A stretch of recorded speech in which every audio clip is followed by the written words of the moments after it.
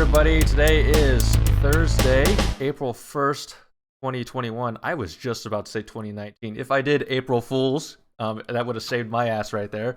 It is actually our 20th episode, and today, and for tonight, top left side of your screen, we have our special guest, Big M Hawk. We like to call him Matt. He is joining us today for however long we decide. And on the bottom, because he's always on the bottom and really likes being on the bottom, I think if I remember saying before, Finn. I forgot to mention Twitter handles. You can find Matt on Twitter at big_mhawk. That's B1G_mhawk. And then below Finn, find him on Twitter at Skeedap, SKEEDAP. And I am Jason, but that doesn't really matter because today our guest is Matt. Big M Hawk, how are you doing tonight? I'm doing wonderful, dude. It's going to be 70 this weekend. I finally get to get out and enjoy my miles and not suffer through them. So, yeah, I'm pumped. It's going to be windy tomorrow, but after that, straight sun. Cannot wait. How are you doing down below there, Finn? I don't want to forget about you. I'm tired. I'm always tired, so ain't nothing new. Well, you're a busy man, so I understand that. You're so growing out the facial hair has been probably expending a lot of energy out of you. A lot of energy, dude. You know how many extra calories I've had to eat just to keep this going? It's actually starting to form pretty well now, actually, in my opinion. Yeah, that makes me mad because I said that I would shave tomorrow, so I don't know if I should. I shaved 2 days ago. See, that's how I feel about the whole just clean shaving this. I know you want me to, Finn, but I don't know. It's been a part of me for a while. It's kind of I genuinely think that you look better with a clean shaven. Personally, it's been a while since I've never seen you without, so I would have to agree with Sam. It's been over a year. I think the last time I was clean shaven was early February of 2020. The only thing I can know about remember is just it was the day I flew out to London was the last time I was clean. Never been clean. How do you slice your lip shaving? So you could do it by if you get too close to the lip, or maybe if you're going to transition over to a Is your blade rusty? Sometimes if you're doing it fast and you go down and then you go over to the next side and you don't lift up all the way, you kind of slice your lip that way. You do it that way. I don't see it. I don't see it. I also don't grow hair right there. I get it right here. Just a little bit. I get it just right there's a little bit below. Mine's not even a soul patch. Mine's like friendly ghost white though, so you can't see it. Dude, honestly, I'd love that for facial hair. Just can't see it, so you just keep growing it out and everybody's all like, "Oh, you have facial hair?" And it's like, "Oh, I guess I do." Whoa. Matt, you said my that, thing. Your soul patch thing asked for. Kind of reminds me. It kind of reminds me oh man, do you have hairy legs and do they turn blonde in the sun? Yes, dude. Okay, so really quick, I just want to say this: when you're fat, like I was about a year ago, I had no leg hair, and then after I lost everything and I was out in the sun all summer. I showed up to my mom's one time because she's halfway for my 5 miles. So sometimes I'll just stop here and fill up on water. And I walk in and she looked at me and she literally goes, "When the hell did you grow hair on your legs?" And I looked down. I'm like, "Holy shit. I don't know." It's testosterone, man. It's super blonde. And unless I'm spending the summer in the sun, which last summer was the first time I'd done since 6th grade baseball because gaming, right, Finn? Yeah, it's always a good day to game. I just never got out. So my hair, I don't know if I've had hairy legs, but I've never noticed because it's blonde as can be.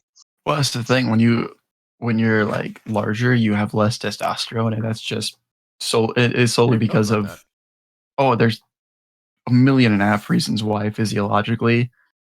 And what's the word for the study of hormones? Hold on, I gotta look this up. In sexuality, I know we covered it a little bit in my hormones, endocrinology. Physiological. So in the study of physiology and endocrinology, there's a ton of reasons why you could have less testosterone. When you have an excessive amount of fat, you're going to just typically have a larger amount of estrogen, which means that you're going to grow less hair. Right. Yeah, and the beard was if you can tell, I got a patch right here that it's not fully granted. who knows? Maybe I'm still going through puberty. I don't know. Who knows? But like it used to be super patchy when I was heavier. But like I know I've been taking care of it more because like I've obviously given a shit more about my appearance, which is nice. But like, dude, it comes in full now, and I love it. I really do. It doesn't grow super long, but whatever. Yeah, this is the first time I've ever grown it out for like more than a couple weeks I've at a known time. Finn for 4 years, almost 4 years Yeah. now, and for actually grown out facial hair. I always gonna try to say- be pretty I was gonna clean say- shaven. His looks like body's like this is like the most I've grown it out. Like and like okay. Yeah. And it's literally just been a month. Yeah, this has been 2 or 3 days. It'll get to about here in a week. Oilers fan, sorry, I It's- should make that a command to Discord. I can. Oh yeah, do that quick. Do you want to drop that in the chat real quickly? I'll drop a link for you, an unexpiring link, and you can snag that. Because I can't like actually grab it right now because and I would have to just like close out the capture. Because surprise, we capture our streams on Discord directly. Crazy. Yeah. We're literally in the Discord right now. You should, if you're in the Discord, you're actually able to see us. Oh, dude, the curse text. You love to see it. Yeah, dude, I'll like, get- I didn't I'll even get know you that could do command video on sent Discord. during this stream. It's true. Discord's gotten really big. In fact, Discord's gotten so much better. I use it for 2 classes actually. Really? Yeah, and my exam review was actually just in a Discord. It's actually really great. I like it a lot. You can get up it's- to 99 people in one voice channel. That's dope. I think So the many the only people. problem we had just now happened in that exam review. I was stunned that this person actually said this. So somebody had made a joke about a pickup line using like stupid computer engineering pickup line that somebody just RTA just and it was just so dumb, and he knew it was dumb, but he would say it anyway. And so that started a whole chain of let's put in pickup lines in the chat. And so somebody was doing that, and then keep in mind this is a class Discord. There are women in our class. Some guy, and he still hasn't deleted it. I told him, dude, take that down. Like, take that down. That's not great. He says, I'm a software engineer, but when I see you, I'm a hardware engineer. I'm like, oh, you can't say that in a class setting. That's actually borderline sexual harassment. Please take that down. Like, no. You said that was a TA. It wasn't a TA. It was a student.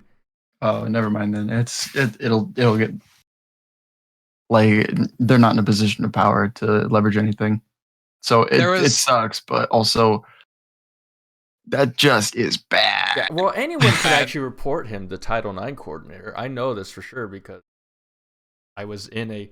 I mean, he should definitely be like disciplined. Oh, definitely. For it, but also the classroom settings where that's where I mean, Yeah. trying that out in certain places might be funny, but yeah, no. It's fine if it's like your personal Discord, but this was an actual class Discord. Yeah, or like a friend. Yeah. That's not something you try out to the class. Discord's definitely the setting for it, but that's not your show and tell for the day. No. But like, it just feels bad because that's such a bad line. Holy cow! Yeah, that's an awful line. I hate that. Hardware engineer. Chat, try out that Discord command now. It should be active now. Yeah, they're in. To verify it. Discord server for my AIT. There's Okay. Oh yeah. We're good. Oh yeah. No, it's Discord brings out the worst in people.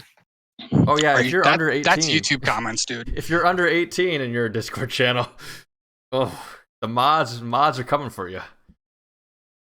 Yeah, like I hadn't been on it since I think I was last with my girlfriend a year ago, and there was just some dude that I met from Minnesota who had it for like a little music chat with his buddies where they would just like jam, listen to music, share stuff, and I didn't even know you could use video. I just downloaded it on my phone and like tuned in 2 or 3 times. At the time, it was still pretty new to be able to use video. If it was like a year ago, it was still pretty new.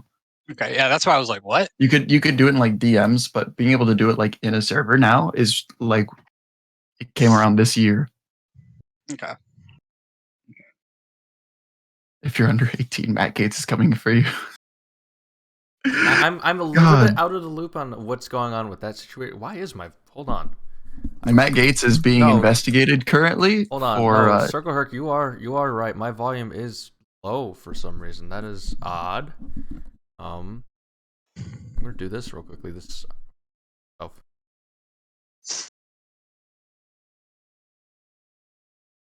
So Ken and I are half muted all the time. That's a fact. No, Jason's half muted for us all the time. Yeah. Okay, let me ask you this really quick, Finn, about the deafness. How awesome is it to be able to fall asleep pretty easily? But how shitty is it for you to get up in the morning? Because I can't hear an alarm. If my ear's in the pillow, I'm dead to the world. So I use the purple pillow. Oh, okay. But also, and I highly recommend the purple pillow for anybody that like has ever been thinking about it. Yeah, it's expensive. I got a purple mattress. I don't have the pillow. The mattress is expensive as well as the pillow is. Right. But like you can't tell me that mattress isn't amazing. Oh, dude, I can't. I got it and I couldn't leave for like I skipped at least 5 morning like 5 morning. I couldn't do it. Could not do it. Like it just feels so good with how they make them. The purple pillow, mine's even cut in half down the middle. So it like makes this stupid crevice that gives me neck pain when I wake up in the morning. Still better than any other normal pillow that I've ever used. The My Pillow can go suck a fat one. The My Pillow is great for like when you're trying. It's great for like 5 minutes, and then your head is touching the ground. Okay, yeah, because everything moves. They're like, oh, it's so soft. It's so filled and fluffy. It's like it's too soft. It's actually too soft. Circle Herc, I have seen purple pillows are pretty dope. Yeah. The cube pillow. Yeah, I've seen ads for it, and actually, the way they explain it, it kind of makes sense. And I'm kind of wondering, I would be willing to try it just because I do need neck support. I recommend the purple pillow for that. Cube pillow, I don't know. I've never seen this or heard of this. I'll have to look at it here sometime. Picture. Hawkeye Elvis, when I tweeted about getting that mattress, Hawkeye Elvis DM'd me and he said something about what? Let me check it really quick. He said something about work. It's something where he works, and he's like, if you want a real mattress, like let me know and I'll hook you up. I was like, okay, cool. I guess what is it? Where does he work? Let me check my DMs quick. I'm still trying to figure out. I'm always interested in that because somebody that as somebody that's tall and because of athletics, kind of is already in a pretty compromised physical situation. Or sorry, physiological situation. I like. Yeah, my bad. I probably just destroyed your guys' ears by accident. Yeah, I don't know. Like, not ours, theirs. Yeah, I don't know. My mic audio into OBS, for some reason, got really quiet when I didn't even change any of the audio settings, and it's still like kind of quiet. I don't know if it's what happened here, but it's still like somewhat quiet. Like sleep number. That's what Hawkeye Elvis hit me up with. He's like, "You want a real mattress? Like, look into sleep number." I was like, "Okay, fair enough. I've heard about that. Yeah. And I don't know anyone who has one. I was like, okay. Because I told my girlfriend because when we move in together, when our financial situations are able to like kind of, and we're not in COVID world. Let's be honest, COVID world has everything on hold. I don't care. Yeah. Oh yeah. But when my girlfriend and I are in a financial like situation to like actually move in together, then like I've been the one that's looking into this kind of thing. I've definitely been looking at the purple mattress, but also sleep numbers got kind of caught my eye a little bit. Because most importantly, they're all like, "Hey, we could stop your partner from sleeping," and I'm like, "Okay, if she didn't sleep on my chest all the time, I would probably be like, yeah, let's do that." When you mean sleep on your chest, do you mean like she doesn't sleep is on the chest, or her whole body is on the chest? She's like on top of me. Like the whole body. Pretty much. She spoons, okay? She spoons me. That's not spoon, that's sandwich. That is sandwich. It's like a weird T. It's a weird T. T posing? It's like You this. just It's like T-pose. this. T-pose. It's like Okay, this. if she's a T, I picture her like on her side while you're like on your belly, like Sometimes. like her shoulder digging into your chest. God, the way my Sometimes. classes are gonna be, it's gonna Usually, be like, yeah. Usually, I'm on my back, and she's on her side with her head and her shoulder digging into my chest and shoulder, and I'm like, buns to guns. Man. That's when you take that's when you let her lay on your arm, because I'd rather have an arm fall asleep than my whole body just go numb if that's gonna happen. there needs to be a pillow that like invents when you're spooning and you fall asleep that your arm doesn't fall asleep. Yeah, they invented that. Too bad it's like a Japanese novelty item. So like, what do you mean by novelty? Like it doesn't work, or It's not. what? It's not great. It loses its shape pretty quick. Damn. My anime body pillow, dude. I would kill to have a super ironic anime body pillow, and I mean a super super ironic one. I'm not talking about like an anime character that I actually enjoy them being in the anime. Okay. I mean one that I'm like, this is no, like I said, a super ironic one. Like AJ. Armstrong from Full Metal, like Hey, Like Austin that J. level Roberts of is here. ironic. Austin J. Roberts has finally decided to join since we have a Hawkeye guy on. There now. he is. Go follow Austin J. Roberts on Twitter. Hop in his DMs. definitely At Austin J. Roberts. Oral Austin J. Roberts. That's what I'm calling him now because of Oral Roberts.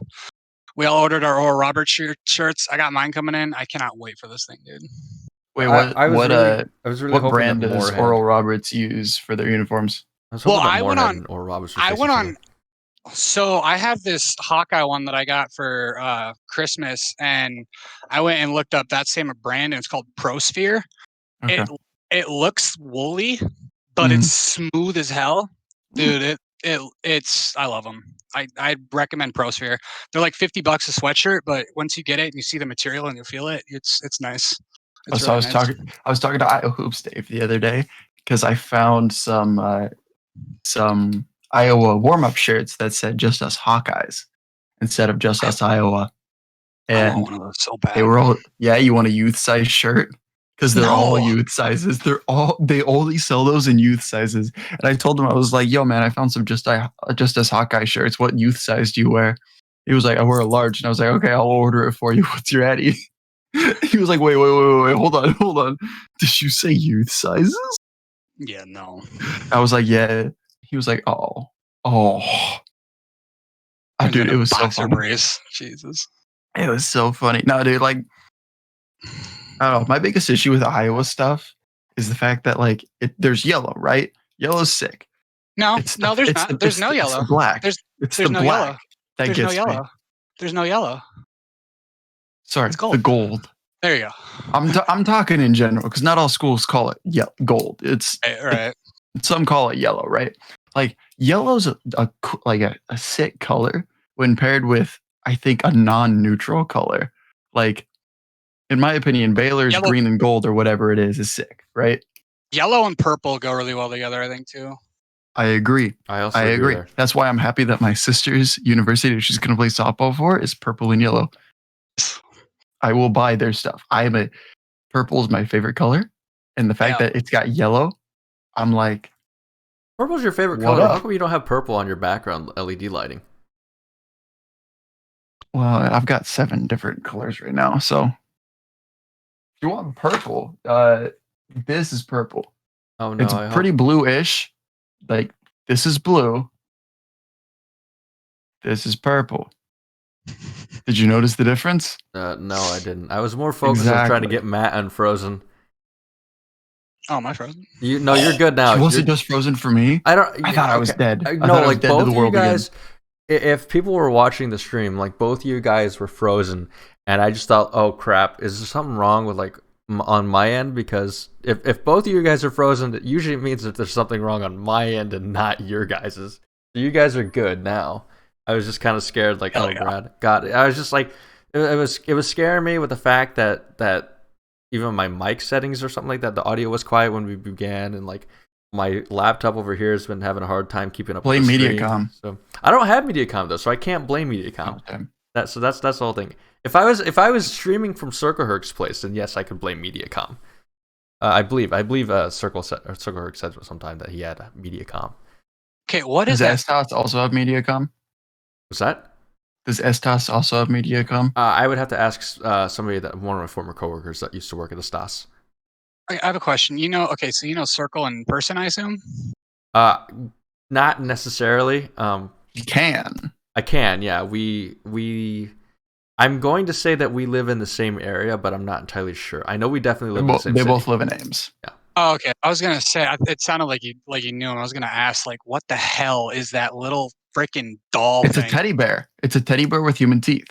Dude, I thought it was like an Ewok for like the first. We do. I would argue that we do know Circle Herc. Personally, Okay. we had him on the show actually. Yeah, and that's He was the last live episode of 2020, and it was a banger. It was a banger. It was for sure A banger. my favorite live episode that we've ever done. Whoa! How are you gonna do that to Dr. Jordan Sy? No, Dr. Sy was my favorite episode that we've ever done because that one was weird, right? Because it was co-streamed and the editing took 1.5 million years, but Circle Herc was absolutely just a riot. The Joe episode was close to it too, solely because of chat. So it goes 3 is Joe, 2 is Circle Herc, and 1 is Dr. Sy because Dr. Sy is like my dream guy. I'm upset that Joe hasn't been in the stream for about 4 weeks. Yeah, but Joe's gonna be a dad, so he's got to get used to going to bed early and then waking up randomly in the night. Yeah, it was actually a miracle for him to be on the show because he was. It was. It was well past his bedtime when we were on. Joe. But yes, no. Joe I was Mama, talking. God. I had a Twitter exchange yesterday with Corver, actually with all you guys except for Big M Hawk, about the. Corver's the one that told me to check this. Like, okay, so sorry to cut you off. No, you're good. Finn invited me on, and like I haven't indulged in anything new, like no new TV show, nothing. I've been so focused on getting to the year benchmark that I wasn't doing a damn thing else. I don't know. It was just so important. And I was just talking to a buddy how like now that it hasn't even been another month, and now like the sobriety just feels different. I don't know. Like it's not as get to it. But what the hell were we just talking about? Content. Oh yeah, yeah, Andrew. He I told him I was coming on here, and he told me like it's a very free flowing. I told him how like when I was on ATC, which appreciate the opportunity, but like when I was on there, it's such a structured thing that like I didn't know, like I felt pressured when I was talking. You know what I mean? Yeah. So like I don't know, just the idea of it sounded a lot more freeing, a lot more just ease to come into. We tried actually. The whole premise of why we started it was we wanted something that was going to be, like, hey, we're not like your typical podcast.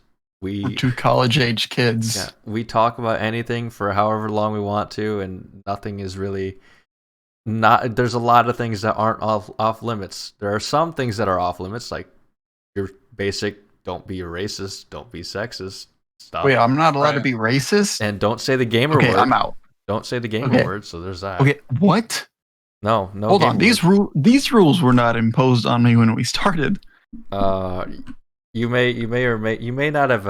I still have the recording of our meeting, so if you wanna play that card, I can do the good old Uno reverse on you. Yeah, don't say the Myers-Leonard word either. Come on. Oh God. At least, also the good thing is that nobody here will be making it a 4-0 ball game. My favorite Red Sox outfielder censored Hernandez. Nice. Didn't even make top 3. I couldn't hear you half the time. That's probably fixed now. But the downside of that episode was Austin was using a Chromebook, and that was the only problem.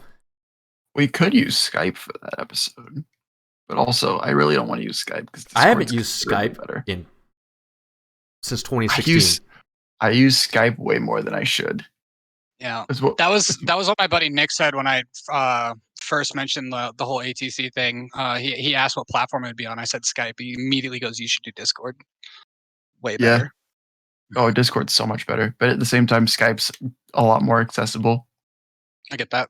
Is the editing different for each, or does that matter? Skype, I don't think Skype you can record straight from it. Okay. So I honestly I wouldn't know why, because it just makes it a little easier, at the end of the day. That's actually what happened on that episode of ATC when I was on, because like I had just gotten this new mic. I went and set up all the sound settings, and then for some reason, once Ryan hit record, those are different settings. So everything was different in my ear. I could hear myself echoing. So like you'll hear me go a lot, because I was like, I can hear myself. It's throwing me off, all that. Yeah, this isn't doing that in here, so I like that. Haven't listened to a single episode. Haven't listened to a single episode of that show. I only listen to it. I listen when Austin's on. I cannot stand to hear myself talk. Okay. And I don't listen to podcasts ever. I don't. And I listen to sports podcasts. That's it. That's a damn lie. I don't even listen to a podcast going to the gym. Huh? No. No, I usually listen to Greg Doucette videos. No, I'm pretty sure you said you used to listen to podcasts when you went to the gym, and then you stopped because there's a podcast that made you laugh, and then you almost dropped the bar on yourself. Yeah, there was one of those, but also like it's hard for me to focus when I'm listening to somebody just like talk normally. Like I'll listen to Greg Doucette videos at the gym a lot because he screams and yells so much, and I'm like, I can feel his passion. I can feel it coursing through me. And like if you guys haven't ever listened to Greg Doucette, he's amazing. He sounds like the parrot from Aladdin. And he just screams and yells. And I downloaded one of his latest videos because he has this entire controversy with Chef Andre Rush, Trump's White House chef, which already should tip you off that something feels off, right? Because everything with the Trump administration is like, wait, that squeaky clean happened? That's real? What? Squeaky clean, normal. 100% the most normal presidency, right? And it was like, the dude's obviously on steroids. Nobody in their right mind thinks that he's natural. Sorry, nobody that knows a single thing about fitness thinks that this guy with 24-inch arms is natural. Right. Those are large freaking arms. Mine are like 15 inches if I try. Mm-hmm. And those aren't the tiniest arms. And oh my goodness gracious. He did a video with Men's Health. Men's Health is already going to mislead you. Why? Because they want to sell their product, their magazine, their website subscription. They want to sell who sponsors them. Wait a minute. You're telling me that Men's Health magazine can't tell me how to last longer and get more women by using this one simple trick? No, they can tell you that. They can't tell you how to do it for real. It's if you listen or not. And Finn and I are pretty good at not doing that. I'm the best at not listening. Death jokes are my go-to. Can't be rivaled. But holy shit. He's all like, yeah, so I try to eat about 8,000, 6 to 10,000 calories a day, because you see these like Olympic boxers, these Olympic swimmers that eat, 10 to 12,000 calories a day. I'm like, doesn't Tom Brady eat like 4? Tom Brady is one of probably the most active athletes in the world, and he eats about 4,000 calories a day. I want to say his is 4. Michael Phelps, his personal chef, said that he ate about maybe 5,000 calories a day on a hard training day. And those were days where he was in the pool for most of the day. Because to burn a single calorie, you need to lift 400 kilograms. That's 880 pounds. A meter off the ground. You know how often Michael Phelps probably did that while weightlifting? Probably almost never. No idea. And here's the thing. If anybody tells you Michael Phelps routinely ate 10,000 calories a day, they're taking a joke interview from the London Olympics seriously. Michael Phelps didn't eat 10,000 calories a day. He At ate least the about quote from 5,000 it. calories a day. Right. That single quote got taken as truth. It's not Michael Phelps' fault. Yep. It's not Michael Phelps' fault. It's No. not his job No. to tell us these kinds of things. Right. It's our job to understand that if you're eating 8,000 calories a day, You're running you're going to 2 be fat. marathons. You're going to be fat. Yeah. Holy shit. I don't even think I could eat 8,000 calories if I tried. That was another thing I also discovered with the water, because I all I did was water for the first 6 months of my year of weight loss. And on July 4th, actually, I had to change up my diet because I almost fainted from heat exhaustion because of my the times I was going without eating. And my brother also thought it was because I was only drinking water. I wasn't doing milk. I wasn't doing anything. So I wasn't giving my body was losing a bunch of crap, but I wasn't feeding it everything it needed. So then I started like researching water stuff, and I learned that a lot of professional runners, even like marathon runners, they will drink too much water where it's unhealthy. Like they'll start a race and they think they're hydrating, but they're really not, and they'll end the race with more body weight than when they started. And it's unhealthy for you, I guess, in the workout. Yes. But, yes. The way that you should do it, unless you're running an incredibly long fucking mass, fuck. Unless you're running like an incredibly long distance race, and we're talking half marathon to marathon and above. Is it distance or time or both? Distance. Okay, because when you go both, when you say both, distance is going to equal time. Right.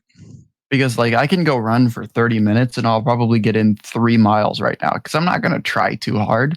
I'm not interested in running right now. Currently, my training plan is not for running.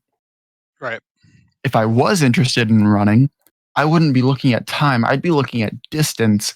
I would be looking at how fast I can run that. It's going to do me considerably better if you look at distance when you're interested in running and time when you're interested in not running. Right. Yeah, and that's what I did. I so like when I started with I would do one. I started with I guess in the first 2 weeks I did 2.5 miles. It's from where my brother lives, where I was staying at the time, to my mom's, and then I'd like have him come pick me up or mom bring me back or whatever. I had just broken up with my girlfriend, so like my living situation was shit. COVID just hit. We all know how it works. So I was kind of like couch crashing at both places. So I started in March, which was snowy and cold as hell. So I would just walk across town as fast as I could, which is 2.5 miles, like on the dot. Sure. And then once I got comfortable with that, and I didn't want to stay at my mom and I got into it during that because like I was toxic, I was down, it was its own situation. We can talk about that were later. you cutting calories during the time or? Yeah, well, I started off trying like fruit smoothies and stuff like that, and that worked. That's what I did for like 2 weeks, but I couldn't maintain it, especially because I really sucked at figuring out how much fruit I can buy and consume without it going bad. Right. That's hard to do with fruit. Vegetables is easier, but fruit sucks. So then what I did was I researched a bunch of different diet stuff, like just to try to educate myself so I don't do anything stupid and I at least have some bearing, right? Because I had nothing. I was right. Yeah, last physical activity I did was senior year football, which I didn't try at all. By the way, folks, this is the weight loss portion of our we can show. Yeah. Seamless transition. I can chime in that too. Yeah. But so then so I have a buddy, Nick Bunger, who's a nurse over in Des Moines, just got married. Congratulations. Sorry. Oh yeah, Sorry. dude. I missed his wedding because I thought I was sick with COVID and I was like puking. It sucked. He's one of my best friends. I hate it. He knows I hate it. Anyway, so he's a nurse, and I texted him after I had researched all this stuff, and I essentially asked him because there was something that like caught my attention, I guess, as far as results, as far as what I think I could do. And so I texted him about fasting, and I had seen what's called like a 16-8, a 24-24, a 48-24, and then a 72-24. And I asked him about that, and he said, I wouldn't recommend anything past 24-24 unless you know what you're doing or if you plan on taking it seriously, because if you snack, you will fuck it up. Wait, what's 24-24? Okay, yeah, okay, so my bad. So a 16-8 is where you have an 8-hour span in a day where you can eat, right? And then for those 16 hours, you don't. Okay, what's up? So, At least this is what I researched. To clarify, and you're not wrong. What you're saying is not wrong. I want to say that, okay? To clarify, he's talking about intermittent fasting. Okay. Yeah. Where you fast for a period of time, and then you have a set period of time where you're allowed to intake meaningful nutrients and calories. You literally are not allowed to have anything that's going to give your body anything. Yep. The only thing that I had when I wouldn't be eating would be water or celery. If I wanted to snack, the only thing I would allow is celery because it takes more to burn than it does than it gives you, essentially. That's the only thing I would allow. Plus, it's like crunchy water. So, like, whatever. Yeah. That's actually a really good description of celery. I've never thought of it that way, but you're not wrong. Everyone that sees me eating it, they're like, "Do you have peanut butter?" I'm like, "Nah, dude. Straight off the stock. I love it." Try PB2 mixed with water. Trust me. It's half the calories of peanut butter. It's powdered peanut butter. If you mix it with water, it's not exactly the same as peanut butter, but it's half the calories. And in my opinion, it tastes just as fine. And if you're really dedicated to it, who cares if it doesn't taste as good as regular peanut butter? Dude, I had a naked juice today. I love awesome. I love naked juice and body armor. I got on these things big time. But the one that I never tried for naked juice was the green one. It's I went and got one. I went and got one last night. It's not that bad. No, it's actually pretty good. It's not good. It's got spinach in it, kale. By the way, I love kale in my smoothies. Anyone who says kale is not good, whatever. It's good. It's good in smoothies. Yes, I'll say that. Yes, like it's just like a chunk. I don't know. Yeah, but no, dude, I couldn't do the smoothies. I couldn't. I'm a big energy drink kind of guy. I will. So like, and I drink energy drinks to tell like. So right now I'm cutting. For all of you that don't know, by cutting he means cutting fat. Yeah, I'm cutting fat. Right. I'm losing weight in a meaningful, controlled way, so that I am cutting off the fat from my body, essentially.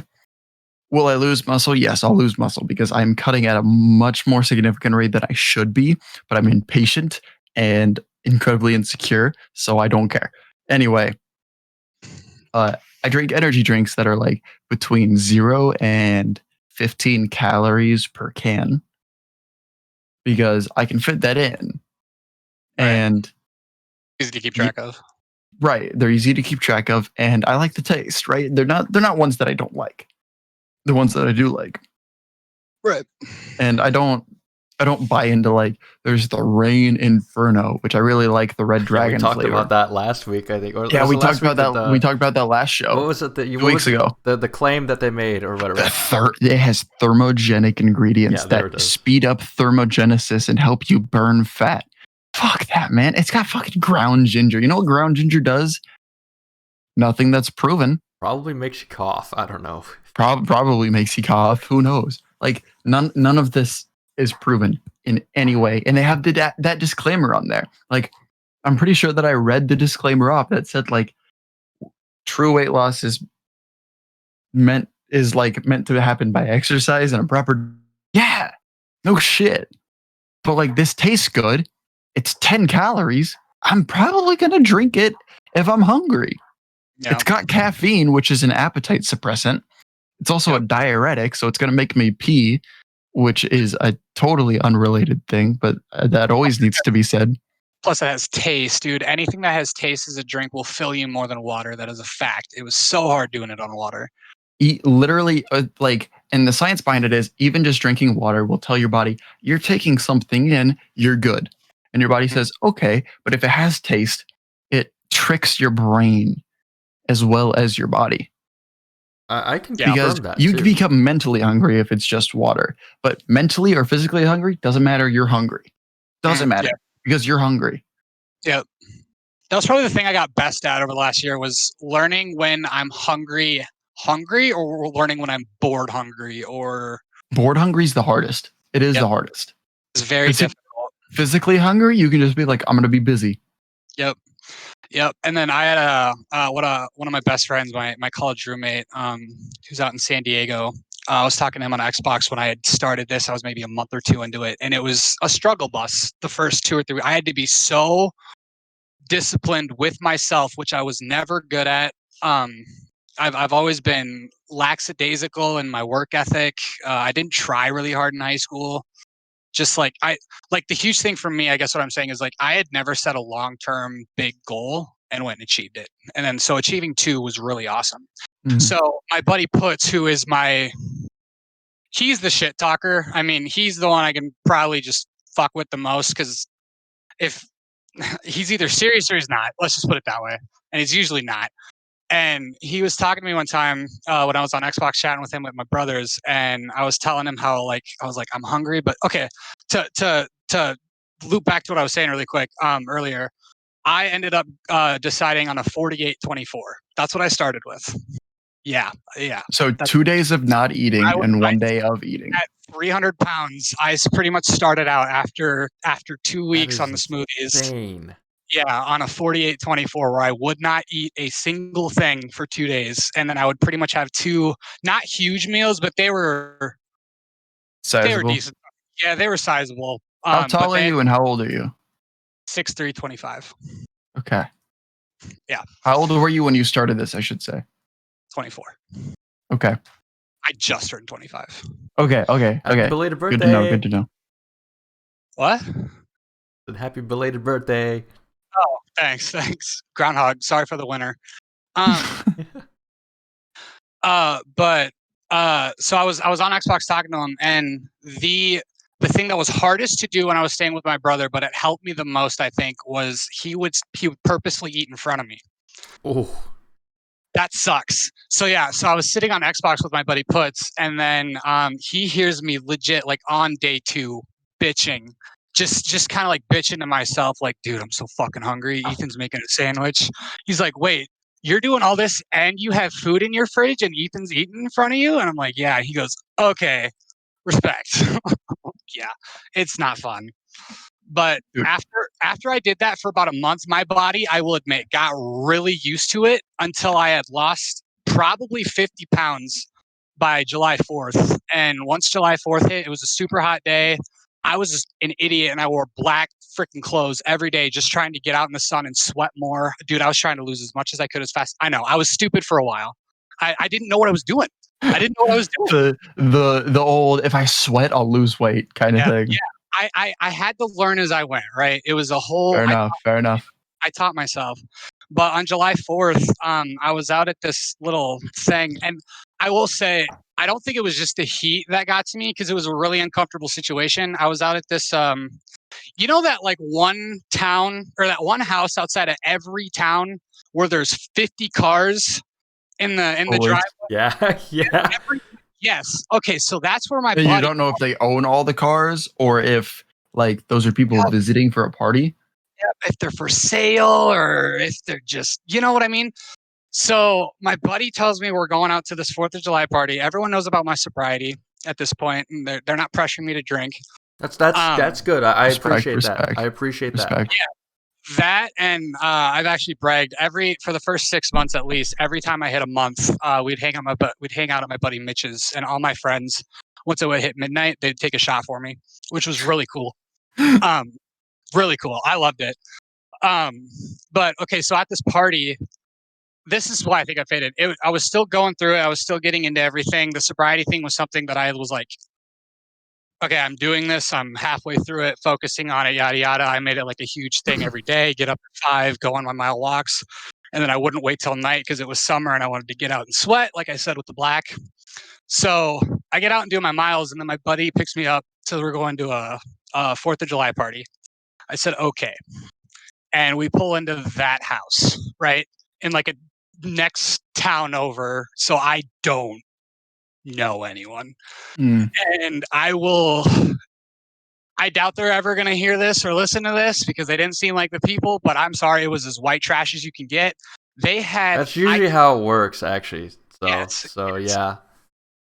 I cannot describe to you how much alcohol I actually saw there. So to put this into perspective really quick, the big thing for me was liquor. Beer, I think to this day I could pick up and probably not have a problem with it.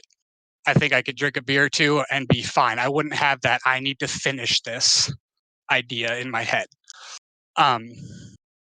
So when I get there, I mean, everyone's mom has like big freaking jugs or containers full of like holiday decorations, right? You know what I'm talking about? Mhm. Big movie. Oh, the big totes. Yeah, like it's a tote. Yeah.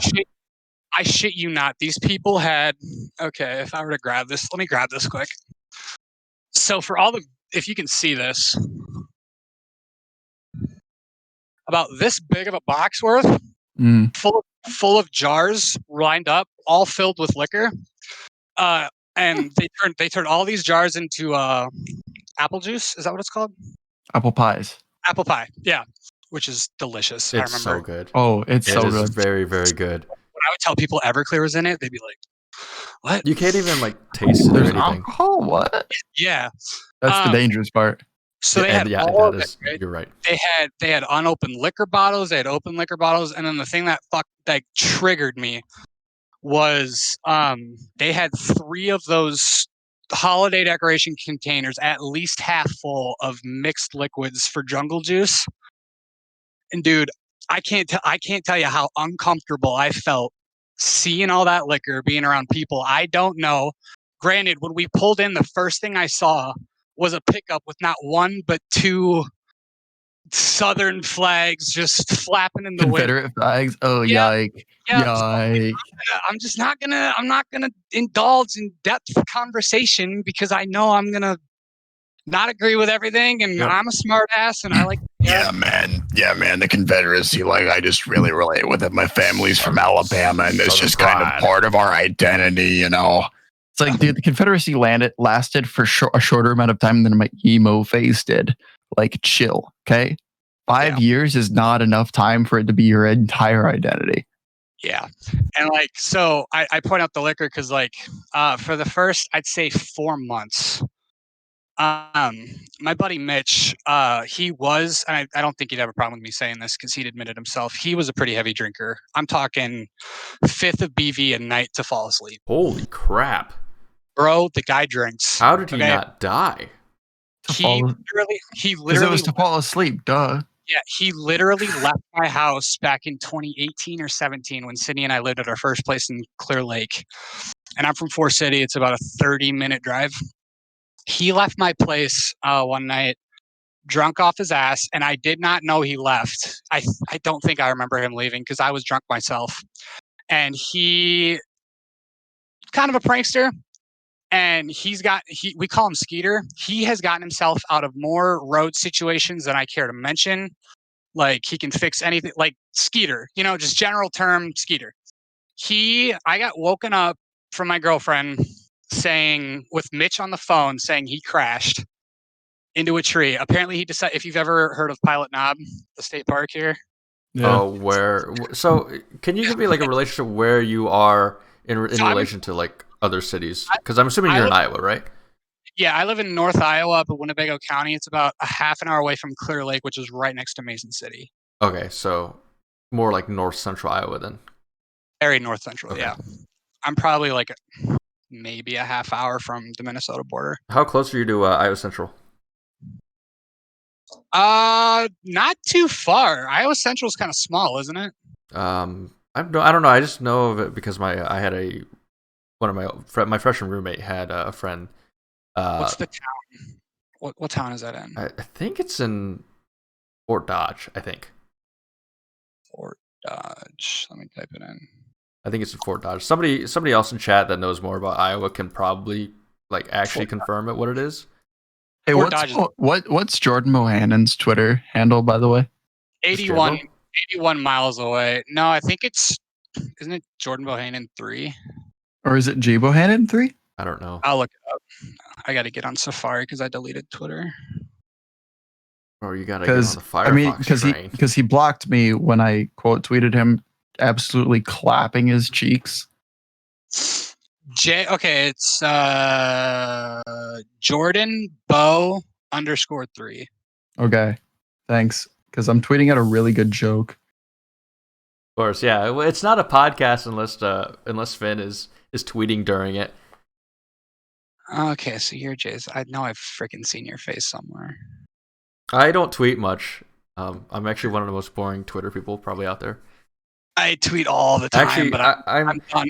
I'm done till May. I'm responsible for getting a certain water boy off of Twitter.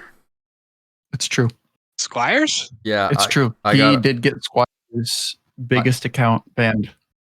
Nice. I got his account banned, and then he blocked me with his new account to. I only was reminded that he existed because of you and Cover or Crover, however you say his name. Corver. Yeah, Corver, like Kyle Corver, because he's related to Kyle Corver, the professional basketball player. Well, dude, here's the thing.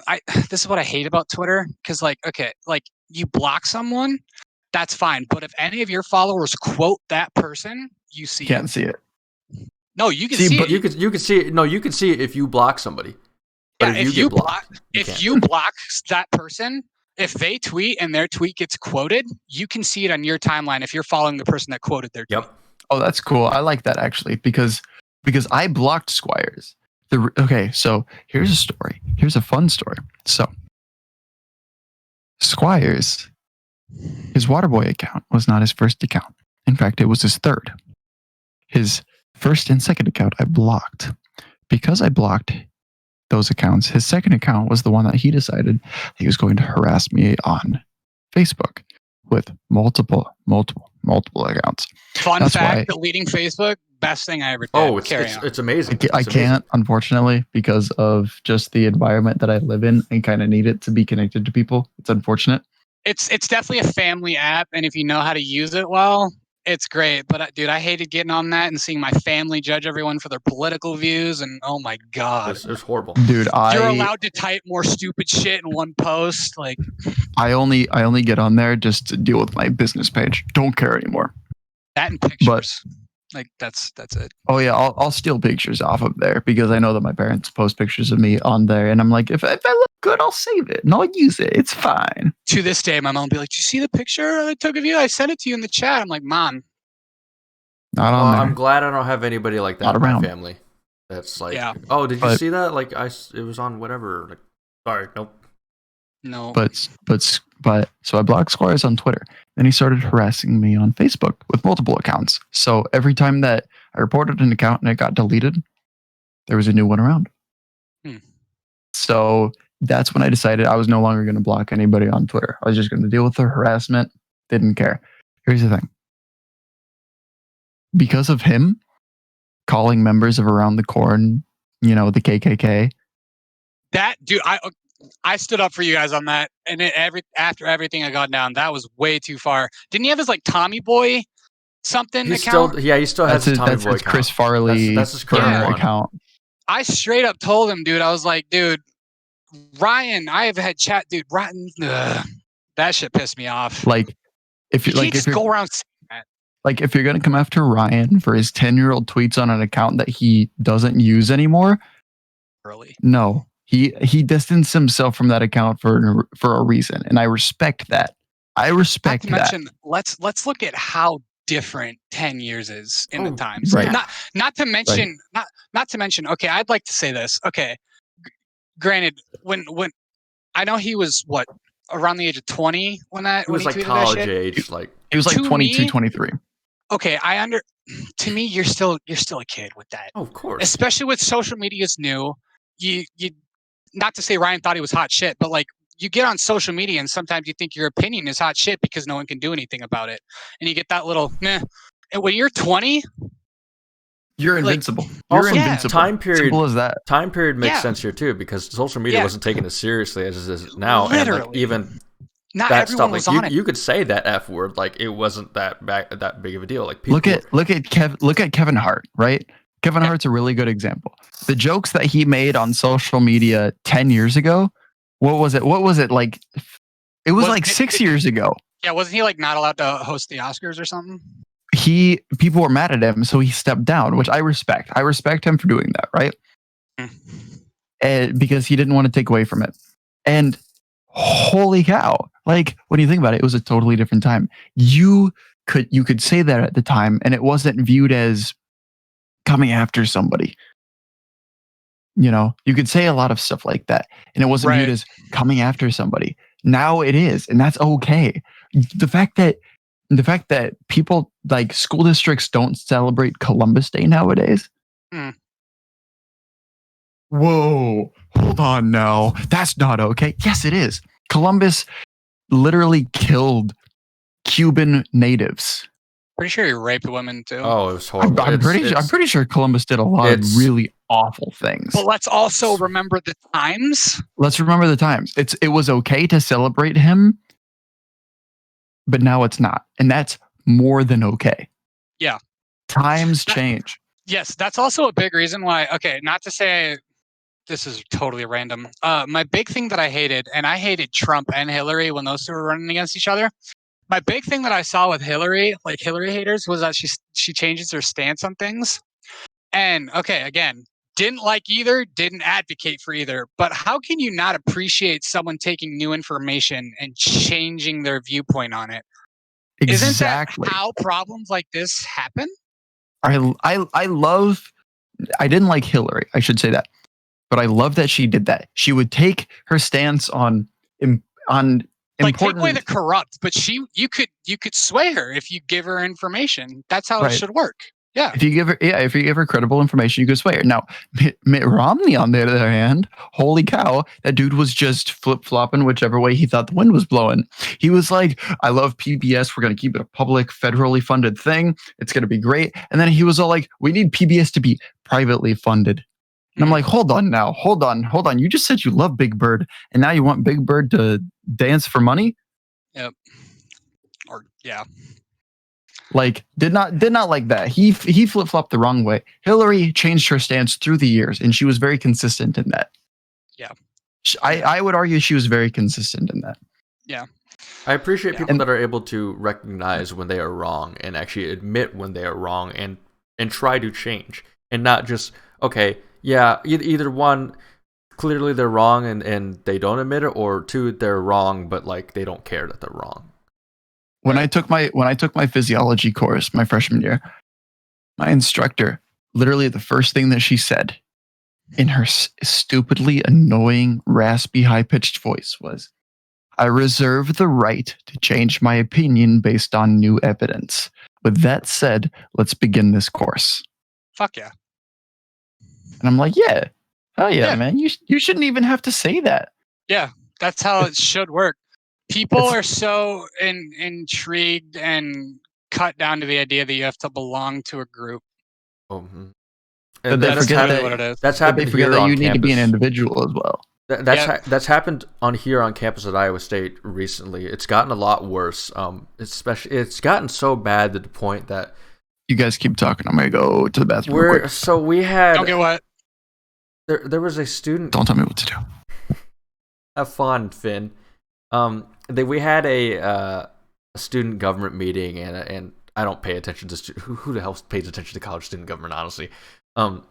But they had some professor on there that was, they had some questionable tweets. And it's not questionable that they were racist against black people. Like the professor's tweets? The professor's tweets.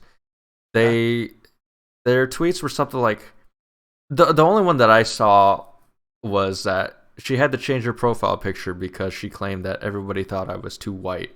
Or whatever like that. And student government made a big deal about this, about, why did we have her speak when she's clearly like racist against, or she has some racist undertones and all this other stuff. And it just became this big, huge shit show of like, dude, why are we worrying about this? Like, why are we making it such a big deal that we're trying to oh, like student government should be punished for allowing this person to speak. I don't know. To me, it is like, why? Like, why are we go do something better? I guess. Like, let's try not to cancel one of our own professors. Right. I guess I'd need a little more context to comment on that, but I guess in the general aspect, one thing I've always I started truly believing that. So I guess to lead into it, the whole Facebook thing, the Trump candidacy for his term when he was running against Hillary, that's what made me get off Facebook, right? Because it was the most toxic thing on planet Earth. And then I was so against Trump. I really was. I hated the guy. And then eventually I started realizing how much time and effort people put into hating him for the sake of hating him because they're told to hate him. And then I got in this, not argument, but I was kind of like preaching at this girl, which I guess if that's my bad, then that's my bad. But she was trying to cancel everyone who was supporting Trump on this like really racist remark that he said. And as racist as it was, and as much as I agreed with her, I said, you can't cancel people for what they're saying. You should invite them to say what they're thinking, and then have a discussion rather than talking at them, talk to them and try to sway their opinion. And if they're the ones that don't want to be open-minded to that, then that's their own choice. But if you strictly sit there and cancel someone's ability to talk, not only are you creating more division, but you will have people that look at you as the problem because you're doing that, regardless of their stance on that person's opinion. Exactly. Like You cannot do that. This whole like the past 4 years have it's seen the worst of both sides of the want to say political spectrum. I don't really want to say it's political, but like it's gotten to a point where everything is political now, it seems. But like that's my problem. And we've talked, Finn and I have talked about this before on an episode. Like, we hate cancel culture because cancel culture removes the ability for somebody to redeem themselves, for them to learn from their mistakes and to rebuild. Cancel culture and heldability culture are two different things, and people don't seem to think that the second exists. Yeah. Was the girl's name Jack Bacon?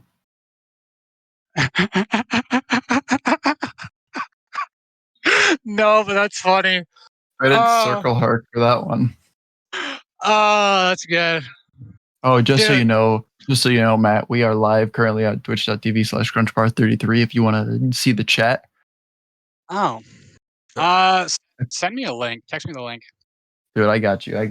My bad. Okay. I usually open the show up with like saying that, but I guess we'll say this for now. Like, guys, we're live at twitch.tv. If you are watching, why the fuck would you say that during a live show? That doesn't make any sense. No, like I want to say this about Jack real quick. Great Hawkeye fan.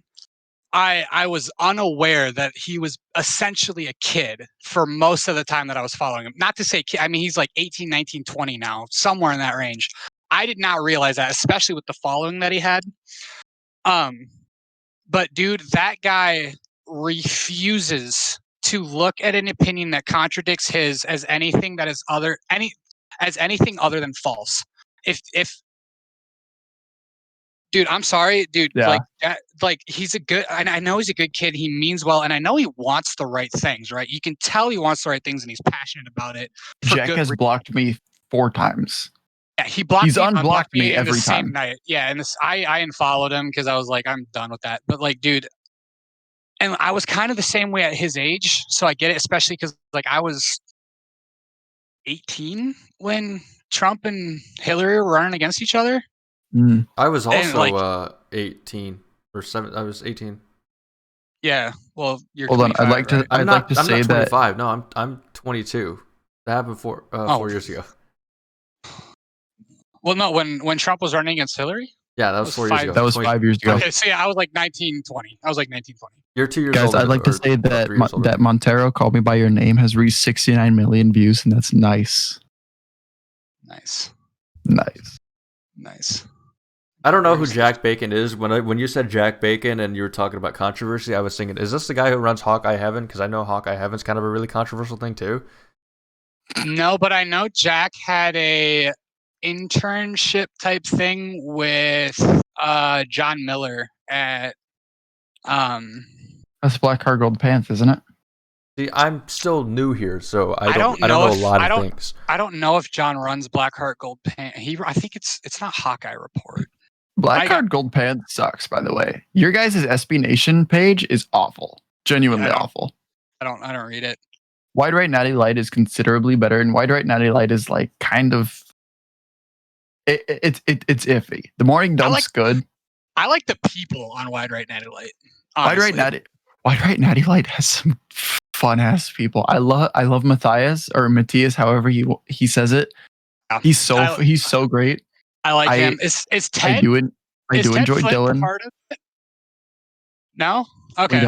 We don't claim him. No, Iowa State does not claim Ted Flint. I thought he was. Just like I always feel like I always put him and Matthias or Matt. Yeah, whatever. I always put those two together. I don't know why. So Matthias feels like that genuine like Cyclone fan where he's just like, dude, I'm just doing my thing being a Cyclone fan. Ted Flint feels like, hey guys, I'm Cyclone Larry, but not a burner account because I am 40 years old, but I drink like I'm 25 and go to bars all the time and tell everybody, hey, I'm an Iowa State fan. Oh, he's one of those people. Oh no, like I dislike Ted Flint, Kansas.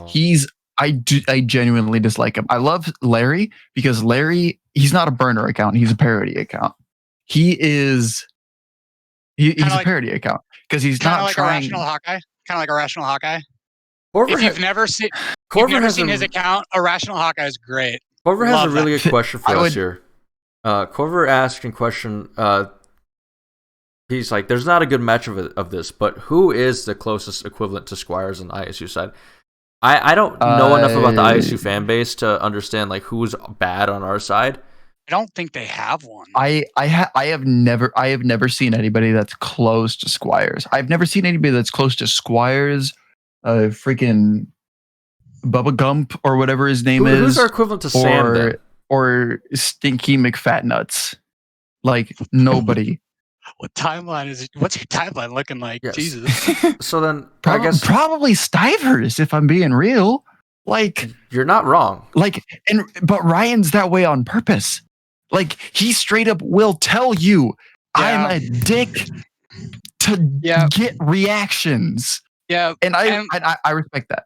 Yeah, and I used to, like, when I was part of the group, I would tell people that, and like I liked it, but like I couldn't do it consistently. And like I remember I guess the reason that to put it lightly, the problem I had with ATC was it felt like in the group chat it was a constant shit on Iowa when it's a claim to support both. That was what it felt in the group like. In the group chat. That's what it tends. That's what it felt like. That's what it tends to be. And then right around bowl season, again, it claims both schools, right? And then right around bowl season, the account changes its profile picture to Brock Purdy after. Was it after the Fiesta win? I don't. It's when he's like doing this or whatever, and the whatever. All it is like, and then it was just like a constant like week or so of like tweets from the main account shitting on Iowa about not getting a bowl game, Iowa State being the best thing that ever happened on God's green earth.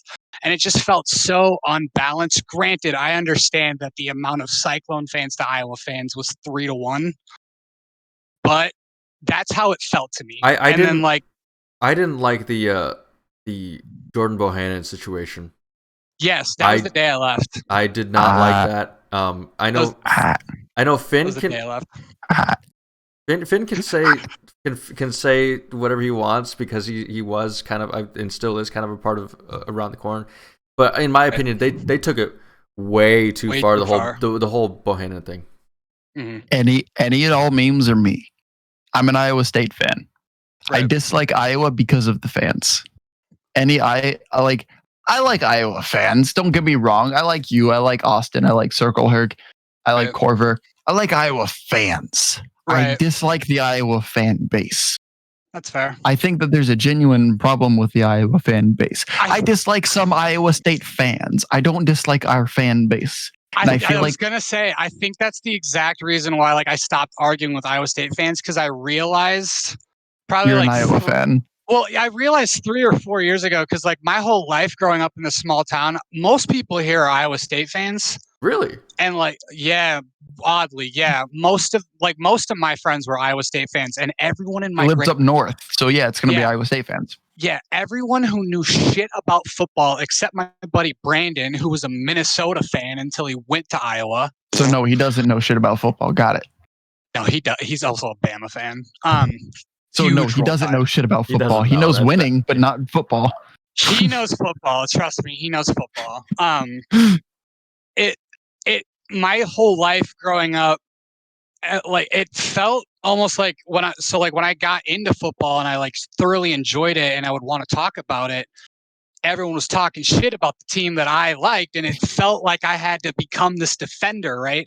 So like I grew up like defending Iowa and only attacking Iowa State fans, yada yada. You guys suck because you wear those colors.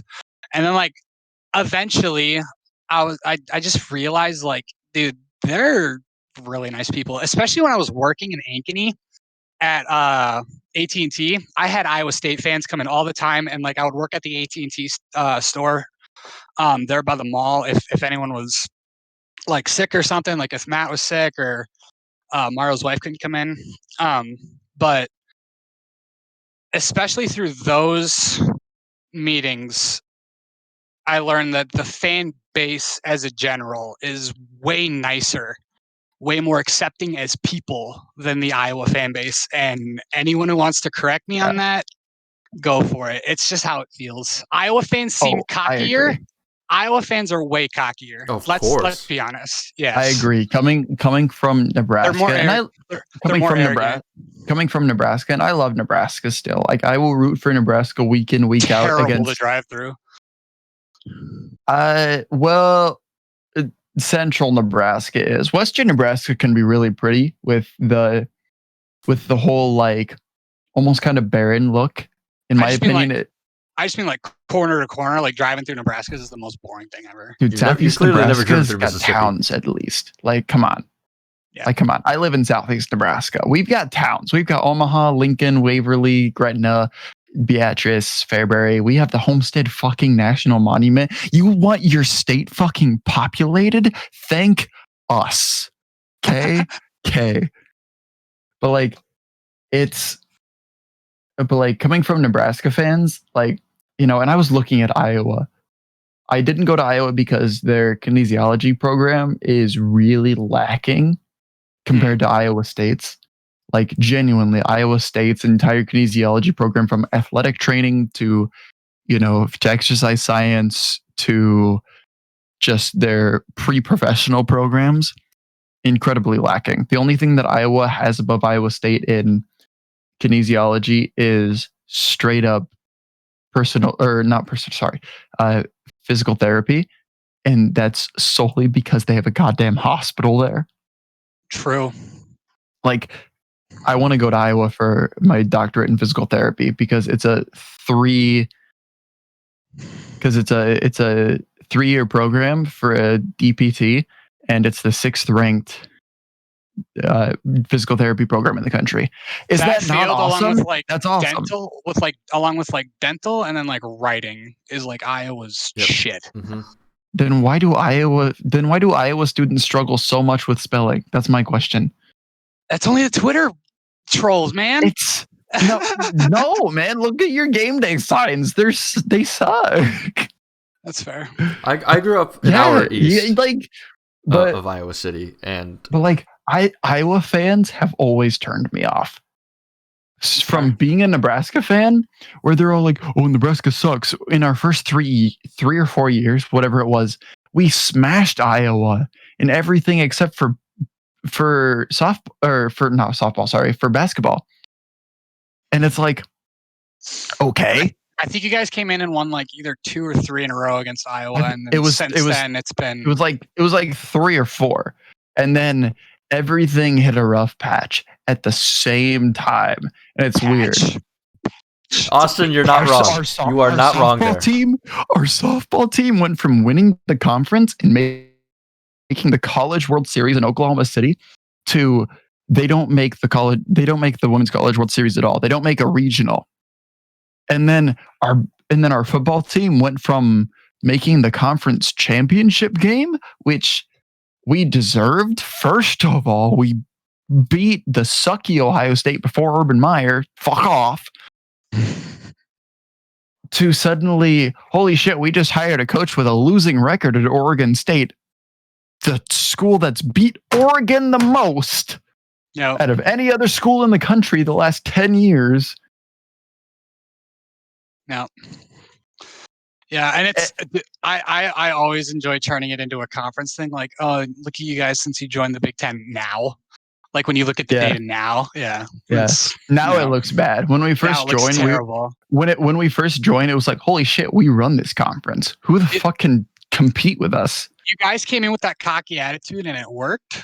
I think the problem was we did really well off of our Big 12 stuff, right?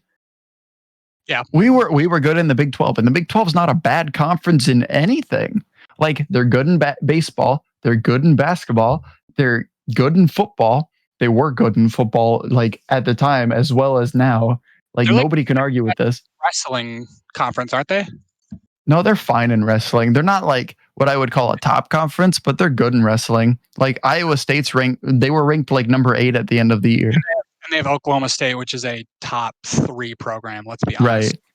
Right. Like when you look at and if they would have had Nebraska, it probably would have been the top conference, because I don't think that Iowa and Penn State alone could have carried the Big 10 above the Big 12.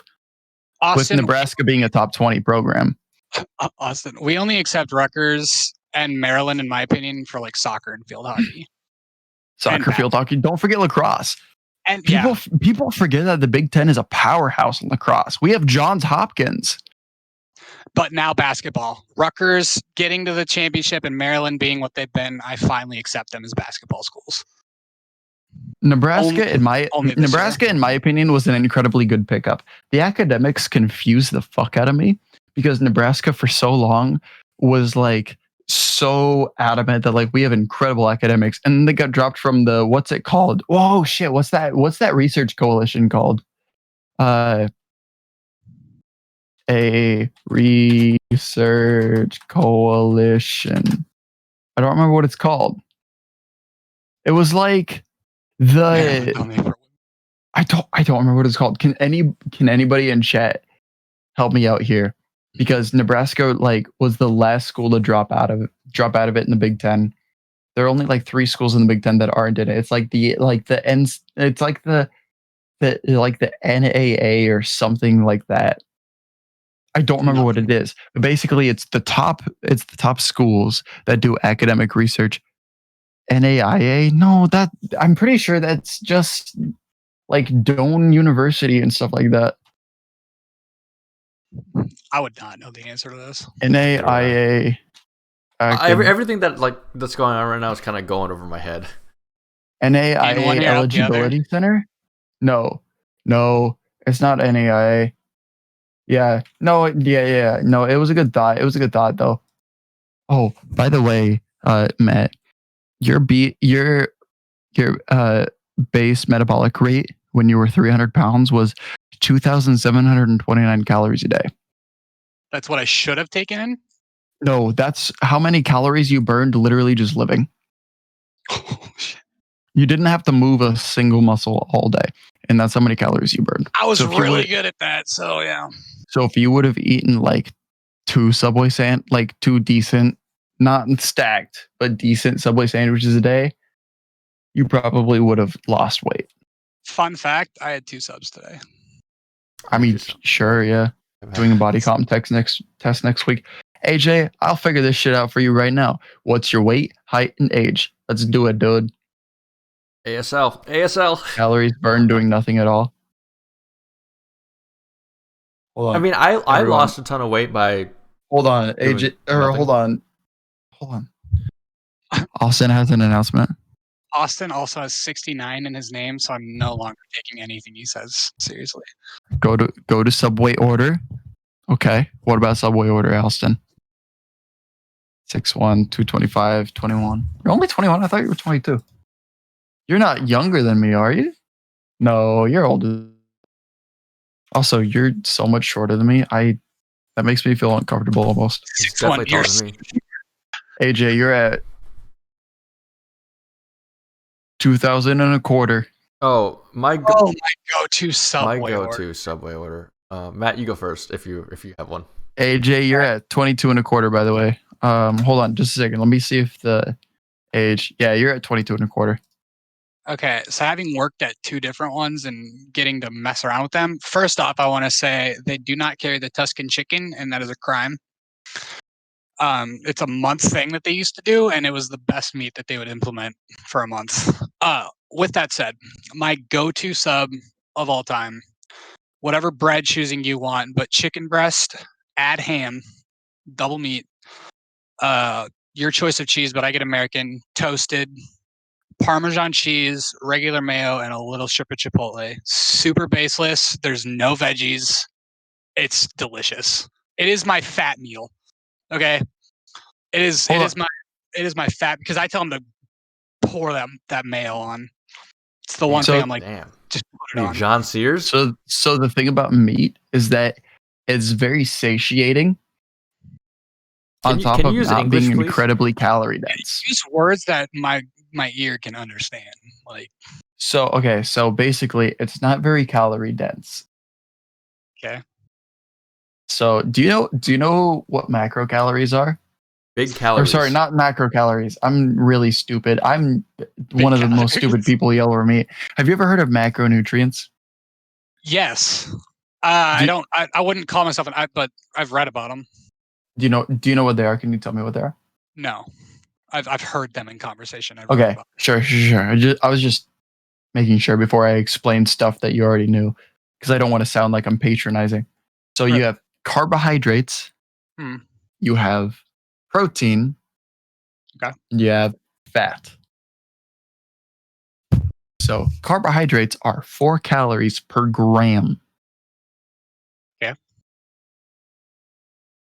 Protein is 4 calories per gram. The third one's going to change. Fat, God, you're so smart, is 9 calories per gram. Just 8, okay. There's this incredible thing called the Law of Thermodynamics. Have you ever heard of physics? I hear half the things I'm told. So yes. Okay. Yes. You can't change physics. Physics exists, and that's it. Yep. So this is a stupidly gross oversimplification of thermodynamics. If you don't have anything to heat up and move faster, nothing's going to heat up and move faster. So nothing will burn. So it's like trying to run a train with no coal. Yeah, pretty much. It's trying to run a steam train with no coal. Right. And calories are actually a measurement of heat. It is how much heat it takes to raise the temperature of 1 liter of water. They say liquid, but water is usually what's used, because obviously water is water, right? Yeah. And you're not gaining damn near anything when you intake it. Right. You're trying to rate. So a calorie is how much heat it takes to raise the temperature of 1 liter of water 1 degree Celsius. So that's why your body has to adhere to the laws of thermodynamics when it comes to burning fat. When they say you're burning it, you're literally burning it. Right. Because your body is literally trying to burn it to create energy. Yeah. And when you look at like the number on the treadmill, the number on the elliptical, it's probably wrong. However, it's giving you a better idea than anything else in the world, right? It's at least a guesstimate. If you're doing a 30-minute session on the elliptical, it could be off by 130 calories. But you know that you might have burned at least like 400 some odd calories, right? Right. Or 200 some odd calories. It doesn't matter how fast you're moving. And let's say that's the case. Usually what I would say is just let's go with the worst case scenario and take that differential that it might be, subtract it from what the thing says, and always go for your base minimum. Set that as your goal.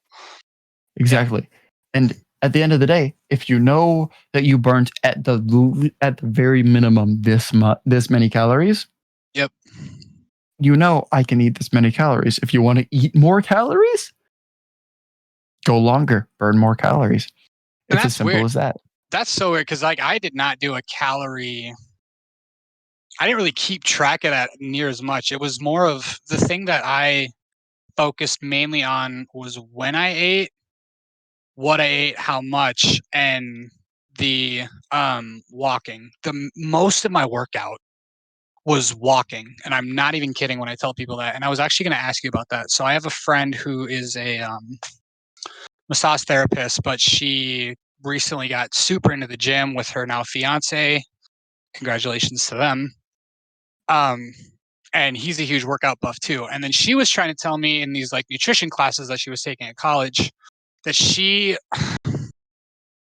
I'm going to be very off here on the quote, but like essentially what she said was I was burning more of like distance and like length of time is like better for you than just like a hardcore workout. So she was saying like essentially you're being safer in what you're doing with, granted she wasn't super into the fasting that I was doing, but I told her like how strict I was, and my buddy Bunger, who I said worked in Des Moines, said like I couldn't cheat or anything, so I made sure I didn't do that. But she was trying to tell me that like I was probably doing the best workout for me as far as weight loss, not body, not muscle gaining, nothing like that, just strictly losing the fat by doing these walks, because each 5 mile walk probably takes me about an hour and a half because I'm kind of just I enjoy the walk, but I'm not slow walking, but I'm not fast walking. I don't know. But I was doing about 3 hours a day all summer. Um and it worked really well. So I was hoping to get kind of more your intake on that and like what's So this is where it becomes incredibly complicated, right? okay. First of all, I want to say that fasted cardio is a fucking joke. I Okay. will never. I may change my opinion on that, but as of right now, I'm gonna fucking die on that hill. Fasted cardio is a joke. Doing your cardio in the morning is giving you no benefit when Oh, you haven't eaten. okay. That wasn't why I was doing the No, 5 no. a.m. I'm not saying that's why you were doing it. I Oh, don't okay. feel like you went that deep into the whole intermittent fasting kind of thing. 5 a.m. thing was more for me getting myself into a schedule. It Right. really helped. I never figured that you were all like, oh yeah, intermittent fasting says that I need to do fasted cardio, because you were going 2 days without eating and then 1 day with. Yep. So like, that means almost nothing, right? Yeah. But so obviously you were going to have 2 days of doing fully fasted cardio. Yep. But fasted cardio is a joke. If you ever hear anybody say like, oh, fasted cardio has a correlation to extra fat burning, it's correlation. Correlation does not equal causation. It has correlation in elderly populations, as far as we know currently. Mm. So maybe it changes in the future. Who knows? But that's what you know. That's what you've heard from a fitness professional as of current, right? Right. So that's how you know you can mostly trust what you just heard. Okay. Like I genuinely care about that. But then at the end of the day, if I do, let's say that I do a HIIT workout, right? High intensity interval training workout. Which, I've by set the my way, I body. want to talk to you about what I'm going to be starting here on April 6th. I've set my body up now to that's Monday, right? Yep. It's the day after my workout gear Okay. gets here. Okay. So I've set my body up to suddenly enter what's called epoch, which everybody raves and rants about. Yeah, those are in Star Wars. I'm kidding. God damn it. But like, and I very recently changed my opinion on epoch. Okay. Were you presented new information, Hillary? Damn. I wasn't quite presented new information, but I was presented it in a different light, a different way. Okay. That kind of made more sense, especially with my recent attempts to cut weight. But they everybody blast to 9-inch nails. Let's do it, dude.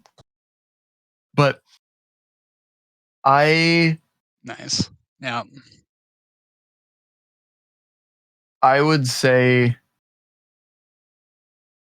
hold on, Circle Herc said I had about with type 2 diabetes, and in 3 months my A1C went from 1.1 or 11.3 to 5.6 with fasting. So okay, so fasting is fine, right? Intermittent. I want to comment on Okay, that really quick. My brother was saying something about that on like the hair leg thing. I know nothing about it, and I'm pretty sure both of my parents are diabetic, but so I should know more. But when I had gotten back to my brothers like literally that night, and I told them about the exchange with my mom about like, you have leg hair? I'm like, yeah. Ethan, my brother, he mentioned something about I could have been close to like being a diabetic. If that, I don't know if that's accurate or what, but something about the hair loss or the hair.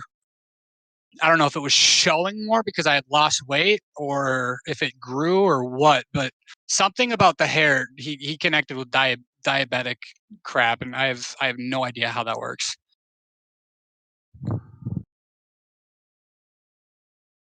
That sounds like bro science to me. I could be wrong. Yeah. I could be wrong. Again, Right. Granted, you know, my brother's like YouTube is the most random recommended thing you've ever seen with the basis of science behind it. He could probably walk into like a any class and teach the a most random ass random college course and teach a random lecture. random. So it's random. not PragerU then? Is this recommended? Yeah. Yes. Yeah, like my scope of practice is still pretty slim just because I'm not incredibly, I'm focusing pretty hard on one certain thing, and the nutrition part is the least of my worries. However, I know enough because there's certain things that you need to know with exercise in terms of nutrition, like cutting and gaining weight on top of being able to, work with special populations. I just hit my mic. I'm like, Yeah, sitting you've been here just hitting like, your mic Hit it. pretty Yeah. often. Hit the mic and then hiccuped. It was beautiful. So okay, Sound like mumble rap there. so True. I've been making sure that I can work with special populations, those that are diabetic, those that are elderly. The only special populations that I can't work with are those with musculoskeletal conditions, which I would need to be a personal or I was gonna say can't work with yet. physical therapist to be able to work with, And is that a yet that's for the you? end goal. I Okay. want to be able to work with them. Gotcha. That's the end goal. I need to be a physical therapist to be able to work with them, both morally, ethically, and I'm pretty sure legally under a governing body. Okay. A governing body being like the important part there, because currently I'm under the ACSM, the American College of Sports Medicine. So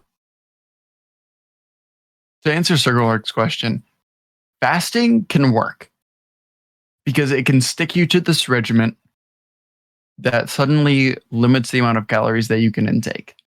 And that's fine. I'm saying works that so fucking well for food. I like that like that's fine.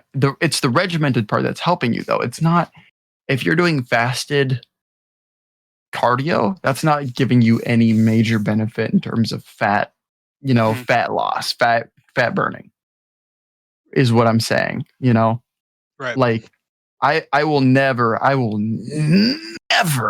tell anybody, no, don't do intermittent fasting.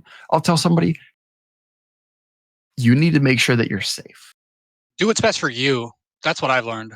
Do what's best for you, but at the same time, if you start to realize during the day, I can't do this, and you're realizing that on a consistent basis, Yep.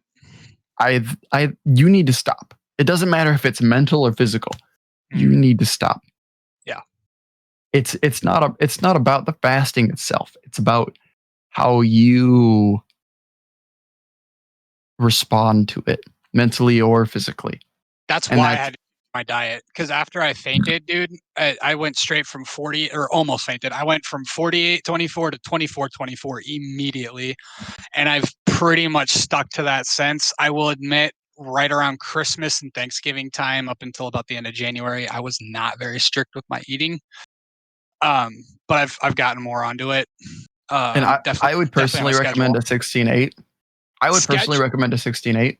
I would recommend just a schedule, no matter what, a schedule, because I can't attest to what Nick told me anymore, because I firmly believe it now. Snacking is what fucks most people, in my opinion. That's what fucked with me, because like you'll get bored, you snack. You just got home from a long day of work, you want to snack. All that intake makes your body think that you're about to eat or something like that.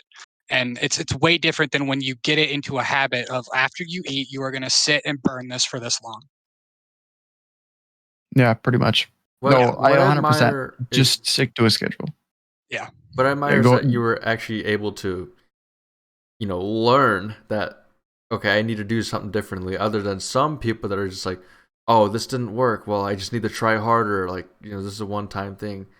Dude, we like to call them fitness or weight loss influencers.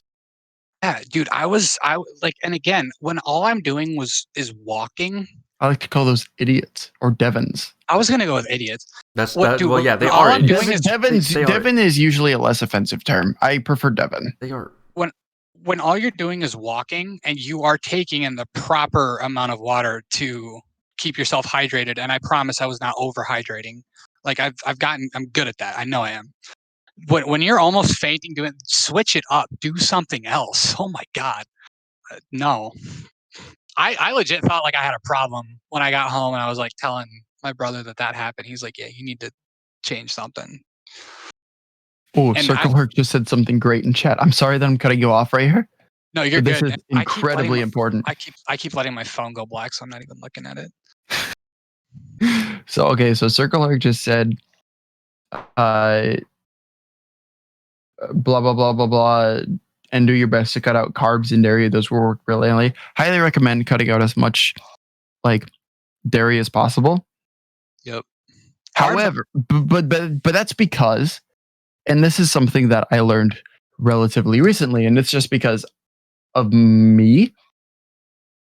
My body doesn't exactly handle a lot of lactose very well. Fun fact, most protein powders are milk-based. They're whey and casein protein. That's not a bad thing. Those are the most economical and accessible types of protein for supplement companies to get. Right. I don't blame them at all. And in fact, I will continue to use those proteins. I literally do not give a shit. Do not fucking care. In fact, I have a 22-pound tub of mass gainer right here. If nobody believes me, I am willing to show it on camera. I use it as a footrest. Fair enough. Good. Like, no, I'm going to show it anyway. I don't. Of course. You had the time. You knew I was going to show it. You knew I was going to show it. Look at this shit. It looks like a tub of sunflower seeds. Looks like you're going to put cement in it. 2,330 calories. Somebody clip that and explain how crazy this man is. 2,330 calories, 400 grams of carbs, 80 grams of protein. Nice. Do you know? Bro, I've added spinach. Also, spinach was the big thing that I added. Oh, spinach is good. Spinach is so good for you. Like the iron itself helps you a ton. Yep. Isn't there more calcium in spinach than there is milk? No? Not per gram. Not per gram. Okay. Well, yeah, with the salads I've been eating, it's definitely more. Yeah. Not per gram, but probably with how much you can eat, because spinach is so much lower in calories because of the protein. Yep. Because of the protein, like. Yep. In milk, it's wild. That was like the first health thing that I learned on my little journey. It was someone who's training to be a Navy SEAL. He's the one that really got me started on he's the one that told me to start with get a routine in. Getting a routine in is for sure the first thing. Yeah, and he gets up at 5 every morning too, so it was nice to when I had getting a routine in is for sure the first thing, and then after that it's figuring out low foods that are low in calories, but still you can eat a lot. Yeah, That'll well, fill you up. that's what I learned. It was learning that lettuce nutritionally does damn near nothing for you, and it's strictly just a filler for a meal. Spinach, though. Compared to spinach, yeah, way different. And then the thing with spinach is like, even if you think it tastes like, dude, eat it. Like, power through 3 meals, and that thing will taste like straight grass. Like Eat it with a vinaigrette, something that's also low calorie dense. It's easy to mask the taste of spinach. Get a low calorie dense thing. But going back to what Circle Eric said with, try to cut out carbs and dairy. Don't cut out carbs. Carbs are not evil. Nope. Carbs are not evil. You know what's evil?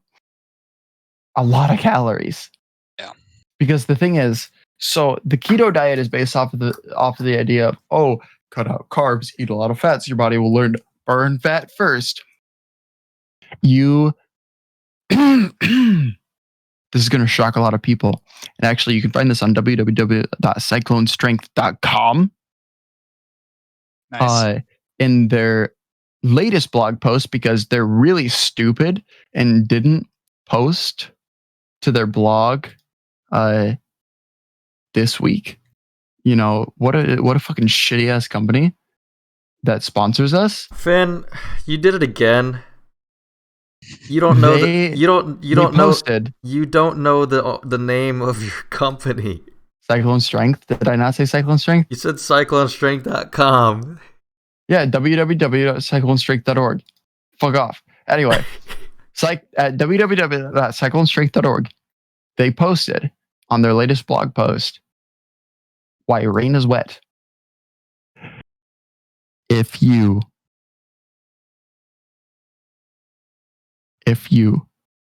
eat more calories than you burn in a day, you'll gain weight.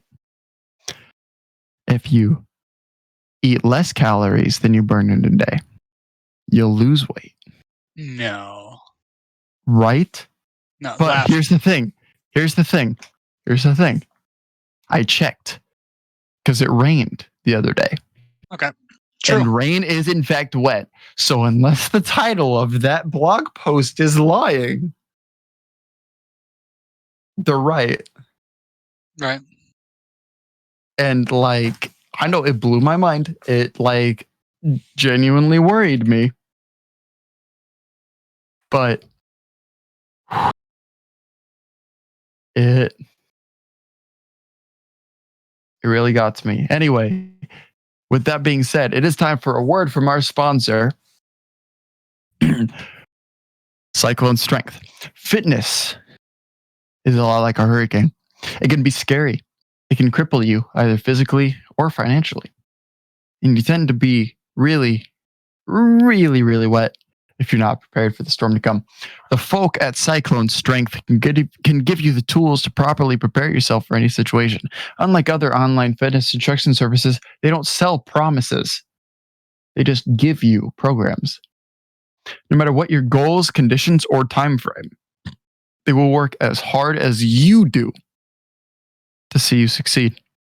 For information on pricing, contact them at kaylenh@cyclonestrength.org or schedule a free 30-minute consultation at www.cyclonestrength.org. That is cyclonestrength.org and not .com, and you can find them on Twitter at Clone Strength, I believe, and not Clone Strong. And not I hate .com. you. I hate you. I hate both of you. I'm trying to hold you accountable, Finn. And he's actually helping you out, because let's say he doesn't fix that, then what are you really sending people to? See, but a Twitter handle that actually doesn't exist. He's always fixed that. It was always like I would click on it, and it's like the term you have entered does not exist, and this isn't good for your business, dude. Yeah, it's not great.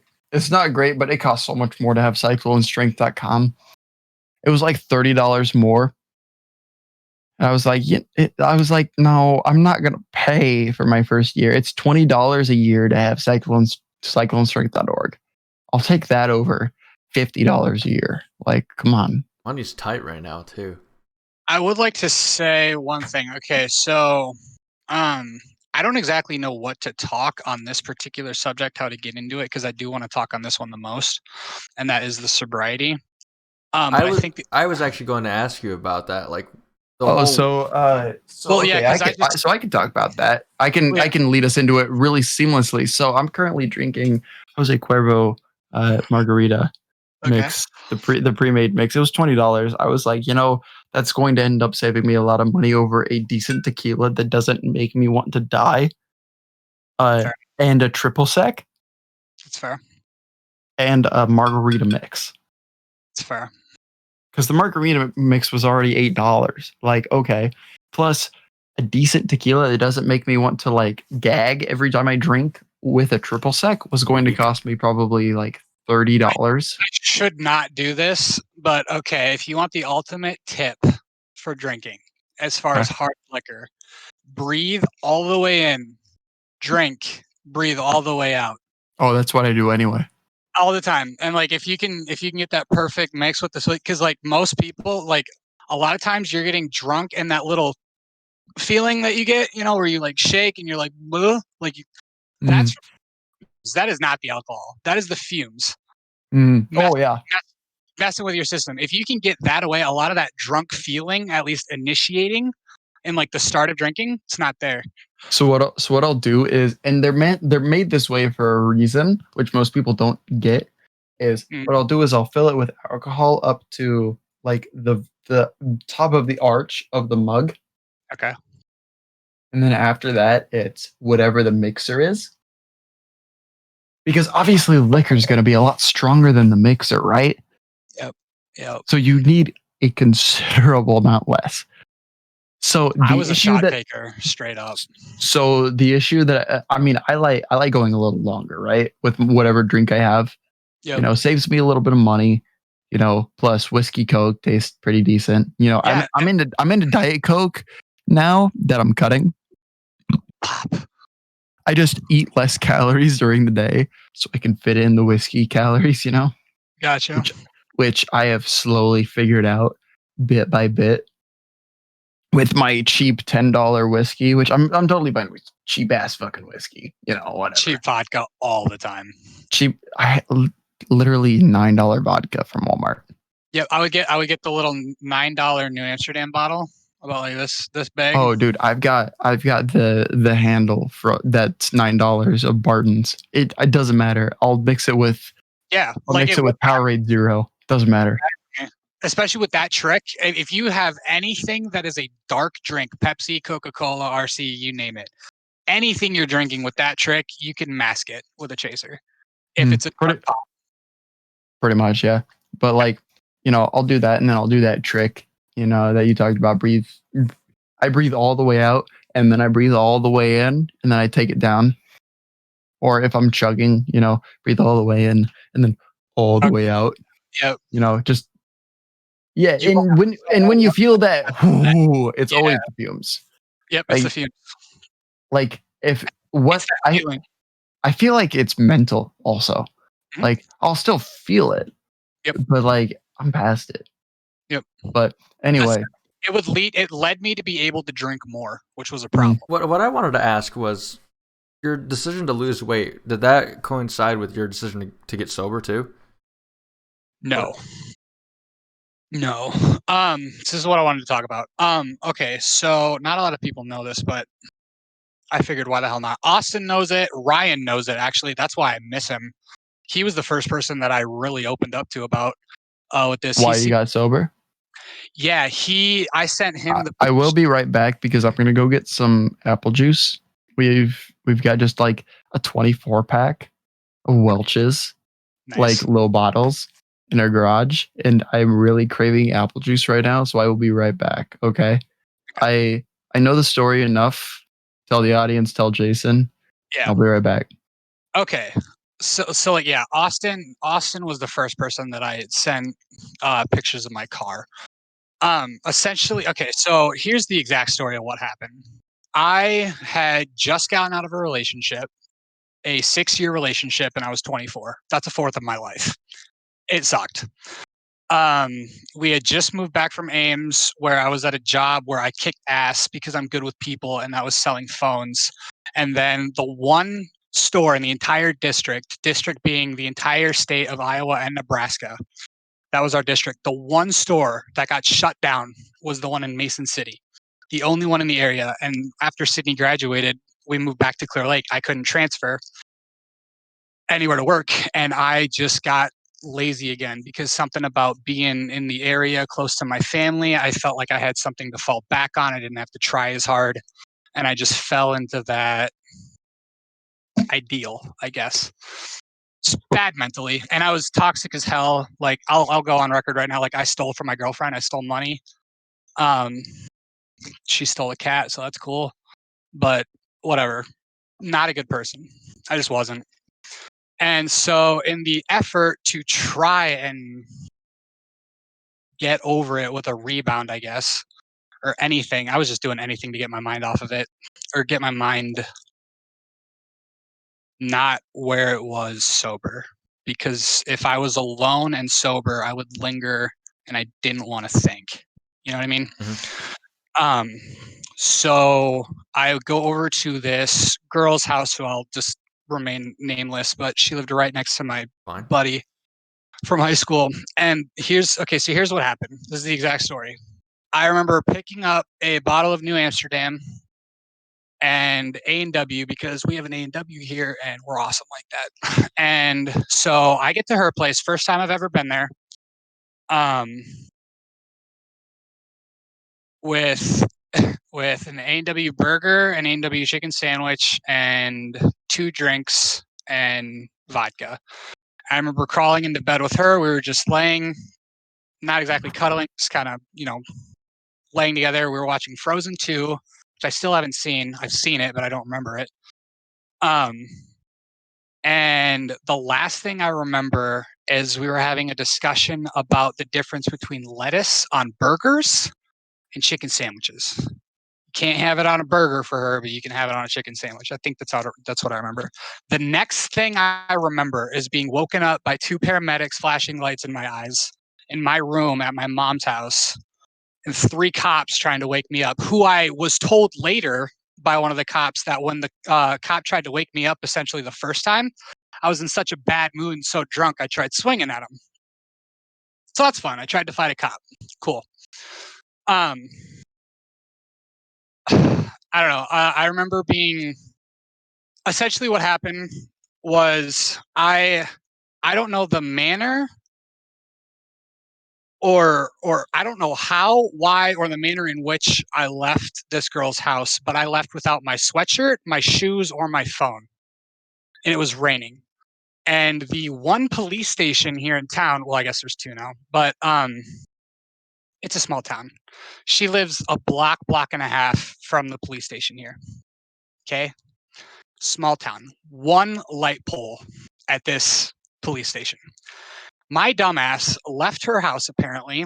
Again, I don't know how, I don't know why, I don't know if I was kicked out, I don't know if I was being a dick, I don't know if I tried coming onto her. I do not know. That's not the type of person I am. But I don't know. I really don't know. And I haven't talked to her since. I wrote her a note the night or the day after. I haven't heard from her since, which kind of sucks, but whatever. Apparently, I left her house, got in my car, drove a block and a half, and crashed the hell out of my car into the 1 light pole at the police station.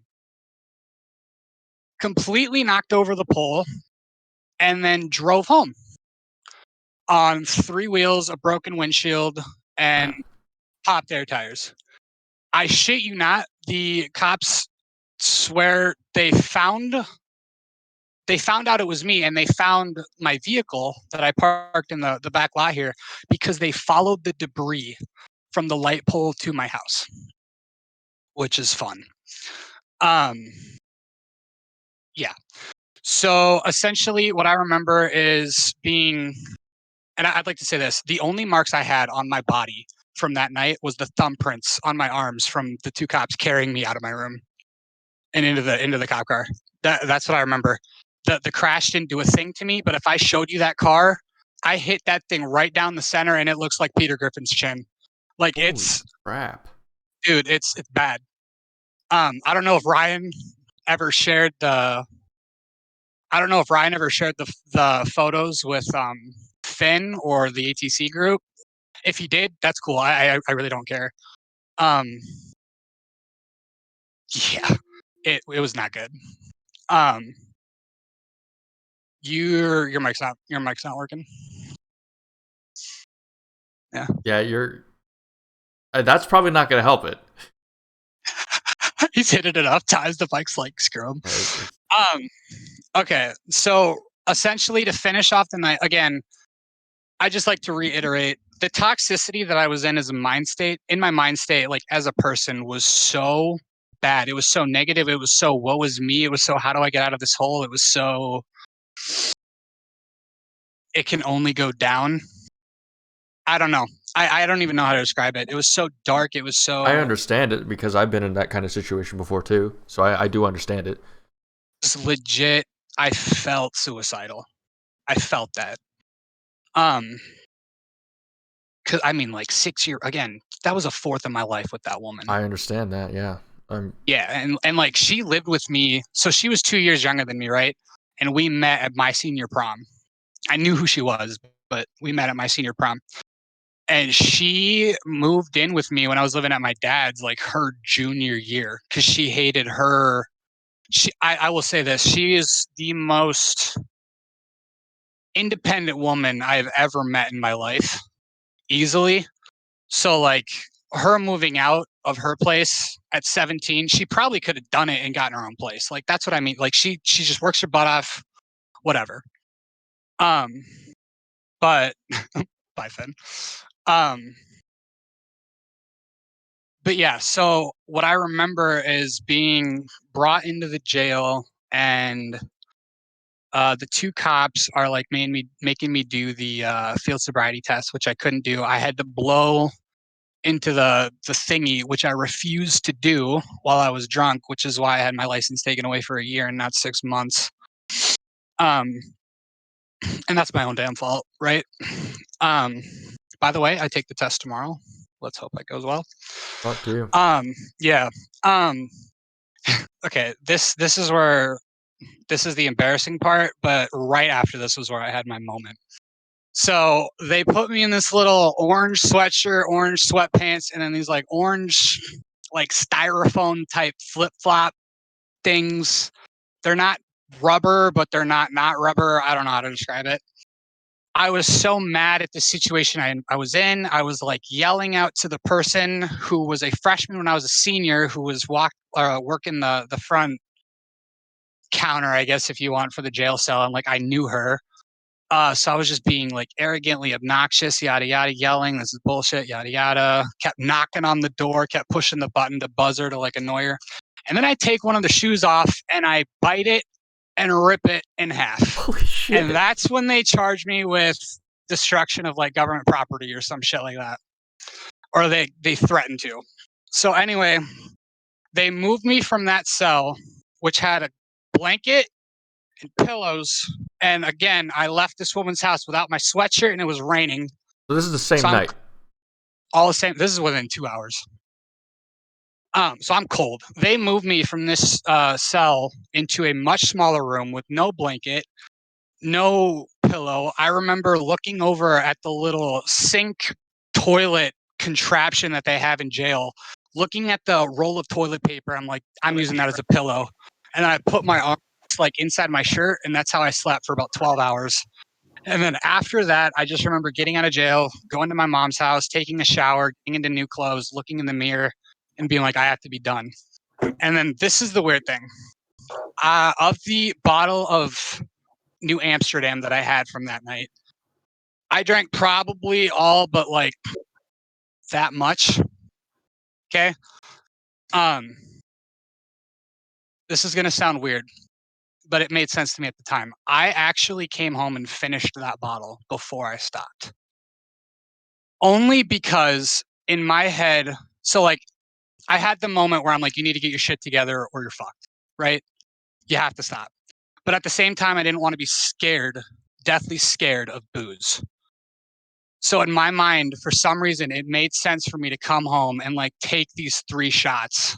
Like they almost made me puke, like each one because of the night that I just had. But I threw each one, threw that bottle away, and was like, "That's it. That's the last time I'm drinking." And I have not drank since.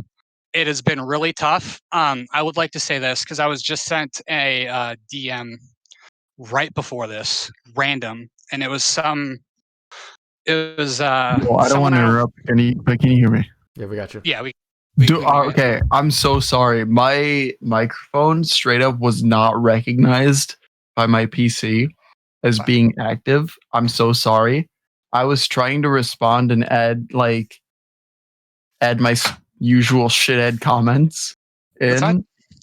No, you missed out on my usual shithead like what? No, I sorry, I didn't want to interrupt, but it like Yeah, I'm no. invested in this story, and I'll explain why. I'm also super invested. I'm super invested in the story that I've heard like twice now, and like I want to. Yeah. Well, So yeah, I'll let you finish because I do want to say something about this story afterwards. After you're totally finished. yeah. So somebody right before this sent me a DM about somebody on Twitter saying, and I won't quote it exactly because I don't want people going and just searching this person up. But essentially, it was this person who had asked for help on Facebook, and Twitter's a different place, but they're looking for anything, and they're struggling with alcohol, and they would take any advice. So I said, I'll gladly. That's what I'm going to talk about tonight. So whenever you guys get this link out, I'm going to get on Twitter and send her the link to send him. But okay, so the big thing for me again, like I said, was liquor. My buddy Mitch, huge drinker, and I can't express to you how much my support system of my best friend Nick, his girlfriend Natalie, and my buddy Mitch was to me. It was a constant. We went out there every weekend for bonfires as long as it wasn't raining. And if it was raining, we would go inside, play Cards Against Humanity, and they would drink and I just chill, right? You have to push yourself and be honest with yourself and be, what's the word? Critical. You have to be accountable. That's the big thing. It's the same with the fasting thing. There is no this one time, because one time turns into 2. And that's exactly how you have to stop. You have to. I mean, if you can control it and it's not a problem for you, by all means, do it. But oh no. Did he just lose internet? Is that why he Did he just said, freeze "Oh for you no"? too? He just said, "Oh no," and then I Oh wonder no, if he just, I wonder if he just froze. lost internet. Oh no. I'm gonna wait. I'm gonna wait for him to come back because this is too important for. Yikes. Oh no. You know, as fun as we are, we still like to have these That stinks. stories come in. I hope my audio is going through because my mouth you're good. Covered. You're good. I hope he didn't just. Damn. He got copy striked. He got copy striked IRL. He said, "Oh no," and I'm like, and then that happened. I think he knows. I think he knows that like maybe his internet was going out. I'm hoping not. That stinks. I want to. Because he's in the middle of a heartfelt thing. I know that's awful. Like, and I'm willing to stay cake. here. Hell yeah, dude. Show my cake. That's as good as you're getting right now because I'm really sore. Because I've been doing a lot of cardio. My hamstrings are really sore. Actually, my lower back's really sorest right now. In his so that's story. gonna happen. I'm really interested. Is he back? Yo, it just came right back to it. Nice. Did you lose internet? Dude, you No. wasn't fully plugged in. Wasn't fully plugged in. Oh, your laptop died. Yeah. Oh, okay. I had problems my first one on ATC. This was bound to happen. We're still recording, right? Yeah, we're still recording. Okay. We're still recording. We don't stop. Okay. We don't stop recording. We don't stop here. Okay. We catch all the bloopers, dude. I want to finish the point I was on. Where's the Oh yeah. By the way, if you're an old school esports fan, you'll recognize the C9 tank top from the good old 2015, 2016. He's back. Either Halo or Counter-Strike days. Back when freaking Ryan Abadir Freakazoid was on C9. Abnir, bro. Dude, Yeah. Ryan Abadir Freakazoid. Yep. Dude's jacked, but he's a fucking buzzkill. Flame Sword is my guy when it comes to Halo and fitness. Dude, Freakazoid, like, he's jacked as fuck, right? I don't think he's natural, which I don't, I'll never tell anybody, oh, you're natural. I don't, respect the work that you put in. Fuck off. It takes so much work. I know so many people that are on steroids that are fucking fat. They're fat. They are morbidly obese. Yep. To be on steroids and be fit is still a testament. Okay. Right. Finn, I would really like to hear the end of Emok's story. But like, hold on 1 second. Freakazoid is fucking buzzkill. He tweeted out today, April Fools is for high schoolers or younger. And I'm like, dude, fucking live a little, dude. Who gives a fuck? True, but anyone who says they're pregnant today and they're not, fuck you. I hate that. I hate that shit ruins lives. My Fuck girlfriend did that to me our first year of dating. I legit didn't talk to her for 2 days. Like, bye. No, that ruins lives. That's not funny. It's not funny. Not funny. Yeah. Okay. Last thing we heard was, oh no. What? You were talking about your support system and okay, so my support system, my best friend Nick, I can't there's nobody I love that's not a family member more than that man. He's been a brother to me since 6th grade. I consider him family a lot of times more than I consider family. Judge that how you want, but that's the relationship. I mean, I feel like we all have it. I see it. Yeah, I feel like I feel that. I consider AJ family more than I consider a lot of my non-immediate family to be family. And like, here's the thing. So like, I don't know how many people know it, but like, my 2 best friends in life are Griffin Shaw and Nick Hall. Griffin Shaw committed suicide when we were 18, just months after graduating, which really sucked. I remember hearing about that. Yeah, and like the cool thing was, so it's called Forest City. There's a lot of trees here. There's this trail behind my mom's house that leads almost a mile, like through these like back part of town, and it connects just a few houses.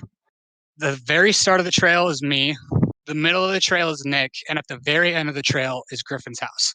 We used to sneak out all the time. School night didn't matter, and just meet halfway and just chill. But now it's just Nick, and I can't tell you how much I need him. But okay, so that's just me giving all the credit to Nick because that's my dude.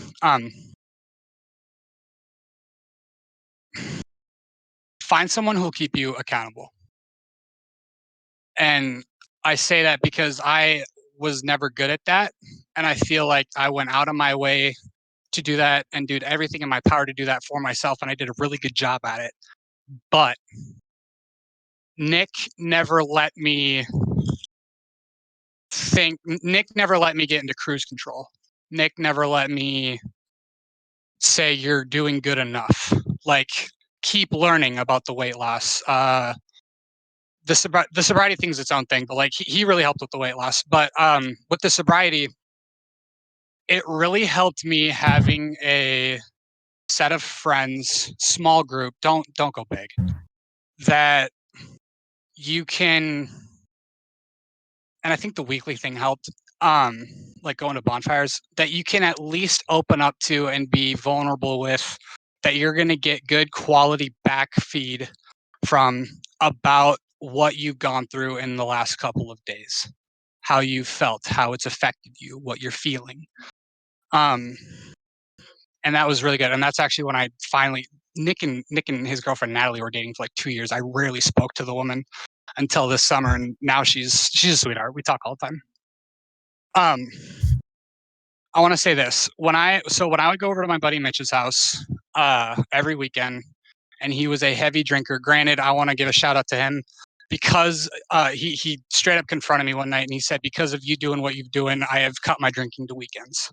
He does not need alcohol to fall asleep anymore. He drinks on the weekends and he paces himself, and I'm really fucking proud of him for that. Because, Hell dude, yeah. Hell yeah, man. that guy drank. That guy could put away a bottle. Every time I would get to his house, though, for those first 4 months, I shit you not, it felt like when I walked in the room and I would see his bottle of BV, it felt like it was staring at me. Like, it felt like I had a staring contest with this thing. And the temptation was unreal. Again, I never felt that with beer. I wouldn't look at a can of beer, an unopened beer, and be like, I need it. You know, like it wants to be drank or something like that. It was always liquor. So Liquor what I tastes so much better than beer, though. debatable. It depends on what you're doing. Look, man, a can of Keystone Light tastes like nothing, right? Yeah. It tastes like nothing. It's incredibly cheap. It's literally less than like what, 50 cents a can? Like it's wildly cheap. Yep. But also it just tastes like water. But then like you cut down on a bottle of like, I don't know. I was always a big fan of like Seagram's Black Cherry. Okay. And like, I don't know, just tasted like shitty cherry wild Pepsi. Like, Right. yeah.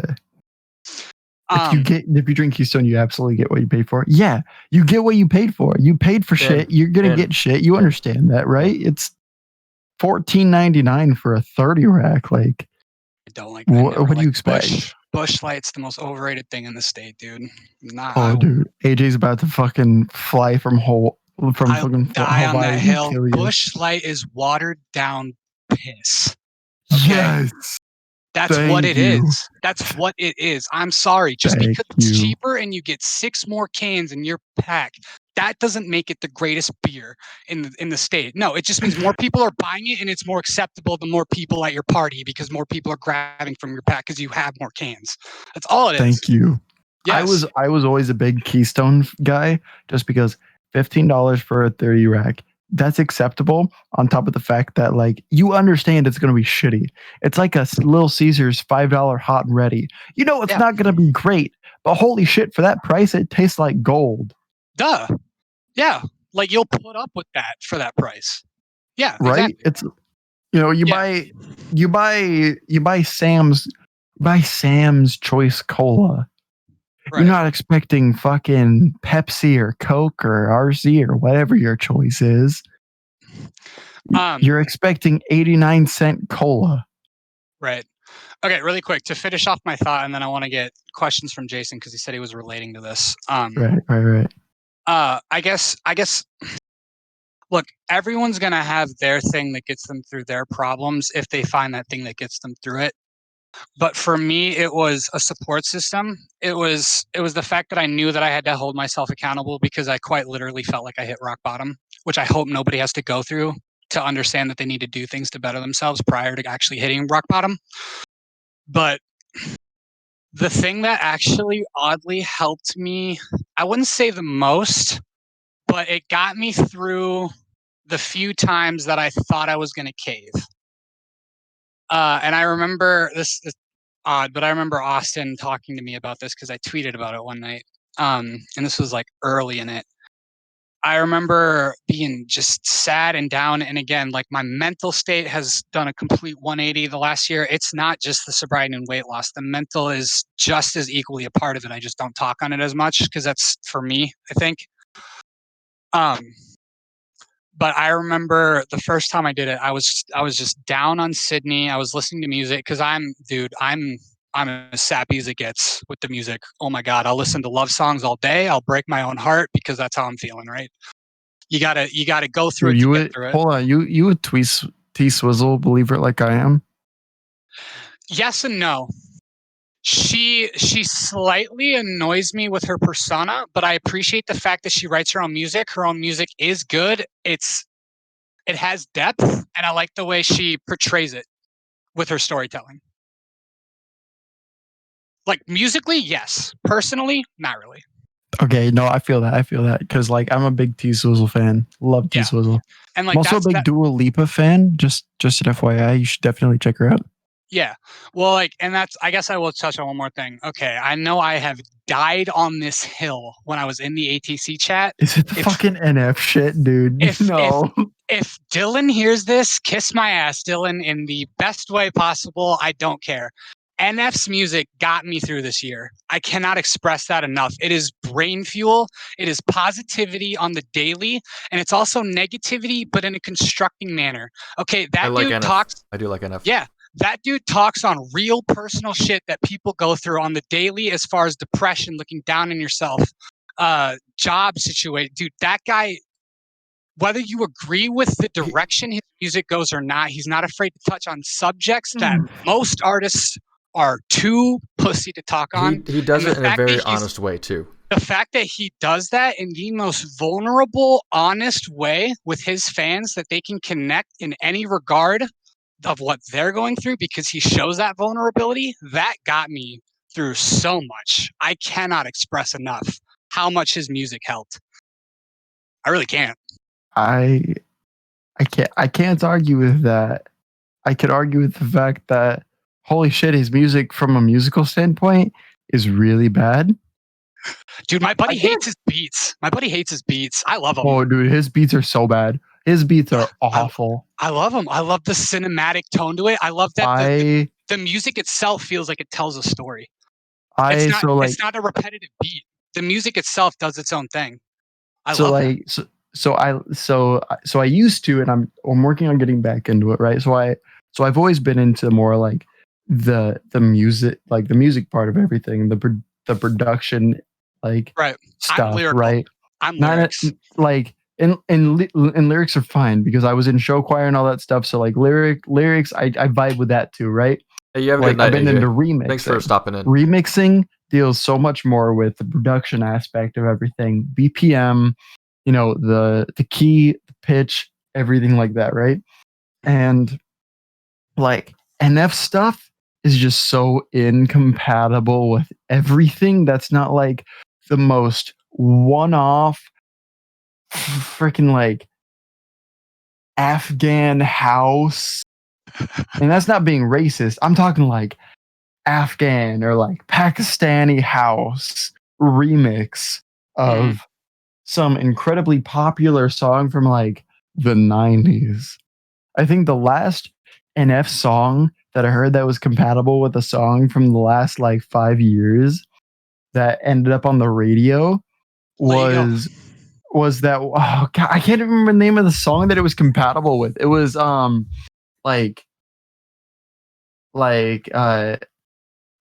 don't even remember the NF song now. Holy cow. Like neither of them ended up big enough. Let You Go was the NF song. That's the only song he got on the radio. NF Let You Down was his song, right? And then it was, which is like the one I listened to the least, honestly. And then Saint John Roses, the Emmenbeck remix. And like that was probably the most relevant like mix that I've heard of his stuff that didn't sound awful because of that stupid like super pitched up chorus. Okay. And I was listening to all of his stuff, right? Just kind of like going through and I was like, okay, maybe I'll find something, right? I was listening to his stuff and I was like, I can't find anything. Whoever produced this stuff like killed this guy. I want to say too, disagree. Here's why. Okay. The other two things with him. With NF's music, and I'm sure Jason knows this, and Jason, again, I'm sorry, I want to get to your questions on the sobriety thing, but NF is my guy. I literally just today ordered an NF sweatshirt, t-shirt, hoodie. If you would have said vinyl, I would have been with it, but like merch, like T-hoodie. I'm always kind of iffy on merch. So huge into the hoodies. Unless it's a baseball jersey, I'm really iffy on merch. That's fair. Two things with him. So his music, when people get onto it, a lot of people tell him to start at the beginning because his music's called The Journey, right? Because his music, dude, it is night and day the growth he goes through from album to album as far as lyrical content, flow, the production. Whether you like it or not, the steps are there. And it's really, really fun as a fan of someone to watch them grow, right? It's fun to watch them succeed, and it's fun to watch them change up. I can't really argue with that. And like, I'm commenting here, kind of interrupting you a little bit, and I apologize for that. You're good. Like, if you would have watched our previous shows, you would have known that I interrupt a lot. I'm just kidding, man. I'm gonna be tuning in a lot more. I'll be honest. No, I'm just messing, man. Especially like, if you've got a chat that goes live. I like that. Oh yeah, we got chat, dude. What you see in chat right now is usually our typical like active chat. Right. But like I can't argue with that, but at the same time, like his progression to me as somebody who's like I love hip hop for the lyricism. I'm not the biggest. I'll follow certain hip hop producers for the production, like Day Trip. If you listen to Day Trip songs, listen to the music in Day Trip songs, like Mo Bamba, like Panini by Lil Nas X, or Rodeo by Lil Nas X, or actually most of Lil Nas X's 7 EP is by Day Trip. I'll say that. Like the production, the music itself is incredibly good, right? But then at the same time, if you listen to Dr. Dre obviously moved considerably forward from NWA to his solo act, from Straight Outta Compton to 2001. A ton of growth lyrically, and a lot of that had to do with who he was with, from Snoop Dogg, who gave him that, who helped him with that sick, like, super laid back Cali flow, to Tupac, who gave him that kind of like hard ass gang, like, that gangster kind of, that hitting them with the, this is what it is. If you don't like it, fuck off, suck a fat one. Right. To the Eminem, who was just, you can't argue. Eminem is the peak of lyricism. That is absolutely true, and I would like to say NF is compared to Eminem more than any other artist. So that only speaks to his lyrical content and what he sounds like. That's a fact, dude. He is compared to Eminem. So he's the Eminem that doesn't swear. That's what people call him. Is it because he's white? It's because he's a little white rapper from Michigan, and he can flow like M. Maybe not like Godzilla type speed, but he can go fast, and he switches flows a lot. But can he flow like the real Slim Shady, or can he flow like? You've probably never heard Business, have you? This is what I want to say to finish up to finish the NF thing. The thing that he helped me with the most, I think, and to speak to what I'm assuming Jason likes, is because he's so personal with his music, because he reveals so much of what he's going through, whether it's for you or not. That shit helped me be accountable a lot. The fact that he can open up to millions of people helped me share my story on Twitter, right? And like, that was a way of holding me accountable. Me, like, I don't think if I was public with my sobriety that I'd be sober today. I really don't think so, because it helped keep me accountable, because I had to prove to all these people that I was on track. And that's something. I feel that. Yeah, and that's something that he does on a massive scale. He's like third right now, I think, in albums, right behind Justin Bieber and some dude who just dropped an album a couple days ago.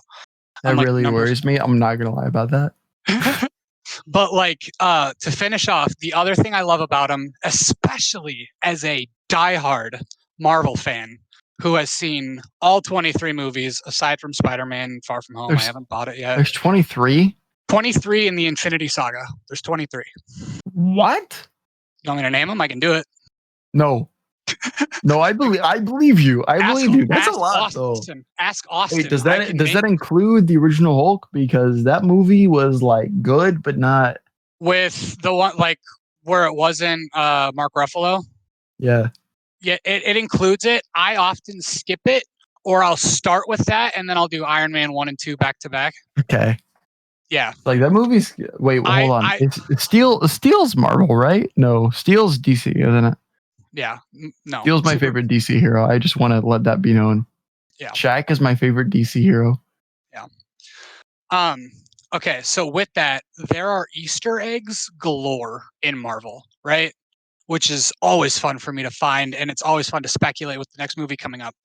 NF is the only artist that I know of where, aside from his music video Time, aside from that one, every music video connects as a story. That's why it's called a journey. Everything is related.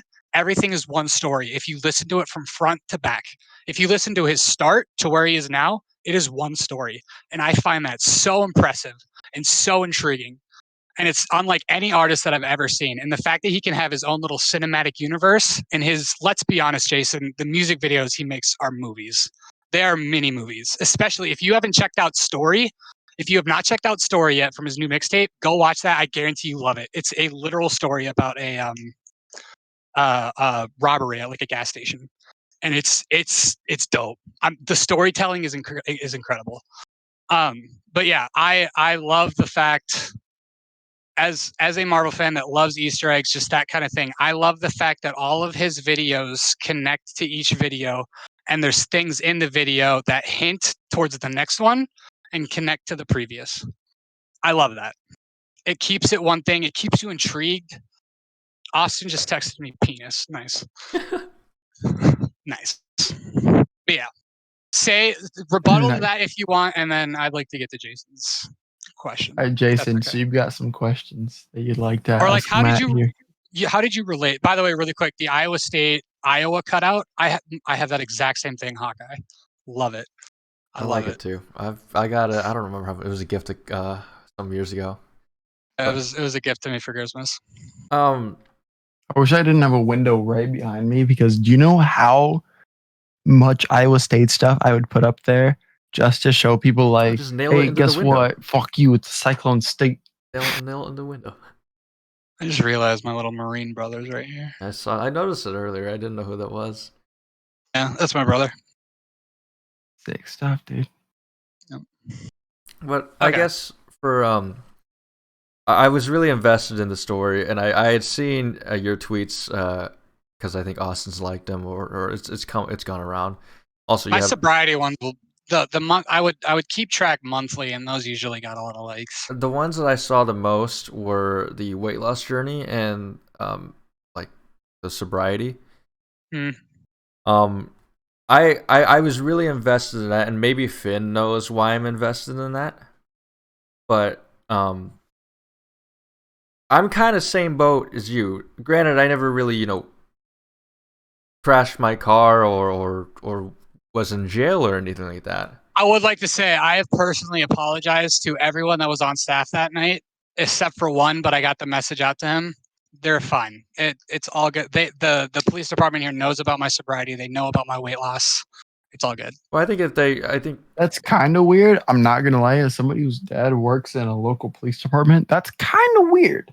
Well, okay. Here's the thing. The person who lives right across the street from me was a grade below me. Her older sister's husband is one of the main guys on the police department here. She follows me on Twitter, so she would kind of like update him, and then yeah.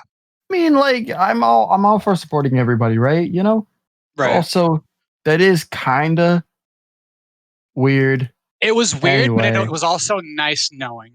Right. Yeah. It was nice knowing that they knew I was improving, and that situation won't happen again for me.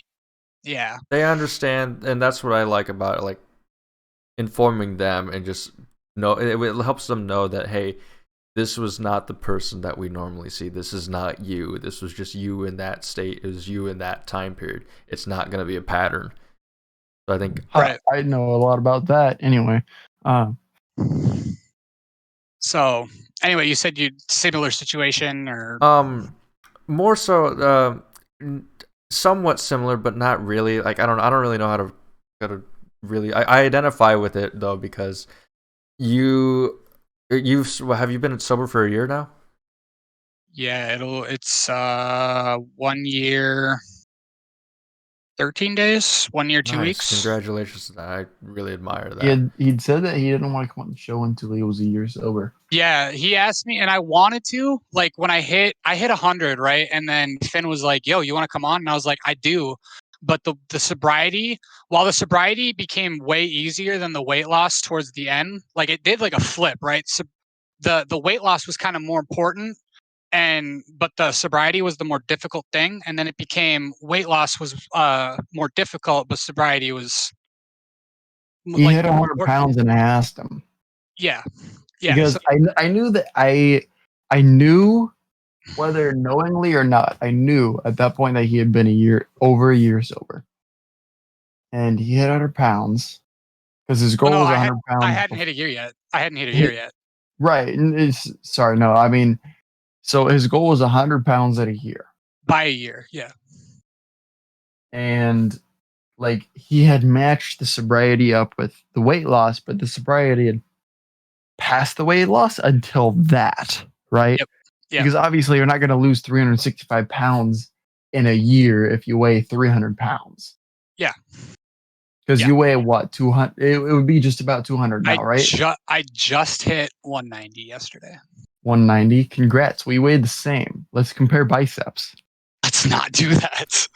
No, let's see it, dude. Let's see it. Come on, brag a little bit. No, how about in 80 days? How about in 80 days? That's what I wanted to say. To finish up really quick. So I'm starting on April 6th. I'm starting what's called 80-day obsession. If you've ever heard, yeah, that's a Beachbody program, isn't it? Yes. So here's what happened. My hairstyle. Okay, granted, my girlfriend went to school to do hair. Never had to pay for a haircut for 6 years. All of a sudden, that's sick as fuck. Yeah, all of a sudden we're broken up, and I got to pay for haircuts. Now I have Fair to pay enough. for it. I understand. However, the person here in town who does hair that at least my mom goes to, that I went to for this haircut right when COVID was hitting, right, and she had to do a house call because we couldn't go to her. She actually I look like an old Italian man when I do this. When I'm like, yeah, and with the tank like that, yeah. With the tank top, I'm like, hey, what's up, Vinny? How you doing? She unknowingly has helped me a lot. She actually just hit 3 years of sobriety herself. And so I remember asking her when I hit 50 pounds, because when she came in, I told her this plan.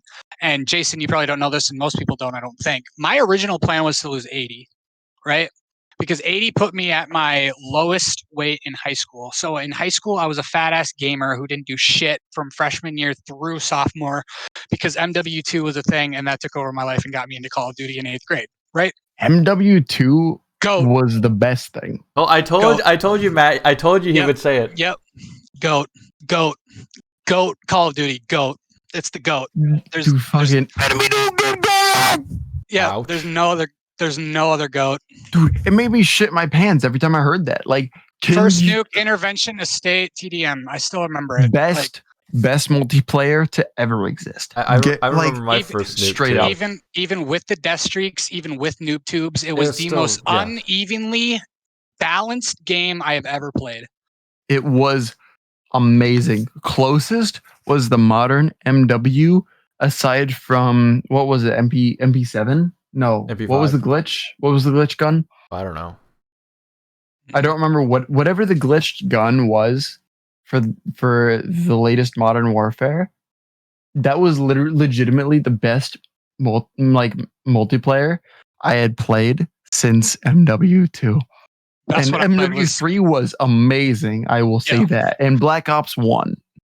Black Ops 1, Black Ops 2, like I was telling Jason, was great for competitive. And I personally loved Black Ops 3 because they went back to the 3-lane maps, especially on competitive maps, which was huge. 3-lane maps were goated.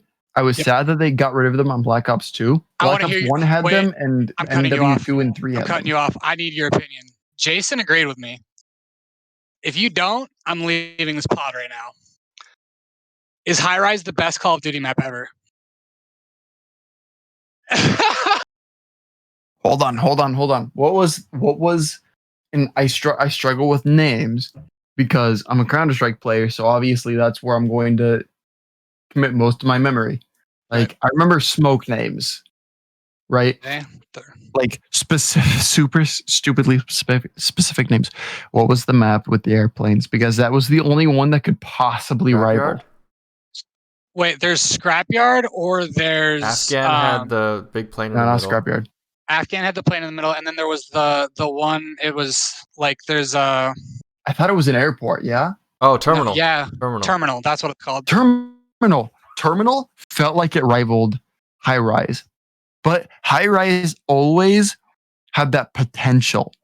It had that potential for that game-winning, for that Anything. end-of-game highlight. Anything. For This is anything. That's what I was telling Jason. You could use the map was specified to fit every gun style, and it had spots where you could I'll tell you almost this. every game type. I'll tell you this. So my brother and I, when we were looking through the kill streaks, we saw the tactical nuke kill streak thing, and we saw the description, and we were both like, "Does it actually end the game?" Because like none of us knew. I'll tell you this: High Rise was the first time I ever experienced a nuke, and we got nuked, or I got nuked when I was playing it. It was both incredibly easy and incredibly hard to get a nuke. That's spawn snipe. Get nuked, snipe, dude. Get a nuke and get nuked. High Rise was you could get a nuke and get nuked so easy. It was also so hard to get a nuke and get nuked on High Rise. High Rise was so wild. Fucking let me fucking talk, man. No, why would I let you finish? I will fucking end the stream. I really don't care. Okay, High Rise. High Rise was the map. That and Wasteland were the maps that had the most amount of nukes. I was just thinking Wasteland. Wasteland is where I got my first and only nuke. Barrett 50 cal ACOG. Like to say one or two things. Okay, I know for a fact I'm close to a world record. I did not get it recorded, neither did my buddy Mike, but he'll stand up for me, so I'm going to brag about him after my thing. I got a nuke on Derail. What's the big 18-player playlist? Ground War. Yeah, it was Ground War Domination on Derail, and I knew the spawn tubes. And I got a nuke in under a minute spawn tubing on that with calling in the Harriers, the AC-130, and then it getting shot down after like 2 big shots, and it was nuke. However, that is not impressive. It's the most impressive thing I've ever seen in Call of Duty in my life, and I've watched a lot of professionals, Finn knows, yada yada. My buddy Mike, who I will specifically send this to, who's in the Army, thank you for your service, buddy. I shit you not, on a game that we lost, because on Domination, if you call in the nuke while your team's down in points, it ends the game, but you don't win. Fun fact. Yes. Yeah. This dude with the Striker extended mags on Ground War Dom Favela got 3 nukes. He got 2 nukes before we hit like 130 in points, and he goes to 200. He got the nuke. He got his first nuke so quick that he wanted to see if he could do a second one, right? Before the match ended. Next life, 25 kill streak. We're at like 130. He's like, guys, I'm going to go for a third. And he got the third right around 195 and called it in. I shit you not. I have 4 friends who will attest to this. They were all in the game. He got 3 nukes in one game. Jeez. He literally sent us a picture of the countdown going after he called it in. And then kill streaks like would line up. They wouldn't go away if you got another one, right? So after he earned it, he called in his nuke, and ready to use was another nuke. It's the most impressive thing I've ever seen. And with a shotgun. Like what? Striker extended mag was good though. Dude, MW2 shotguns were so hard to use.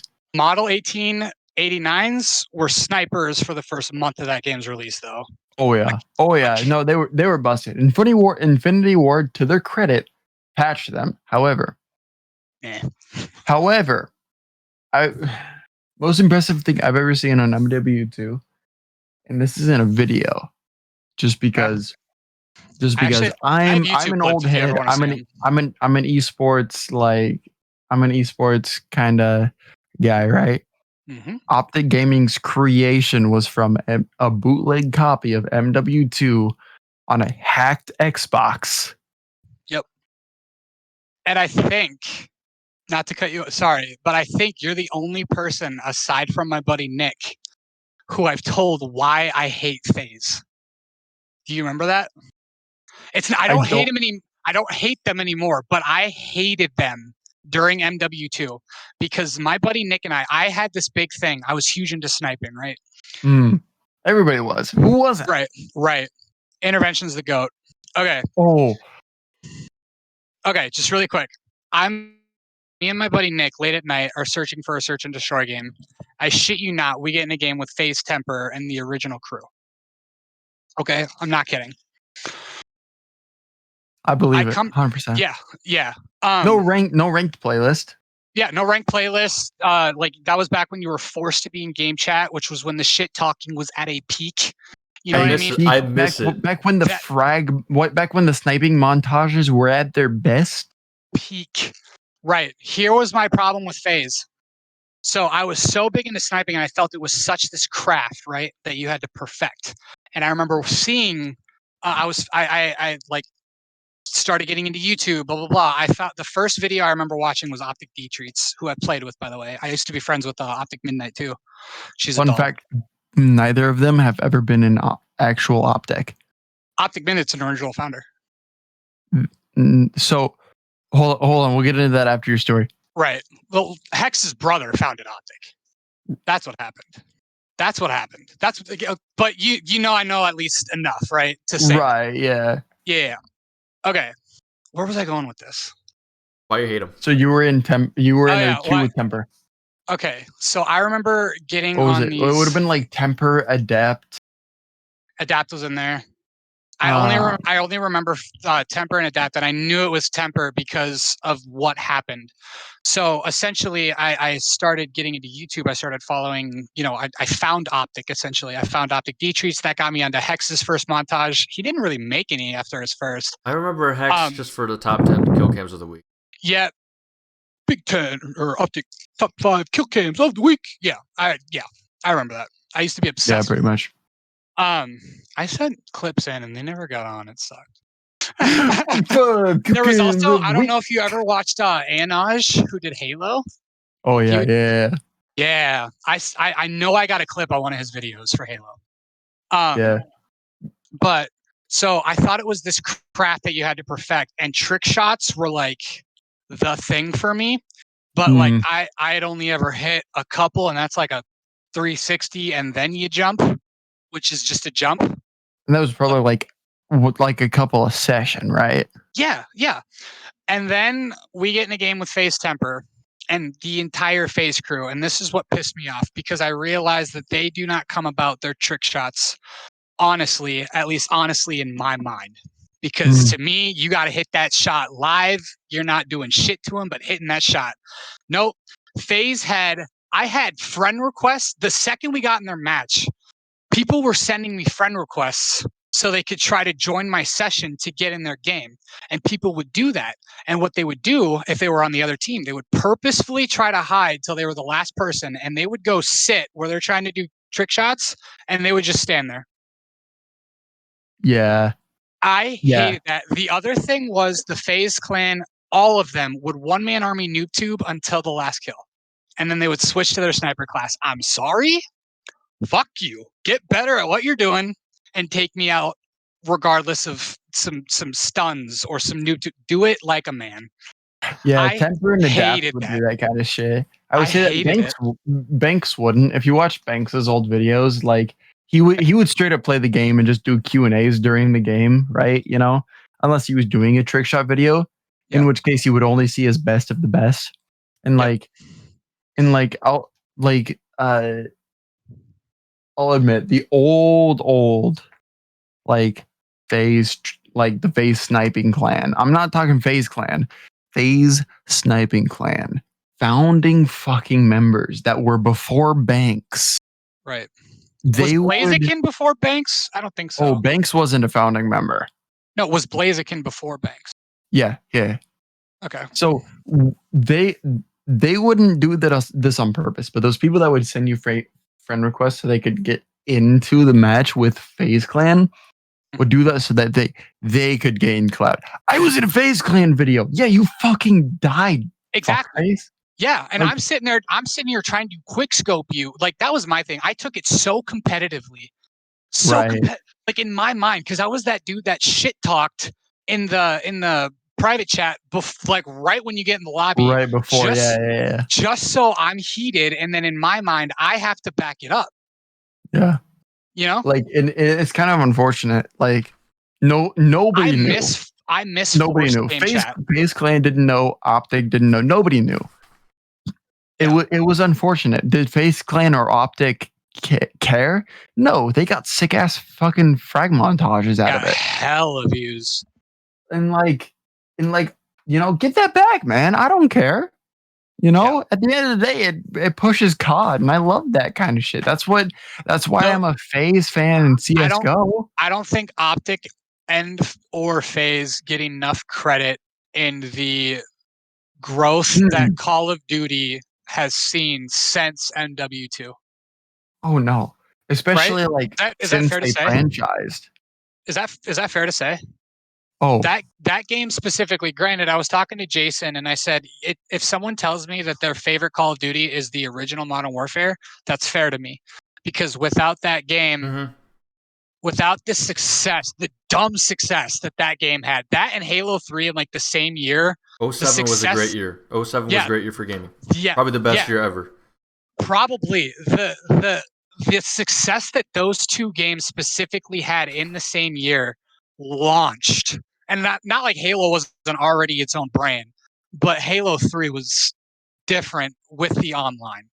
The only year that was probably better for games, period, was 2012, because that was the year that Counter-Strike Global Offensive officially released, and Dota 2 came out, and that's a totally different kind of shit. If you're talking as far as like esports, and that's a totally different kind of shit than the console games that you all are talking about. And I understand if you don't know. Right.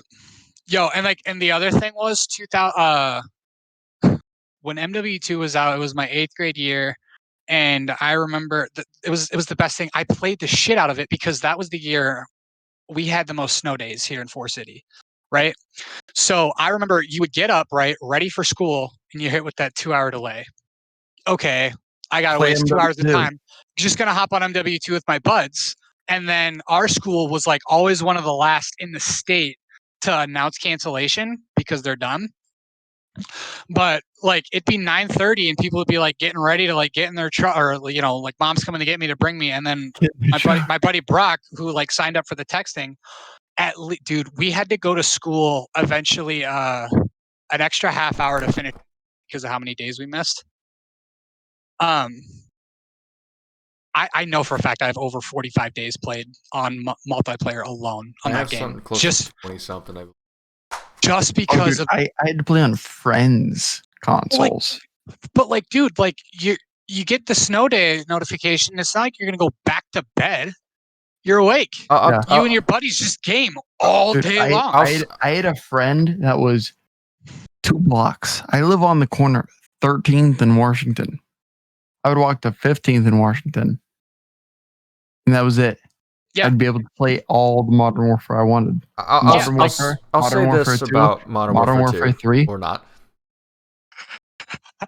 I like Jason. I don't know what he just said. I don't want to know what he just said. I'm interested, Jason. What were you trying to say? I'll say this: the Modern Warfare 2 is the only game that I have. If you open up the case, it's just a floppy penis. Oh, dude, I had to get. I went through 3 discs. Just played the shit out of it. I bought my friends multiple copies of MW2 because years after it was done, they were on BL3. They were on Blops 3, right? Blops. I'm a PC gamer, so I call it Blops because that's funny as fuck. Still the best. They were on Blops 3. Best. And I was still telling them, hey, let's play some MW2. Yeah. Yeah, I mean, I remember Blobs 3 was out, and my buddy Spencer, to this day, we call Birch because that was his gamer tag. He was this little 5th grader when we were 8th graders. Long story, dude. Long story short, we gamed with this one kid. All of the guys in our grade gamed with this one kid who was like 3 years younger than us, right? And this was from his 5th grade year up until we stopped gaming, essentially. But dude, I will never forget when he finally hit high school and we're seniors and little Birch is walking through high school. The kid was the king of his class, all because he was good at video games. I loved it. Damn. I loved it. It was so cool. Like everyone gets to, you get to high school, you're scared, you're nervous walking down the hallway, all this shit. Little Birch, little Spencer, dude, all the senior dudes. What's up, dude? Like, oh, dude. That man, I cannot imagine what his classmates thought. Like, why are you friends with every guy that's a senior? Dude, Yeah. I would totally play like I feel that, right? And I would totally play Cold War if Activision Blizzard as a company wasn't just so shitty. I bought Modern Warfare for no other reason than the goddamn nostalgia of the Modern Warfare trilogy. Not even the first game, the trilogy. Yeah. And I will say Cold this, War, I have no desire to buy. Cold War Zombies is dope. No, if you enjoy, I feel that Zombies is always sick. If you enjoy Zombies, they hit it out of the park. I'm not gonna lie. Zombies is always sick, right? Yeah. Don't they have like a fucking disco gun or some shit like that? Yeah, and it's dope. Like, holy shit, I want to try that. Will I buy the game? Should I buy the game morally? No. And like the other, like Infinity War, in my opinion, Infinite Warfare, is that what it's called? Right. Black Ops, no, it wasn't Black Ops. Sorry, it was Call of Duty Infinite Warfare. Infinite Warfare was the worst Call of Duty ever made, in my opinion. Unfortunately, that was Infinity Ward, and that makes me super sad because they're the Modern Warfare studio. You got to remember though, it wasn't the same team. I feel like Infinite Warfare. True. Personally, so I own Infinite Warfare, right? I feel like that game tried to push the envelope too far. The only reason why I have Infinite Warfare is for Modern Warfare Remastered. That's what I wanted to say. I've played more zombies on Infinite Warfare than I have its multiplayer, and I put 3 hours total into its multiplayer, and it was worse than when it was in its freaking demo phase. I hated the beta. The beta was awful. The beta. The beta was trash. When you bought the original Infinite Warfare, you got Modern Warfare Remastered, and I bought it for that, right? Because it was worth it. They knew it was going to sell terribly, so that's why they bundled it. Fun fact, if you want, the last montage that I made, I did all of my favorite clips from the year that was that year, and I put together a 15-minute Modern Warfare Remastered montage. It's the last one I've done. I was about to say, if you put together an Infinite Warfare montage, I'm not watching it. I don't fuck with that. Hey, it's infinite. Good night to you too, Jay Schillen. Yeah, we're just talking. Hold on, Jay Schillen's in chat. I do want to say really quick before the Call of Duty thing. I'm not answering chats. I love you, dear.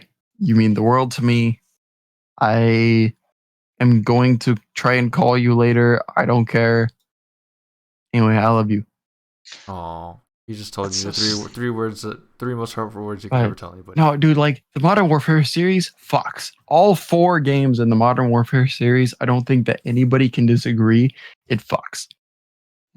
Simple as that. There's no other term. Slaps does not describe it enough. The Modern Warfare series fucks. The first game has enough down moments that it feels like a fucking movie. The second game feels like you're on cocaine the entire time. Holy shit. And the third game is just like, this is the second game, but bigger. And I fuck with this dude. Mm-hmm. The second game is the only game that I will say that the multiplayer hit the sweet spot. Literally. Because no other Call of Duty game in my honest god fucking damn opinion has come close to the Modern Warfare 2 multiplayer. Yes, there was broken shit Was it hard to get that broken shit? Yes. Were the maps busted? One of them was. Were the maps balanced? Probably, maybe I just sucked ass. I don't know. The frag montages fucked. The pro play with the Green Wall versus FaZe Clan was amazing. Yeah, I don't. The almost rivalry that they created by being the two brands that built during that year that it was out was another addition to how cool that game was. And not to mention, dude, Optic Predator. Let's not just forget that name. Yeah. Hold on. I would like to say Optic Predator had more influence on sniping, specifically that and Pomage, granted to the GOAT. Optic Predator with aimbot. by FaZe Pomage. And the by is literally just an X. I want that to be known for those that don't know. Fashion collabs. Yeah. Optic Predator by FaZe Pomage. Yep. Equal parts. Yep. Optic Predator by FaZe Pomage was the fucking greatest collaboration in all of gaming ever. It will never get better unless you put in the stupidest amount of effort. And dude, I just like to say after that collab, the Catalysts videos that Pomage has made, they were so good. They were good. I still will just randomly look them up when someone's talking about their COD days and how good they were. And I'm like, you want to feel bad about yourself, dude? Dude, the Catalyst videos were like the peak of like shit play. Yeah, dude. Pomage every fucking day he tweets aim higher. Every day. That dude, like, I've never seen somebody get so many quad headshot feeds in my life. I've had maybe 2. Like maybe. I've as somebody who I want to ask, dude, as somebody who Jason, regularly plays with FaZe Clan like members, I can never come close to them, and it pisses me off. I'm literally just with them because I've been with them for so long. I'm like, yo, dude, you want to play Modern Warfare? And they're like, oh yeah, dude, I love to play Modern Warfare because they still have it installed on the old Blizzard client, right? Right. And I'm like, hell yeah, dude, let's play fucking Modern Warfare, Tico. And we play Modern Warfare, and he's hitting 360 no scopes twice a game. Yep. Clipping it. Dude, I remember a trick that they used to have with, like, if you had the ACOG scope on and like you lean back a little. The ACOG scope fucked. Reticles, they would go out a little, and then if you stopped and as soon as they hit this and you shot your shot, it would go straight. So people like learned how to no scope. Really quick, I want to ask Jason, like, what's okay, so I know Finn's influence with gaming and everything and like what he watches and all this. What exactly is it with you? Are you more of just a player? Do the names that we like say ring any bell to you? I remember Pomage rings a bell, but I don't really know who he is. I think he's with FaZe. I'm not sure.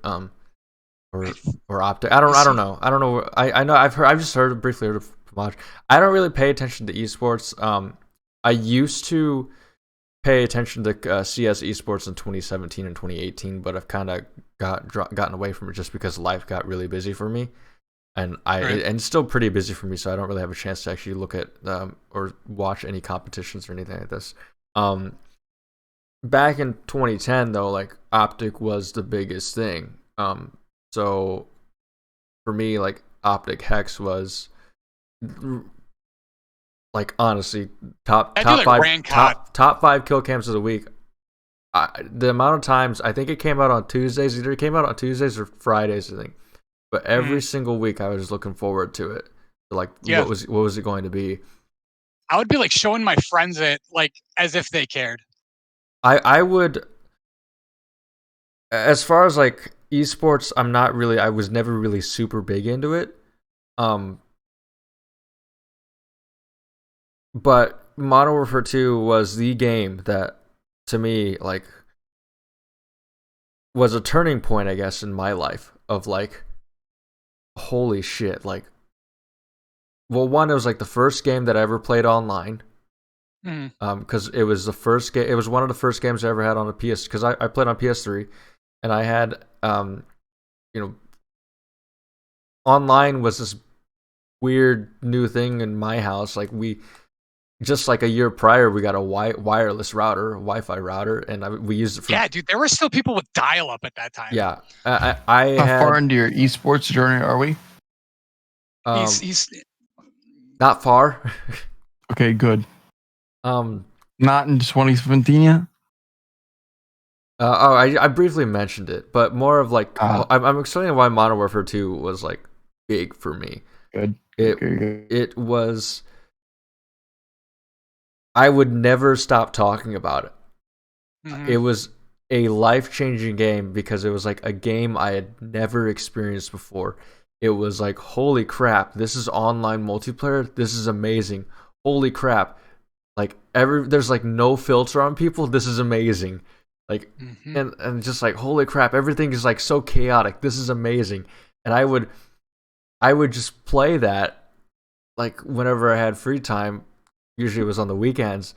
But I played the shit out of that game. When the map packs came out for PS3, because they were always like a month delayed, like I would get them right away. Stimulus package was so good. That is a really good map pack. Resurgence, not as much, but wait, hold on. Did you say MW2 or MW3? MW2. I have a funny story to tell really quick, just because you said map pack, about my buddy Mike who got the 3 nukes. So 8th grade year or 7th grade year, most people do their little DC trip, right? Yeah. Most 8th grade year, yeah. Yeah, most everyone in my grade waited till 8th grade year because going into 7th grader with the 8th grade group is just weird. Dude, you got to choose that. Yeah, we got to choose. We didn't get to choose. It was straight up 8th grade or you fucking don't choose. But the general consensus was you would go 8th grade year. That's just when your grade would go. I think my brother's gonna go his freshman year of high school, but that's just because like COVID happened last year, and he's a freshman now. Yeah. Okay. So and they deserve that opportunity, right? Yeah. So that's cool that the school's doing that. Sorry, but I don't know why I mentioned my brother. I shit you not. Okay, so I'm gonna add something really quick to this because he did 2 things regarding Call of Duty, buddy Mike. Okay, so we were all on COD. I'm talking, we had at least 2 parties going on Ground War, just because so many guys in my grade gamed, waiting for like 2 or 3 p.m. when the bus would leave for the airport to go to DC, right? Mike Haugen, I'm throwing that last name in. Mike Haugen, my grade. Dear God, we all got off one by one, heading to the school, right? And our teacher, Mr. Bangs, doing a head count. He waited till 10 minutes after we were supposed to leave, and he told that bus to pull off. Mike had not shown up. And his mom pulls in last second, and he gets out, and he rushes to the bus, and he gets on, and he is just posts up as if to like do that little boot stomp when people like go to salute, in the military, just that little I'm standing here. And Mr. Bang asks him loud enough, "What were you doing?" And he just, as loud as he can, "New map pack came out. I had to finish my match." Oh, dude, it was hilarious. And then just really quick to add to that, on either the first or second day, we were there for like 3 days. Our guide was telling us about it. It's a pretty famous story, I feel like, but it's about like I want to say it was like an American sniper who like secretly snuck into like the enemy base to like see, I want to say, like captured. Yeah. Yeah, you know what I'm talking about. You know the story I'm talking about. I think so. I don't remember if it's actually the American sniper, but like. Right. It was some sniper. I know you're talking about. Allied sniper. Right. It's probably the proper term. Okay.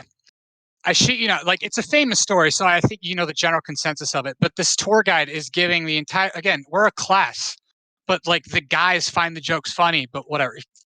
He gets done explaining this long thing about the sniper, and there's that little pause for reaction for who's going to talk next. Oh, I hope Mike nobody just said he quick-scoped Mike him. just bursts out. He clutched it, dude.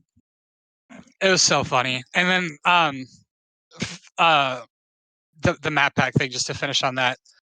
Because he was at the front of the bus when he got done saying I had to finish my match, he puts his fist in the air and he goes, "Map pack," and he goes and finds a seat. And for like 3 years, dude, like map pack was like a thing, just for no reason. It was just so much fun. Funny as fuck. That's Yeah. funny as fuck. Yeah, That was definitely before. It was definitely before my time. COD had definitely died down considerably. The time I was in 8th grade, and like we went to DC. At that time, like sports had kind of taken over. And granted, I think that we both live in rural, like in the rural Midwest. It's like my town's only 12,000, so I can't identify with you two. I was gonna say mine's 5. Mine 5,000? was 40,000. Yeah, mine's 5,000. So, it's not big. And in like Nebraska, How big was your graduating class? My Jason. graduating class. Yeah, I I don't was like maybe exactly know for sure, but I think it was somewhere around the realm of like 260 to 300. Dude, we were like 100. Not even. Mine was like 180-ish. Jesus Christ. I can't imagine that many names. I'll tell you class. this much: my class, it's hard to give an accurate number because I remember, like, when we came in, I was like one of like I don't know, 600 maybe in the class, but you know, so many people. It seemed like so many people dropped out, went to jail, or got pregnant. So hey, I've done that. I went to jail. It was fun. You were pregnant? Whoa, wild, dude! I miscarried. I'm sorry. I'm sorry. I'm sorry. I'm so sorry. Prayers, man. Prayers. Not to joke about anyone who's gone through that. Okay. But like for real, like I feel like the main difference between Iowa and Nebraska is like I live in a town of 12,000. We're considered a small city. Dude, nice thermostat though. Cat. Oh my god. Dude, that cat, what the fuck was it doing with its paw? Dude, okay, straight up. For anyone who has video, I just want to say this really quick. This cat is the weirdest cat ever. When he's standing, he'll be standing on all fours and he goes to drink. Every time he licks this, so imagine I'm on all fours and you're basically looking from the ground, right? He'll do this with his paw, and every lick, he does it. It's the weirdest thing. So I thought he would grow out of it as a kitten. He still does it. That's weird as shit, dude. Yeah. You're a dork. Yeah, no, dude, our YouTube channel, youtube.com/undertitled_underqualified. I don't know what the fuck our actual YouTube / is. We'll definitely see that. In my Twitch. Anybody that's watching us live at twitch.tv/CoachBar33 will definitely see that. Yeah, but it's just weird.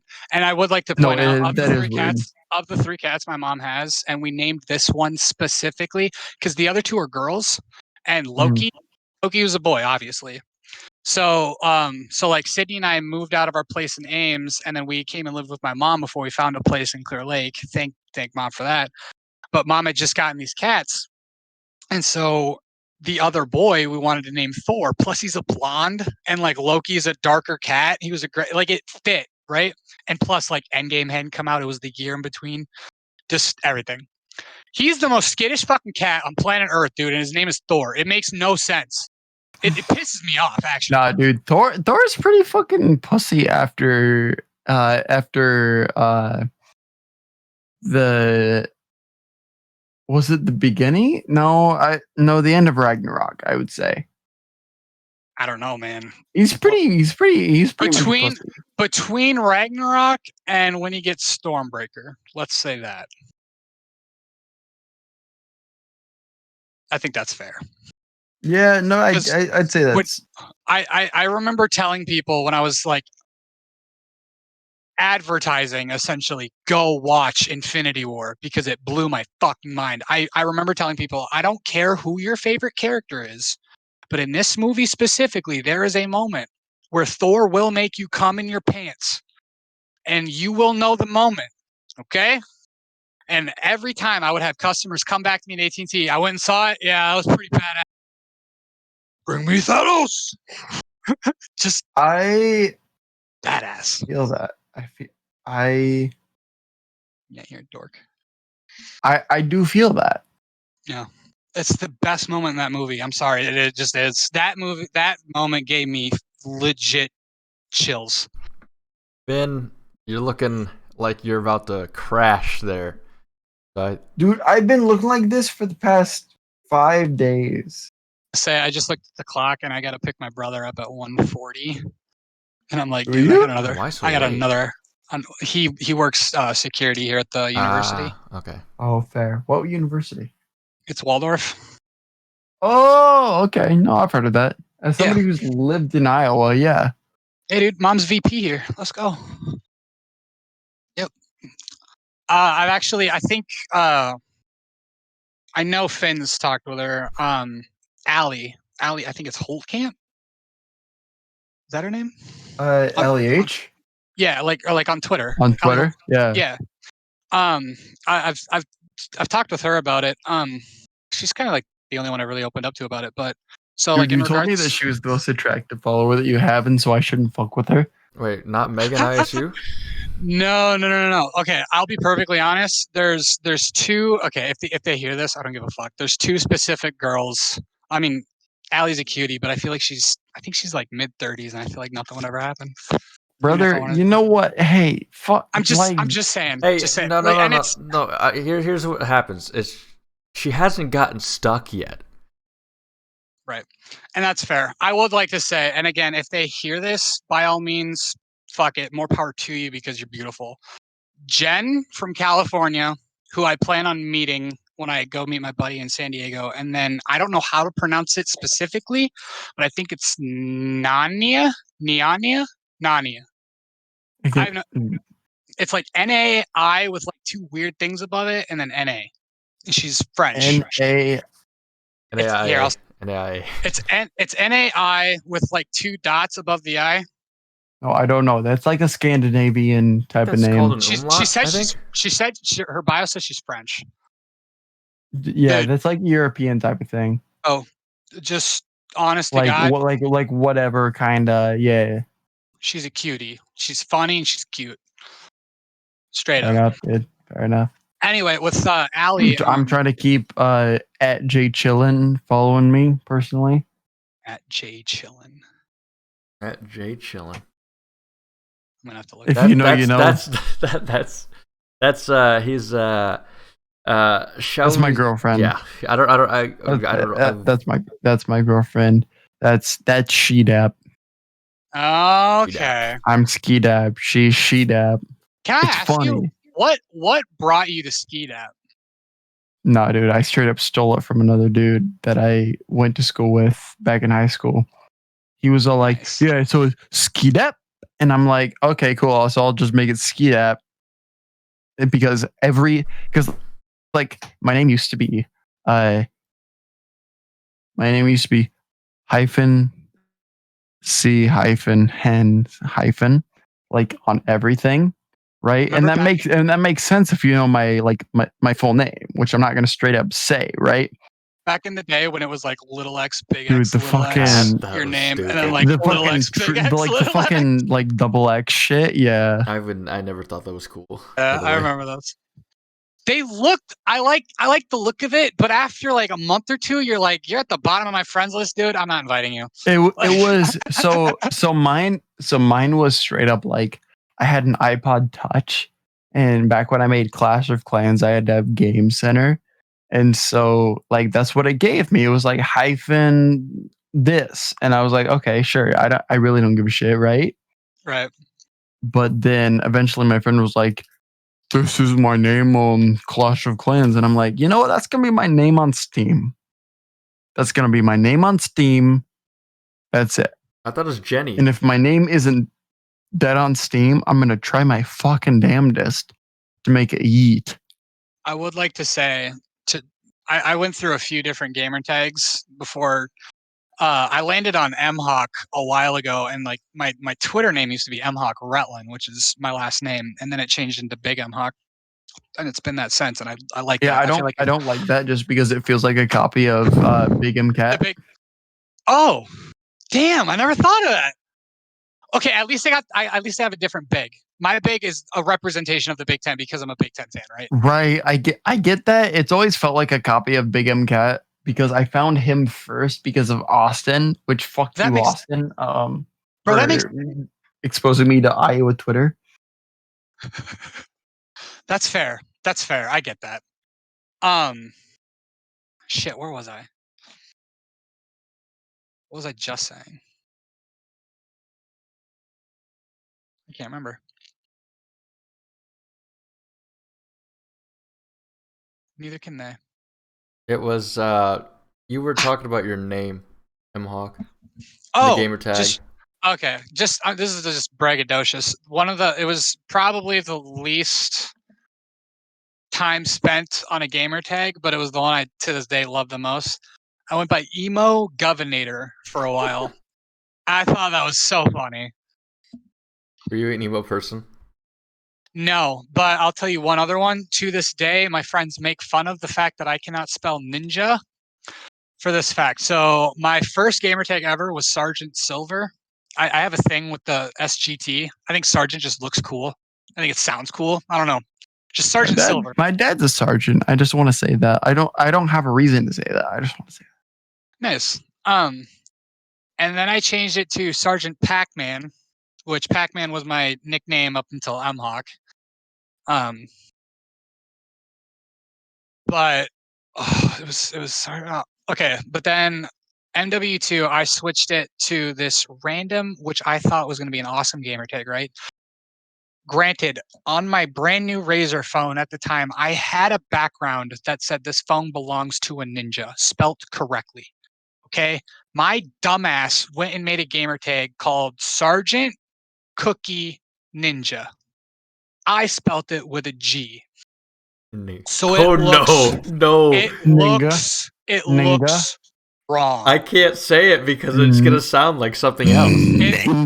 Stop, Finn. I would actually eventually people like making fun of me like on the because everyone has forced game chat. I'd be like, yeah, dude, I'm a black ninja. Like so dumb. And after I changed out of it to make sure I never got to live it down, once I finally got rid of that gamer tag, my buddy Marcus went and bought the $10 card so he could change his to that gamer tag, which it still is to this day. And he won't get rid of it. Yeah. Ninga. I felt so dumb. No. We literally played for like 2 hours the day that I switched it. And then my friend Sarah, my buddy Mark's older sister, she's like, Matt? COVID coochie? You know you... COVID coochie? No. In fact, I believe Sarah's actually goes by Todd now. I believe she's the only transgender person I know. Oh, honestly. fuck yeah. Good for him, man. Or them, whatever. I don't care. Yeah, I don't know what he or she goes by, but on her Xbox or his Xbox account, it's no longer Sarah, it's Todd. Hell yeah, man. Good for them. And I can see that from her. Yeah, it's good really for them. Really cool. But I just remember Sarah at the time being like, just random middle of a search in a short game on Wasteland. I remember it specifically. She's like, Matt, your gamer tag spelt wrong. And I did a read through of it and I'm like, no, it's not. She's like, ninja spelled with a J. I'm like, oh my God. I literally flipped my phone open. I'm like, fuck. So dumb. It was so dumb. All right, we've been up for 3 hours, over 3 hours. Anyway, Jason's right. We've been live for 3 hours. This is going to be our longest episode. I genuinely think this is the longest episode we've ever had. We need to end. Anyway. I would like to ask really quick, how does your editing process work? Do you go back, listen through it, or do you just post it? I post it unless there's... If we have anything stupidly offensive that we ever say, Jason edits it out. Because I work full-time. Like, I have a full-time job multiple hours a day, and I just started landscaping again this week. So, like, don't have time during the day, and I'm sorry to Jason for that. Genuinely sorry to Jason for that. Hunter, like, I hope he doesn't think that I'm being sarcastic about when I say sorry to him for that, because I am. because I have no time. First off, I don't really know what you're apologizing for, or apologizing about. So, fuck yeah, dude. Anyway, I just know. Anyway, there's only been. Here's how it's gonna go. Jason, because I never get to talk anymore. I do the outros. Just so you know, okay? I run this shit. And this entire Jason, do you have any thoughts? I appreciate your presence here. It was really nice getting to meet you. We need to get you back on another day. I definitely plan on getting back on here, and I would like to say if you game, what do you game with? PS4 and PC, but I don't really play as much anymore because I decided to destroy myself by taking 16 credits as an electrical engineering student. Well, more props to you, and once you're done, we should game when you have more free time. I will say I have both a PS4 and an Xbox. The only thing I've really played, as I've told Finn over the last year, because I really haven't had much any time for any. So before I got super into Call of Duty, I was a huge achievement whore. For some reason, something about completing the challenges that the game gives you. I don't blame you for something that. I feel that. Yeah. So through that spirit, my brother and I, who our only bond until after he graduated high school, was the amount of hours we would spend playing Halo 1 and 2 on his original Xbox every time mom and dad would go to work in the summers, right? MCC, hell yeah. Would skip that list of chores we're supposed to do until 4 o'clock, an hour before mom's supposed to get home, and we would just play the Halo campaign all day long. As I've told Finn, so my goal right now, and has been since it came out, is I'm trying to 100% the achievements on Master Chief Collection, of which there are 700. I never jumped on the sale that it was on the winter, and I regret not jumping on the sale.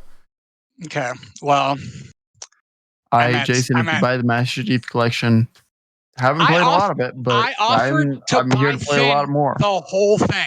Tell him. Did I not offer to buy you the entire game? I don't remember that, but I remember that you offered to play with me the entire thing. I said I would send you money so you could buy it, and then you were sending me the pictures of like what each game costs and the add-ons for ODST and then Reach. Oh, dude, I'm pretty sure that I bought that at that point. Well, yeah, I know, but like prior to that, I was gonna buy that at that point because like I thought that I was gonna get a fucking Counter-Strike soundtrack. I guess what I'm asking, I didn't, and I feel cheated. I guess what I'm asking is, Jason, are you a Halo fan / have you played it?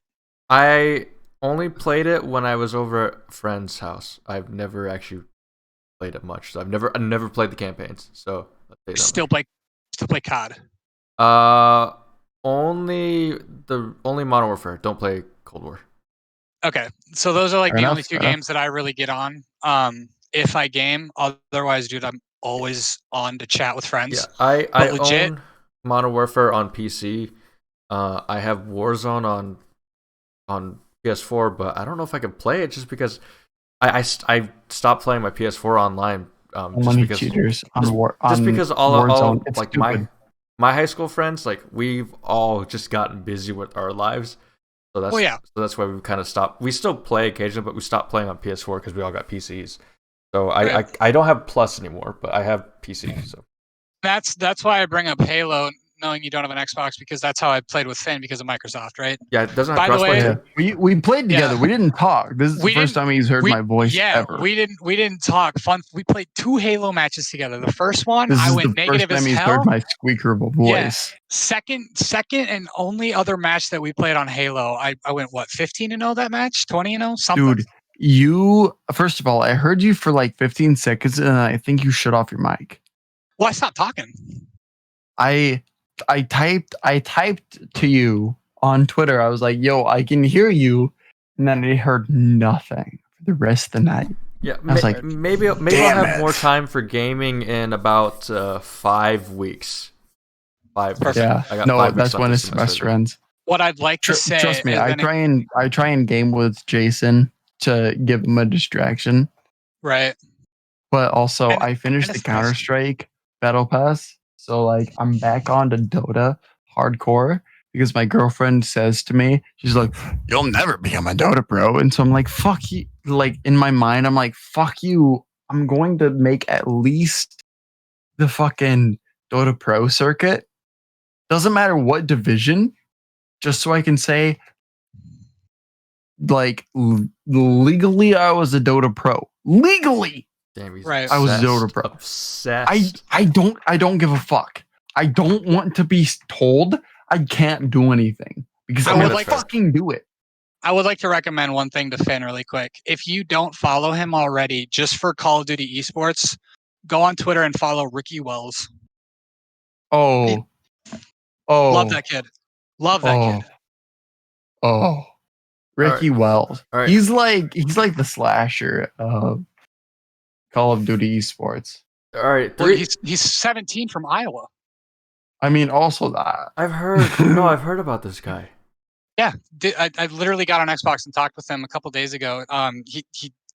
I told you earlier. He's followed by Scumpy. He's Mhm. followed by a Okay, bunch so of the that's pros. where I heard. Jesus Christ, that Yeah, does not feel he's- like that feels like yesterday, not 3 hours, 3 hours and Technically 26 minutes ago. Technically, it was Technically, yesterday. it was yesterday. Yeah. Yeah, but just saying, dude, kid's great. I genuinely like that kid. I think he's on a good path. He's doing good for himself at 17, and I honestly wish that kid the best. It looks like he's got the skill. I would recommend following him if you're a Call of Duty fan. However, to extend the final branch before we close this up, okay, of the 700 achievements, I would like to just reiterate how difficult these achievements are to be getting now. Do you know what Lasso stands for? And have you ever played Legendary Halo? Never heard of it. Okay, it's the difficulty level, right? See, so there's see, like, I didn't even know that. Right. So there's like easy, normal, hard, legendary. And then there's skulls that you can unlock throughout the game that specifically do something to you if you activate it after you've unlocked it in the game. So like essentially there's one, okay, so like to go through a few of them, I don't know them specifically by name. There's like Thunderstorm, Tilt, Deadeye, whatever. But to name off some of the things, one is like you can only get health back by meleeing enemies. Your HUD is taken away. Your radar is taken away. Explosions do more damage and are bigger. Grunts explode when you kill them. The ranks of all your enemies are upgraded.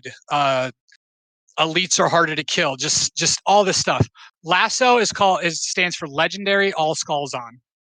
It is the most impossible thing on planet Earth. Finn, fuck you when you were trying to act like you could do it the day you downloaded Halo. That was stupid. So I did it on the Halo 1. Fuck off. Prove it. You know what? I forgot to record on Halo 1, but I recorded on Halo Reach. If Matt, if you like Call of Duty and Halo, somebody that I like that does some really good writing and content for it, the Act Man on YouTube. Oh, Okay. the Act Man? The Act Man Slaps. Okay, send me that. I've not heard of that. But to finish the thing really quick, as I offered to Finn, whether he remembers or not, I will gladly buy you this game because I am trying to 100% this. And if you want to go for some of the hardest fucking gameplays you've ever done, I have 31 or 39 achievements left I forget to go. Halo has co-op campaign too, doesn't it? God, Yes, I miss and co-op. Not on Master Chief Collection. not Or on. I shouldn't say crossplay on Master Chief It doesn't have Collection. crossplay yet, but I looked at their last update, and it will be in the next update. So, Wait, Finn, do we know when? Did they say when? but No, that sucks. yeah, So I'm but probably going to complete the campaign before. Yeah. Because I've decided that I'm going to complete it in April, not April Fool's, because it's currently April 2nd now. 2nd. I have. Fuck By the way, I want to mention this. I have an exam in 7 hours and 42 minutes. So I have to be up in 4 hours to do 5 miles. I don't. I don't. I'm off tomorrow, Friday, April 2nd. Everything can fuck off. Yeah, My parents can fuck off. all right, I don't care. Let's I close don't it out care here. right now. Let's close it out. 3.5 hours we've been up. I'm gonna sleep in. I'm gonna go jog. I'm gonna go jog on the elliptical for at least half an hour, probably an hour, and I'm gonna have one hell of a time tomorrow. I'm probably gonna work on cyclonestrength.org, who didn't fucking post in a fucking blog post. We're this busy. fucking We're all Wednesday, busy. like they always do. I- Fuck them. Site fucking sucks. They can suck a dick. Anyway, Jason, do you have any final thoughts for this week? Final thoughts. I just want to thank Matt for being on here. It's been great. I'm really glad to have heard your story on sobriety because, just cliff notes. I stopped drinking in August because I was in a very. How are you doing? What's that? How are you doing with that? I haven't touched alcohol. Is it difficult for you, or like compared to when you started? When I started, honestly, when I started was weird. When I started, it was more just I didn't have the urge to drink anymore. It was all of a sudden, and I had just moved into this apartment, single bedroom apartment. I live alone. Okay. When I was That's lame as fuck, though. I actually It does get commend you for that. I don't know if I could have done it alone. Like just being in the house alone. it was a little bit scary. I'm not gonna lie, because like before I don't live alone, and I can't not drink. I've cut down my drinking considerably, solely because of calories. I will add that, right? I'm sorry I haven't held you accountable too. I know you wanted me to hold you accountable. I'm sorry. No, dude, you're good. You're Well, busy. You're busy, 100%. Do you want to stop? I guess is a Finn question. has If I want to expressed to stop me that he does you want to can stop. control it and it's not a problem, I wouldn't look at it as a bad thing. But like what you I'm can do whatever. publicly willing to state is when I don't work the next day, I don't want to drink.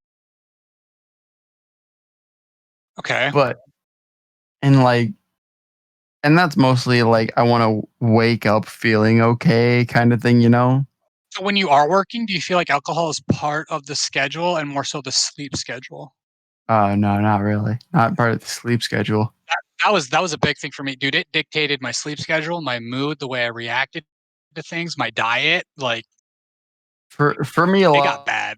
For me, a lot of it is like on the weekends. I'm like, shit, dude, this week was fucking wild, and I can talk to you in private more about like how my Right. weeks typically go, and like I'll name names. Obviously, the names won't necessarily mean much to you, but the names kind of like are easier for me than to be like this student, because you'd be like, wait, was it a different student? But whatever. And it's like, no, I like to drink on the weekends, days that I don't work. Like tonight, I'm drinking a little bit, right? I'm not fucking blasted. No, and you're not slurring either.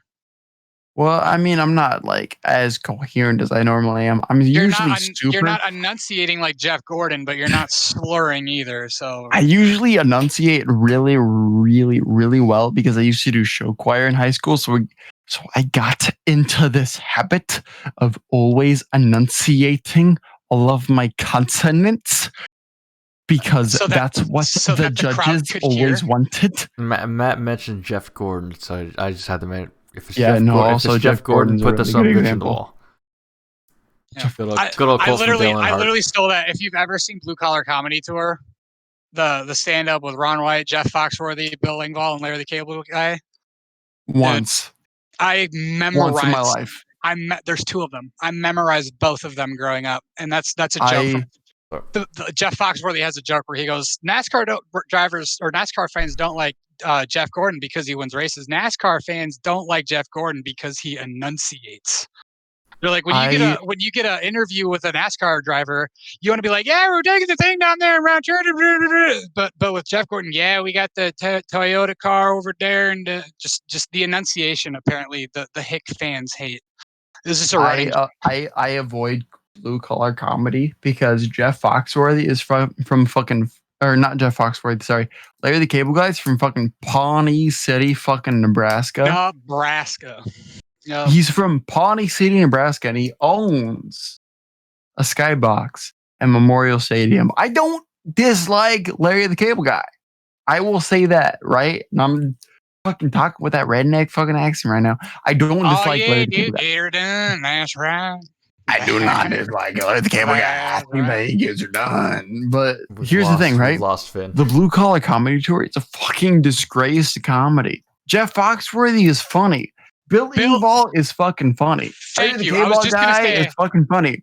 Ron White is fucking funny. Here's the thing. When you put them all together, when you smash all of their comedy together, it's just like, yeah, if you drink a lot and you do some drugs sometimes and you're a redneck and you fucking don't make a lot of money, you're fucking trash.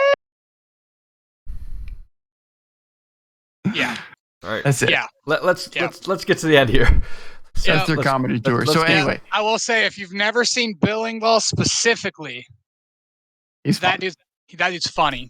If you haven't seen his recent special, go on YouTube, type in Bill Engvall tries marijuana. Watch that clip. It is fucking hilarious. Good shit. Anyway, Matt, do you have any final thoughts for this week? Finish my last one. Okay. Yeah, Jason finishers. It's getting late. We gotta move. Okay, I would like to say, if anyone's made it this far on the pod, first off, I commend you, and same, because I like listening to random shit too, just to pass the time. I appreciate Jason and Finn for letting me come on here. I definitely plan on coming on again. This is fun. I will be tuning in and getting to be part of the chats for future things, so I can be a part of it, even if I'm not on. So I can help support you guys. Thanks for having me on. I feel like I have more to touch on with the sobriety, and the weight loss is. I would love to have you come on again and discuss it, because that's something like I'm Right. very, very interested in. Right, and the weight loss is going to be its own developing thing still, because I'm still figuring out my body. I'm still figuring out what I need to do at my new weights, the new goals I'm trying to set. The thing that I expressed to Finn over chat was the thing that I'm most excited about, and like I expressed at the beginning. Let me know about that. Yeah, the thing I expressed kind of this at the beginning was like I was never a goal achiever. I never set a long-term goal. I never did that.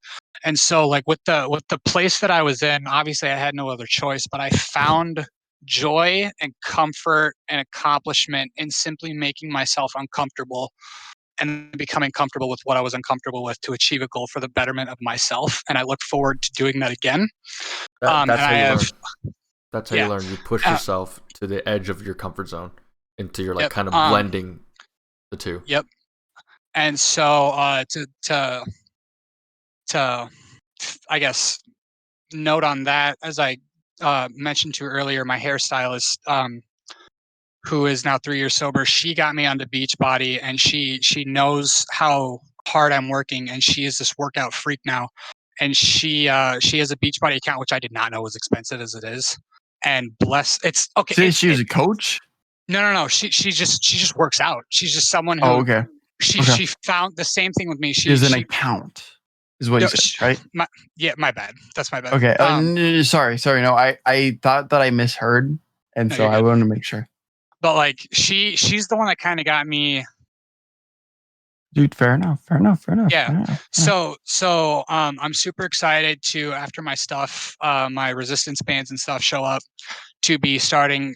She recommends it. It's called 80-Day Obsession. She straight up just gave me her login and password. Don't have to pay for it. She's like, she's hell yeah.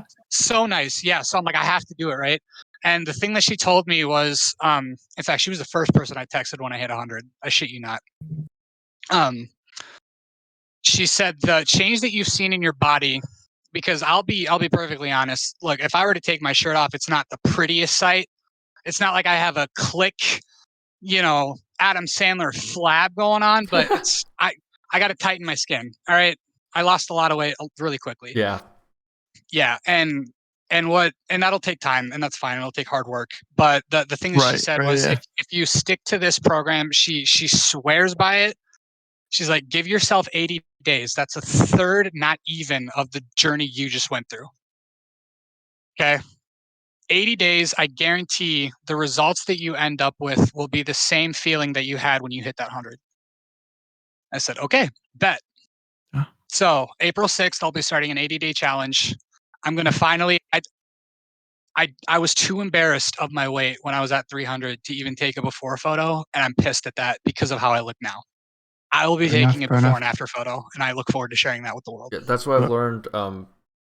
Just randomly throughout the year, just take a photo of yourself, because I like seeing the way I like seeing the way how people change. Okay. I don't do that just because like I'm at that point where like I'm at 12% body fat right now. If I cut down to 7% body fat, the only thing that you'll notice is more veins in me. Like that's it, right? Right.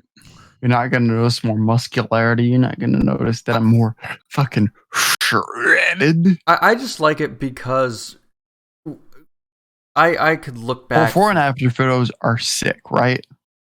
It doesn't even have to be about weight though, because I look at photos of when I graduated high school, and like I can just see, like, not just body wise, I was a lot skinnier then because I was a tennis player. Still not. I'm still skinny, but like. How was your tennis sex grown? I never actually. I had a joking one. My joking one was that was my joke.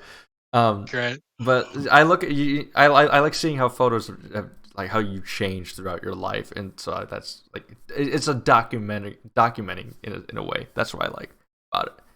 While you're finishing up, if you haven't seen it, I'm gonna DM you if you haven't seen my before and after photos of you. I was talking to Jason.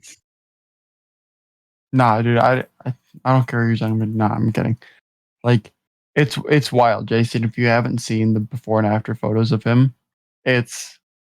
Hold on, it's in my bookmarks. I'll just go DM it to you. Yeah, I was gonna say because you tweeted it out once. Yeah, so there'll be 3. So one was when I was at 300. The middle one is when I hit 220, which was my senior year weight at my lowest.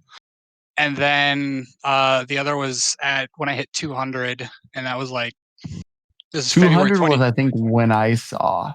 Yeah, it was February 25th. You're at like 190 now. Yep, I just hit 190. And This shirt want to makes. compare I feel like your this shirt. biceps, which are probably better than mine. Nope. Dude, I walk. I didn't do this. I worked my legs. This this isn't gonna help you. I'm just saying. I'm just saying. I didn't do any of that. It was.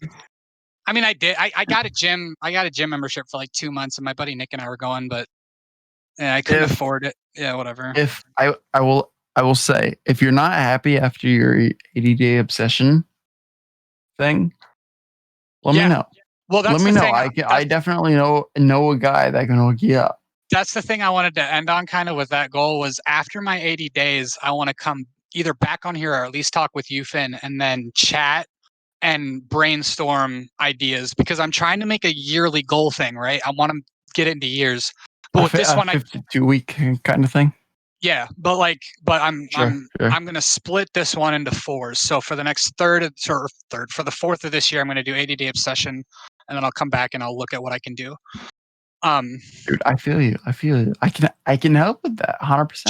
Jason, really quick, what's your ad again? Just because it doesn't show up in my. It's at Clone Strength. That's his business. At J_Wrangle RANGEL 33. RANGEL? Yes. You should. The profile picture should be of some guy. Does the 33 have to do with Cardinals? I feel like it does. No, yeah? It was my number when I played basketball when I was younger. Oh, okay, that's fair. Yeah. I'm gonna do this. You should have a profile picture. Nike now sells Boo Holes jerseys for stupid cheap, and I'm gonna find one. I'm gonna buy one. Okay.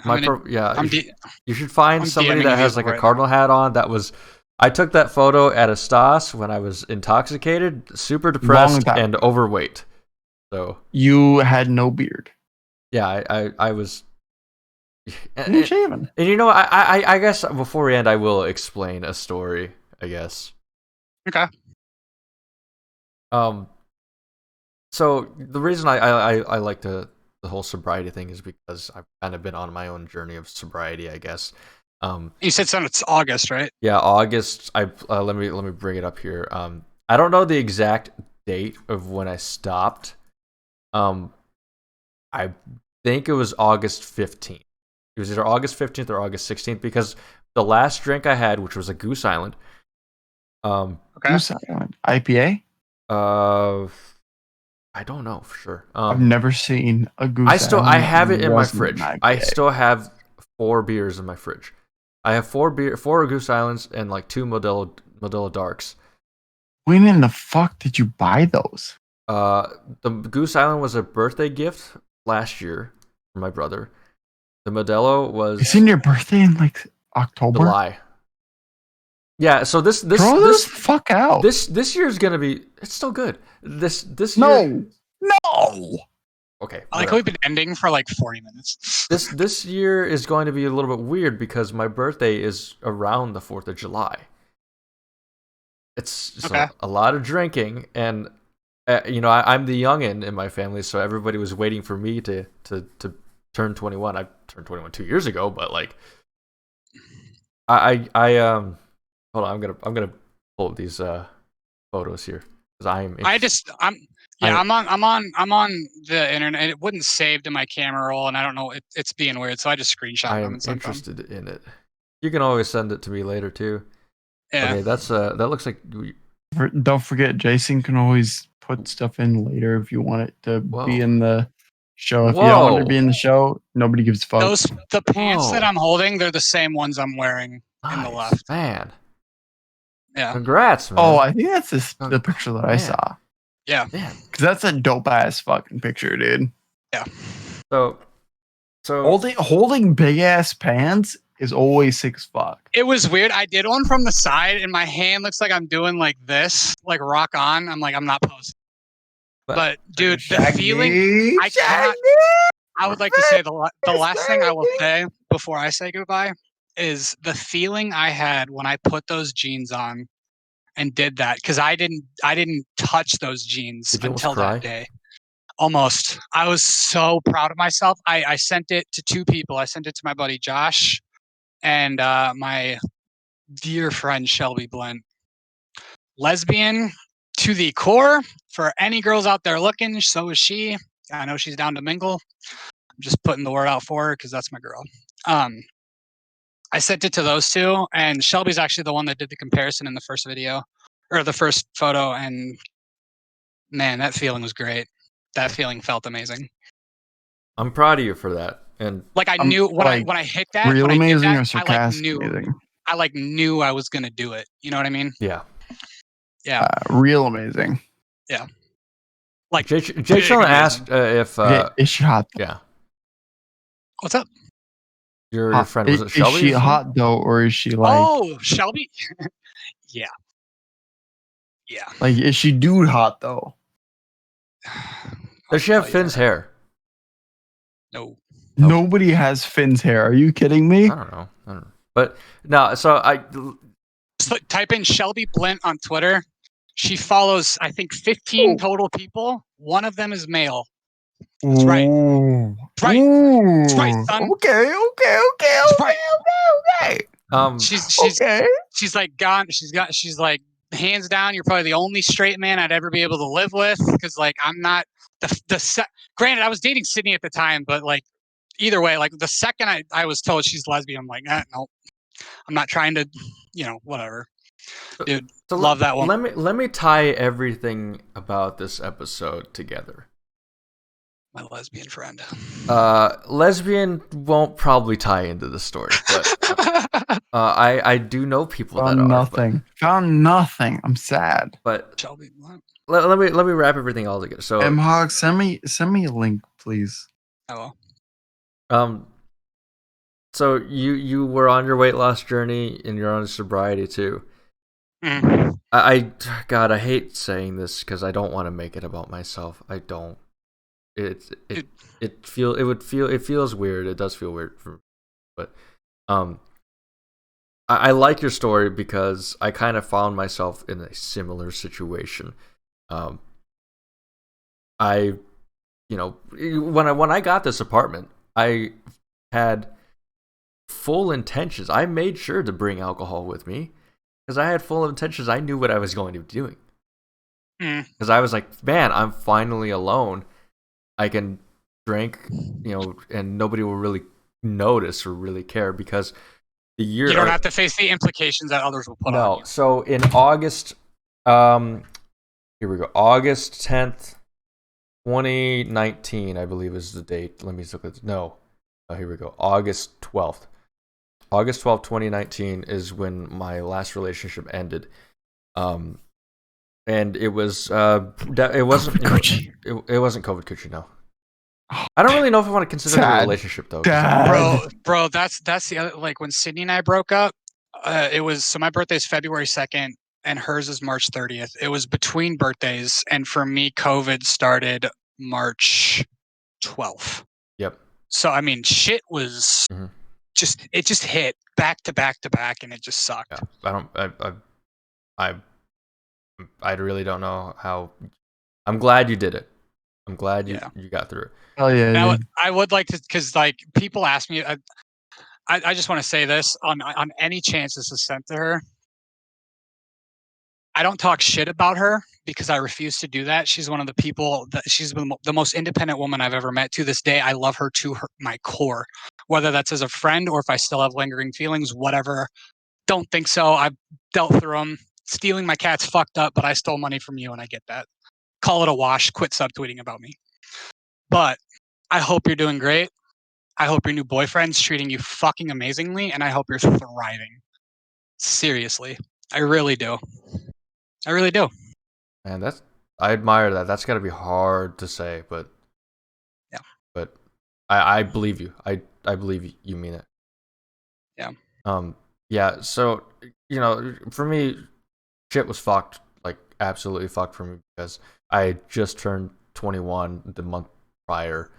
And she was older than me at the time, or she's just at the time. She still is. If I'm assuming she's still alive, I hope she is.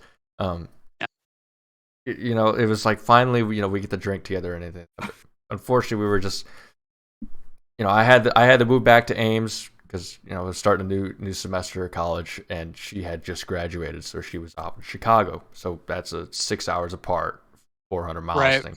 Not that big of a deal. We were planning on still visiting each other.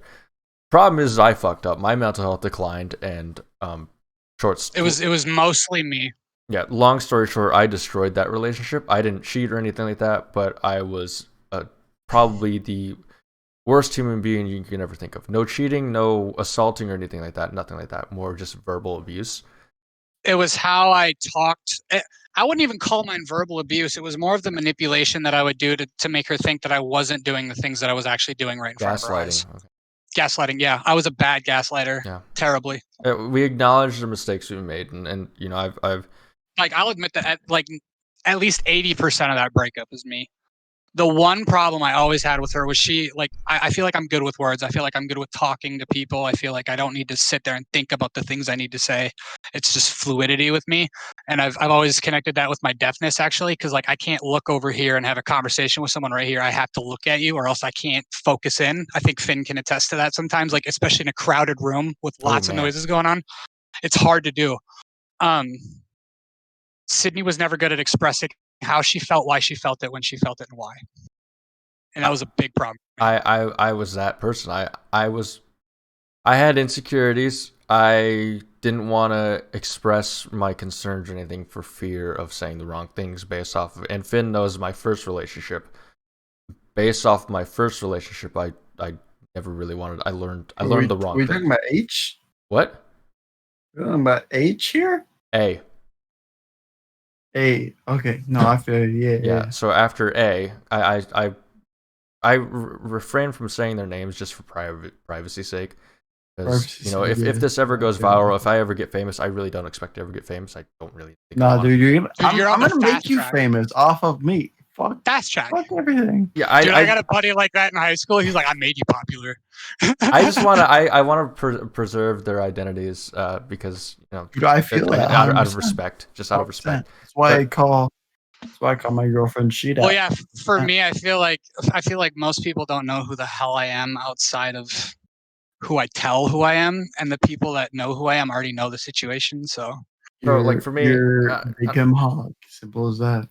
Big fucking M hog. So for me, like after my first relationship with A that Finn knows about, I told Finn about this when we were still before he graduated, before he has become a big shot. I don't know if I'm gonna finish. Maybe I don't know. I'm trying to make it as short as possible. Just my overall mental health declined, and so decision needed to happen for her to end it. Devastated me because we had plans for future things and everything like that. So I guess I'll make it not my last relationship, it's more my second, because it wouldn't be fair to COVID Coochie. COVID Coochie is an inside joke, but also kind of something that did kind of happen. There was actually no COVID Coochieing happen. I was gonna say that's Damn it, dude! There was no actual Should boil your fucking hot dog. There was no re-entry. There was no re-entry, but dude, COVID Coochie boil your. It was a short. It was like a short hot dog. Dude. It was a short relationship, like with COVID Coochie. It was a short relationship, like a month and a half. That I really think that was more of just spawned from infatuation from her end, because she was lonely. She had just contracted COVID, and then I was the only person that really like thought about, hey, all your roommates are gone. Who's gonna look after you? Or who's gonna make grocery runs for you? Because we were friends at the time.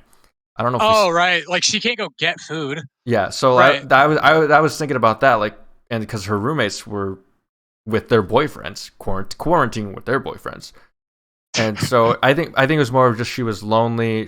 And I just happened to be the one that was just doing normal things that I do, thinking about other people and like trying to be. That's hilarious, though. That's actually really hilarious when you think about it.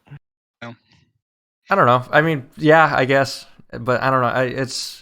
I honestly don't, I think it was just infatuation. So like that's why. No, dude. Like I feel like being concerned about her, but at the same time, like, no, that's really funny. I was disappointed that all of her roommates decided to leave her. So no, that sucks. Like, yeah. why the fuck? So like, why? Especially if it was right around. I don't know the context of why her roommates left. I was just it like I don't remember. Fall break? Was it? I don't know. I don't. Was remember. It when COVID hit? It was no. It was It was like 2 weeks before the semester ended. So I think they all just decided that they were going to quarantine with their boyfriends until the end of the semester. Gotcha. So that's kind of stupid. Kind of stupid. Not gonna lie. But so I guess I would be doing a disservice to her by saying that she's not my last relationship, because technically we were somewhat romantically involved. But going back to the second one, H, yeah, that was we had plans to, serious discussions for future plans. Like she told me, like she had asked me, how many pets are we gonna, how many kids are we gonna have, like all like actual serious. We got married at 2 years. I got our promise ring the Christmas of our first year, dude. It was so real. Actual serious things. So I'm gonna tell you how many pets I'm gonna have. It's gonna end up being probably at least 3, not by choice. Okay, it's gonna end up being at least 0 kids, not by choice. Okay, sounds good. All right. So that's it. So when that relationship ended, and I knew I fucked up, but the after the relationship I had, the first relationship I had with A, it made me the way it went down, and I will never ever talk about it, how it went down, just because one, I still don't exactly know what happened. 2, I think there's a mutual agreement not to talk about it. Yeah. But I like after that whole that first relationship made me drop out of college. Like the way it happened, the way it was dealt with, and the way everything went down, and I felt like I was the bad guy and like 100% wrong. And so when that fallout with H happened the second time, it re-triggered some things in me that I really didn't realize were there still. And so, but now was the time, like, I was 21 now. I had when I was after my first relationship, I was in surgery a lot because my physical health declined. I stockpiled painkillers, and so when the whole August 2019, I remember, luckily I didn't have to work that day, but I remember I drove down to Missouri that same day we broke up. I just fucking drove. I left my wallet. I don't even think I had my license on me, like, or anything. I didn't have all I had was my keys. I drove down to Missouri. I don't know why. I just did, and I just turned right back around. And it was just downward spiral that just gradually happened. I wasn't focused on my semester. It happened right before the semester. I had already made decisions like, I'm gonna drop out at the end of the semester. There were a couple days there where I was like, I didn't wake up until 5 o'clock in the evening because I decided that I was gonna mix my alcohol with painkillers and sleeping pills at the same time because I had sleeping pills prescribed to me.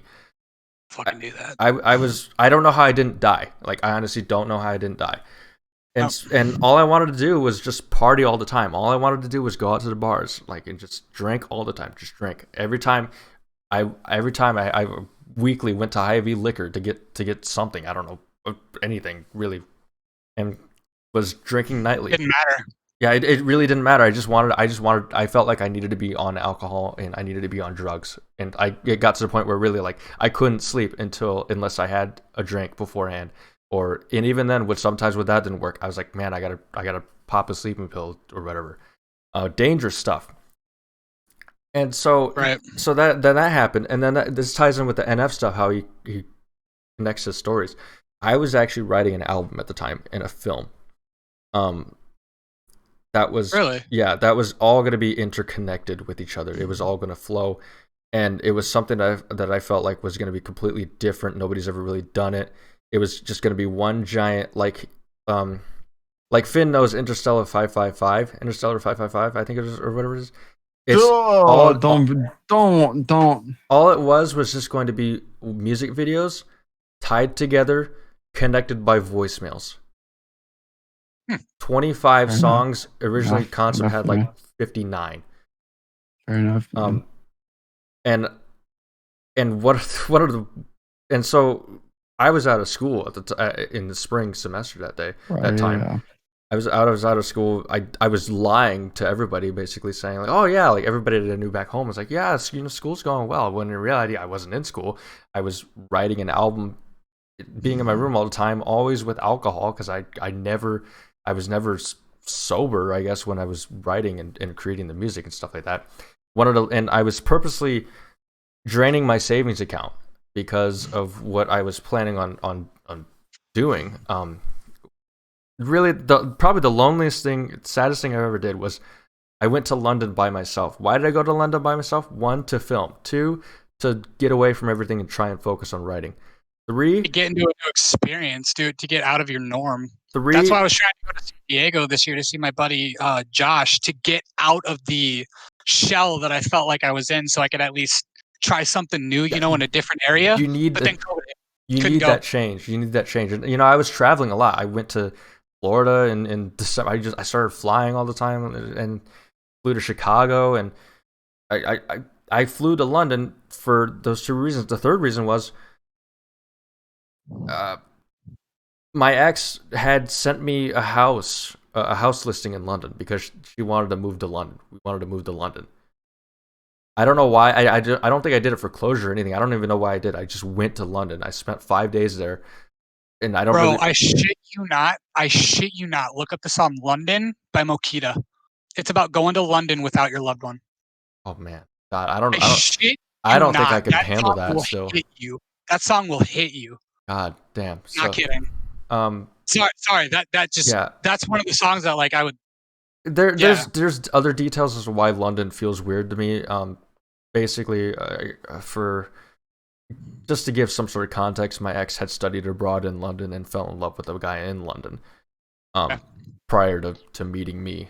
Right. And that complicated some things in our relationship that I felt were unfair because of things that I had experienced in my first relationship. So just I like to put it this way: I bled in my first relationship, but never fully healed the wounds. Or sorry, I got cut in the first relationship, never fully healed my wounds, and then ended up bleeding on my second relationship. That's fair. It wasn't fair at all. Okay, I would like to say this. I want to come back on for another episode, 500%. But right now, my brother gets off in 7 minutes, and I have to go pick him up, or else he's gonna kill me. Yep.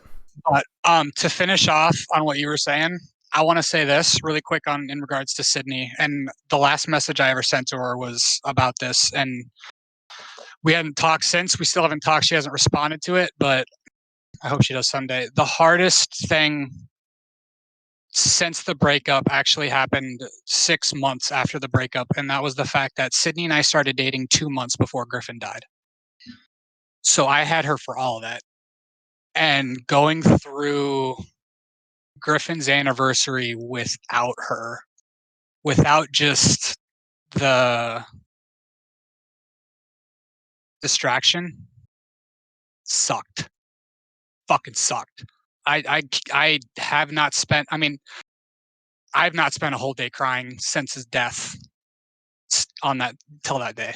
It sucked. It fucking sucked. I missed her so much that day. I cannot say that enough. It sucked. Really sucked. Like, I appreciate the fuck out of her being there that night when he died, because it sucked.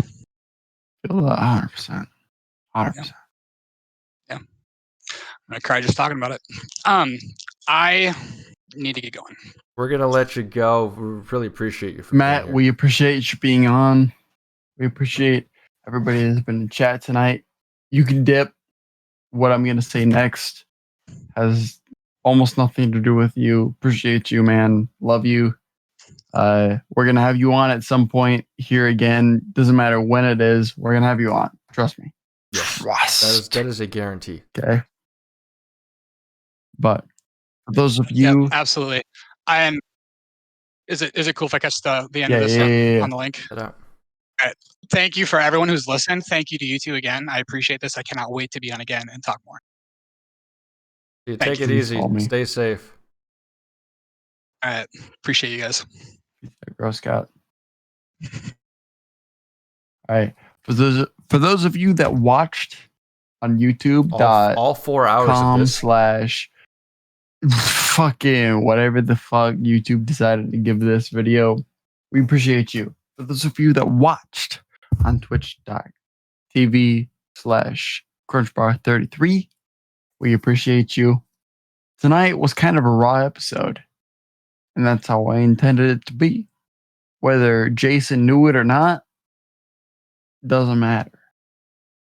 It was good. Tonight, It was good for reasons I'll tell you it was after. such a after good we stop episode. streaming. It After we was an stop streaming. episode that I appreciated. It was an episode that I felt. I hope that Jason felt it. I hope that he appreciated it. I know that he said something. I genuinely could not hear it over me talking because, fun fact, I talk loud. And I'm sorry about that. Those of you that don't like that, suck, I guess. But follow us if you want to watch us live at twitch.tv/crunchbar33. That's Jason's channel. I'll stream sometimes live with games or with the show. We're live at 9:30 p.m. Central Time. So every Thursday. Otherwise, Jason, guys, anything left to say? Nothing really for Ryan. Just thanks to Matt for being on. I appreciate it, and thanks to everybody that tuned in. Really, especially to stay with us for 5 hours. Sorry, 4 hours. I mean, crazy. I got nothing else to say either. Appreciate y'all. Appreciate all of you. Love you. And with that, roll clones. And roll credits. Hope to see you guys next week. Bye bye. Thank you.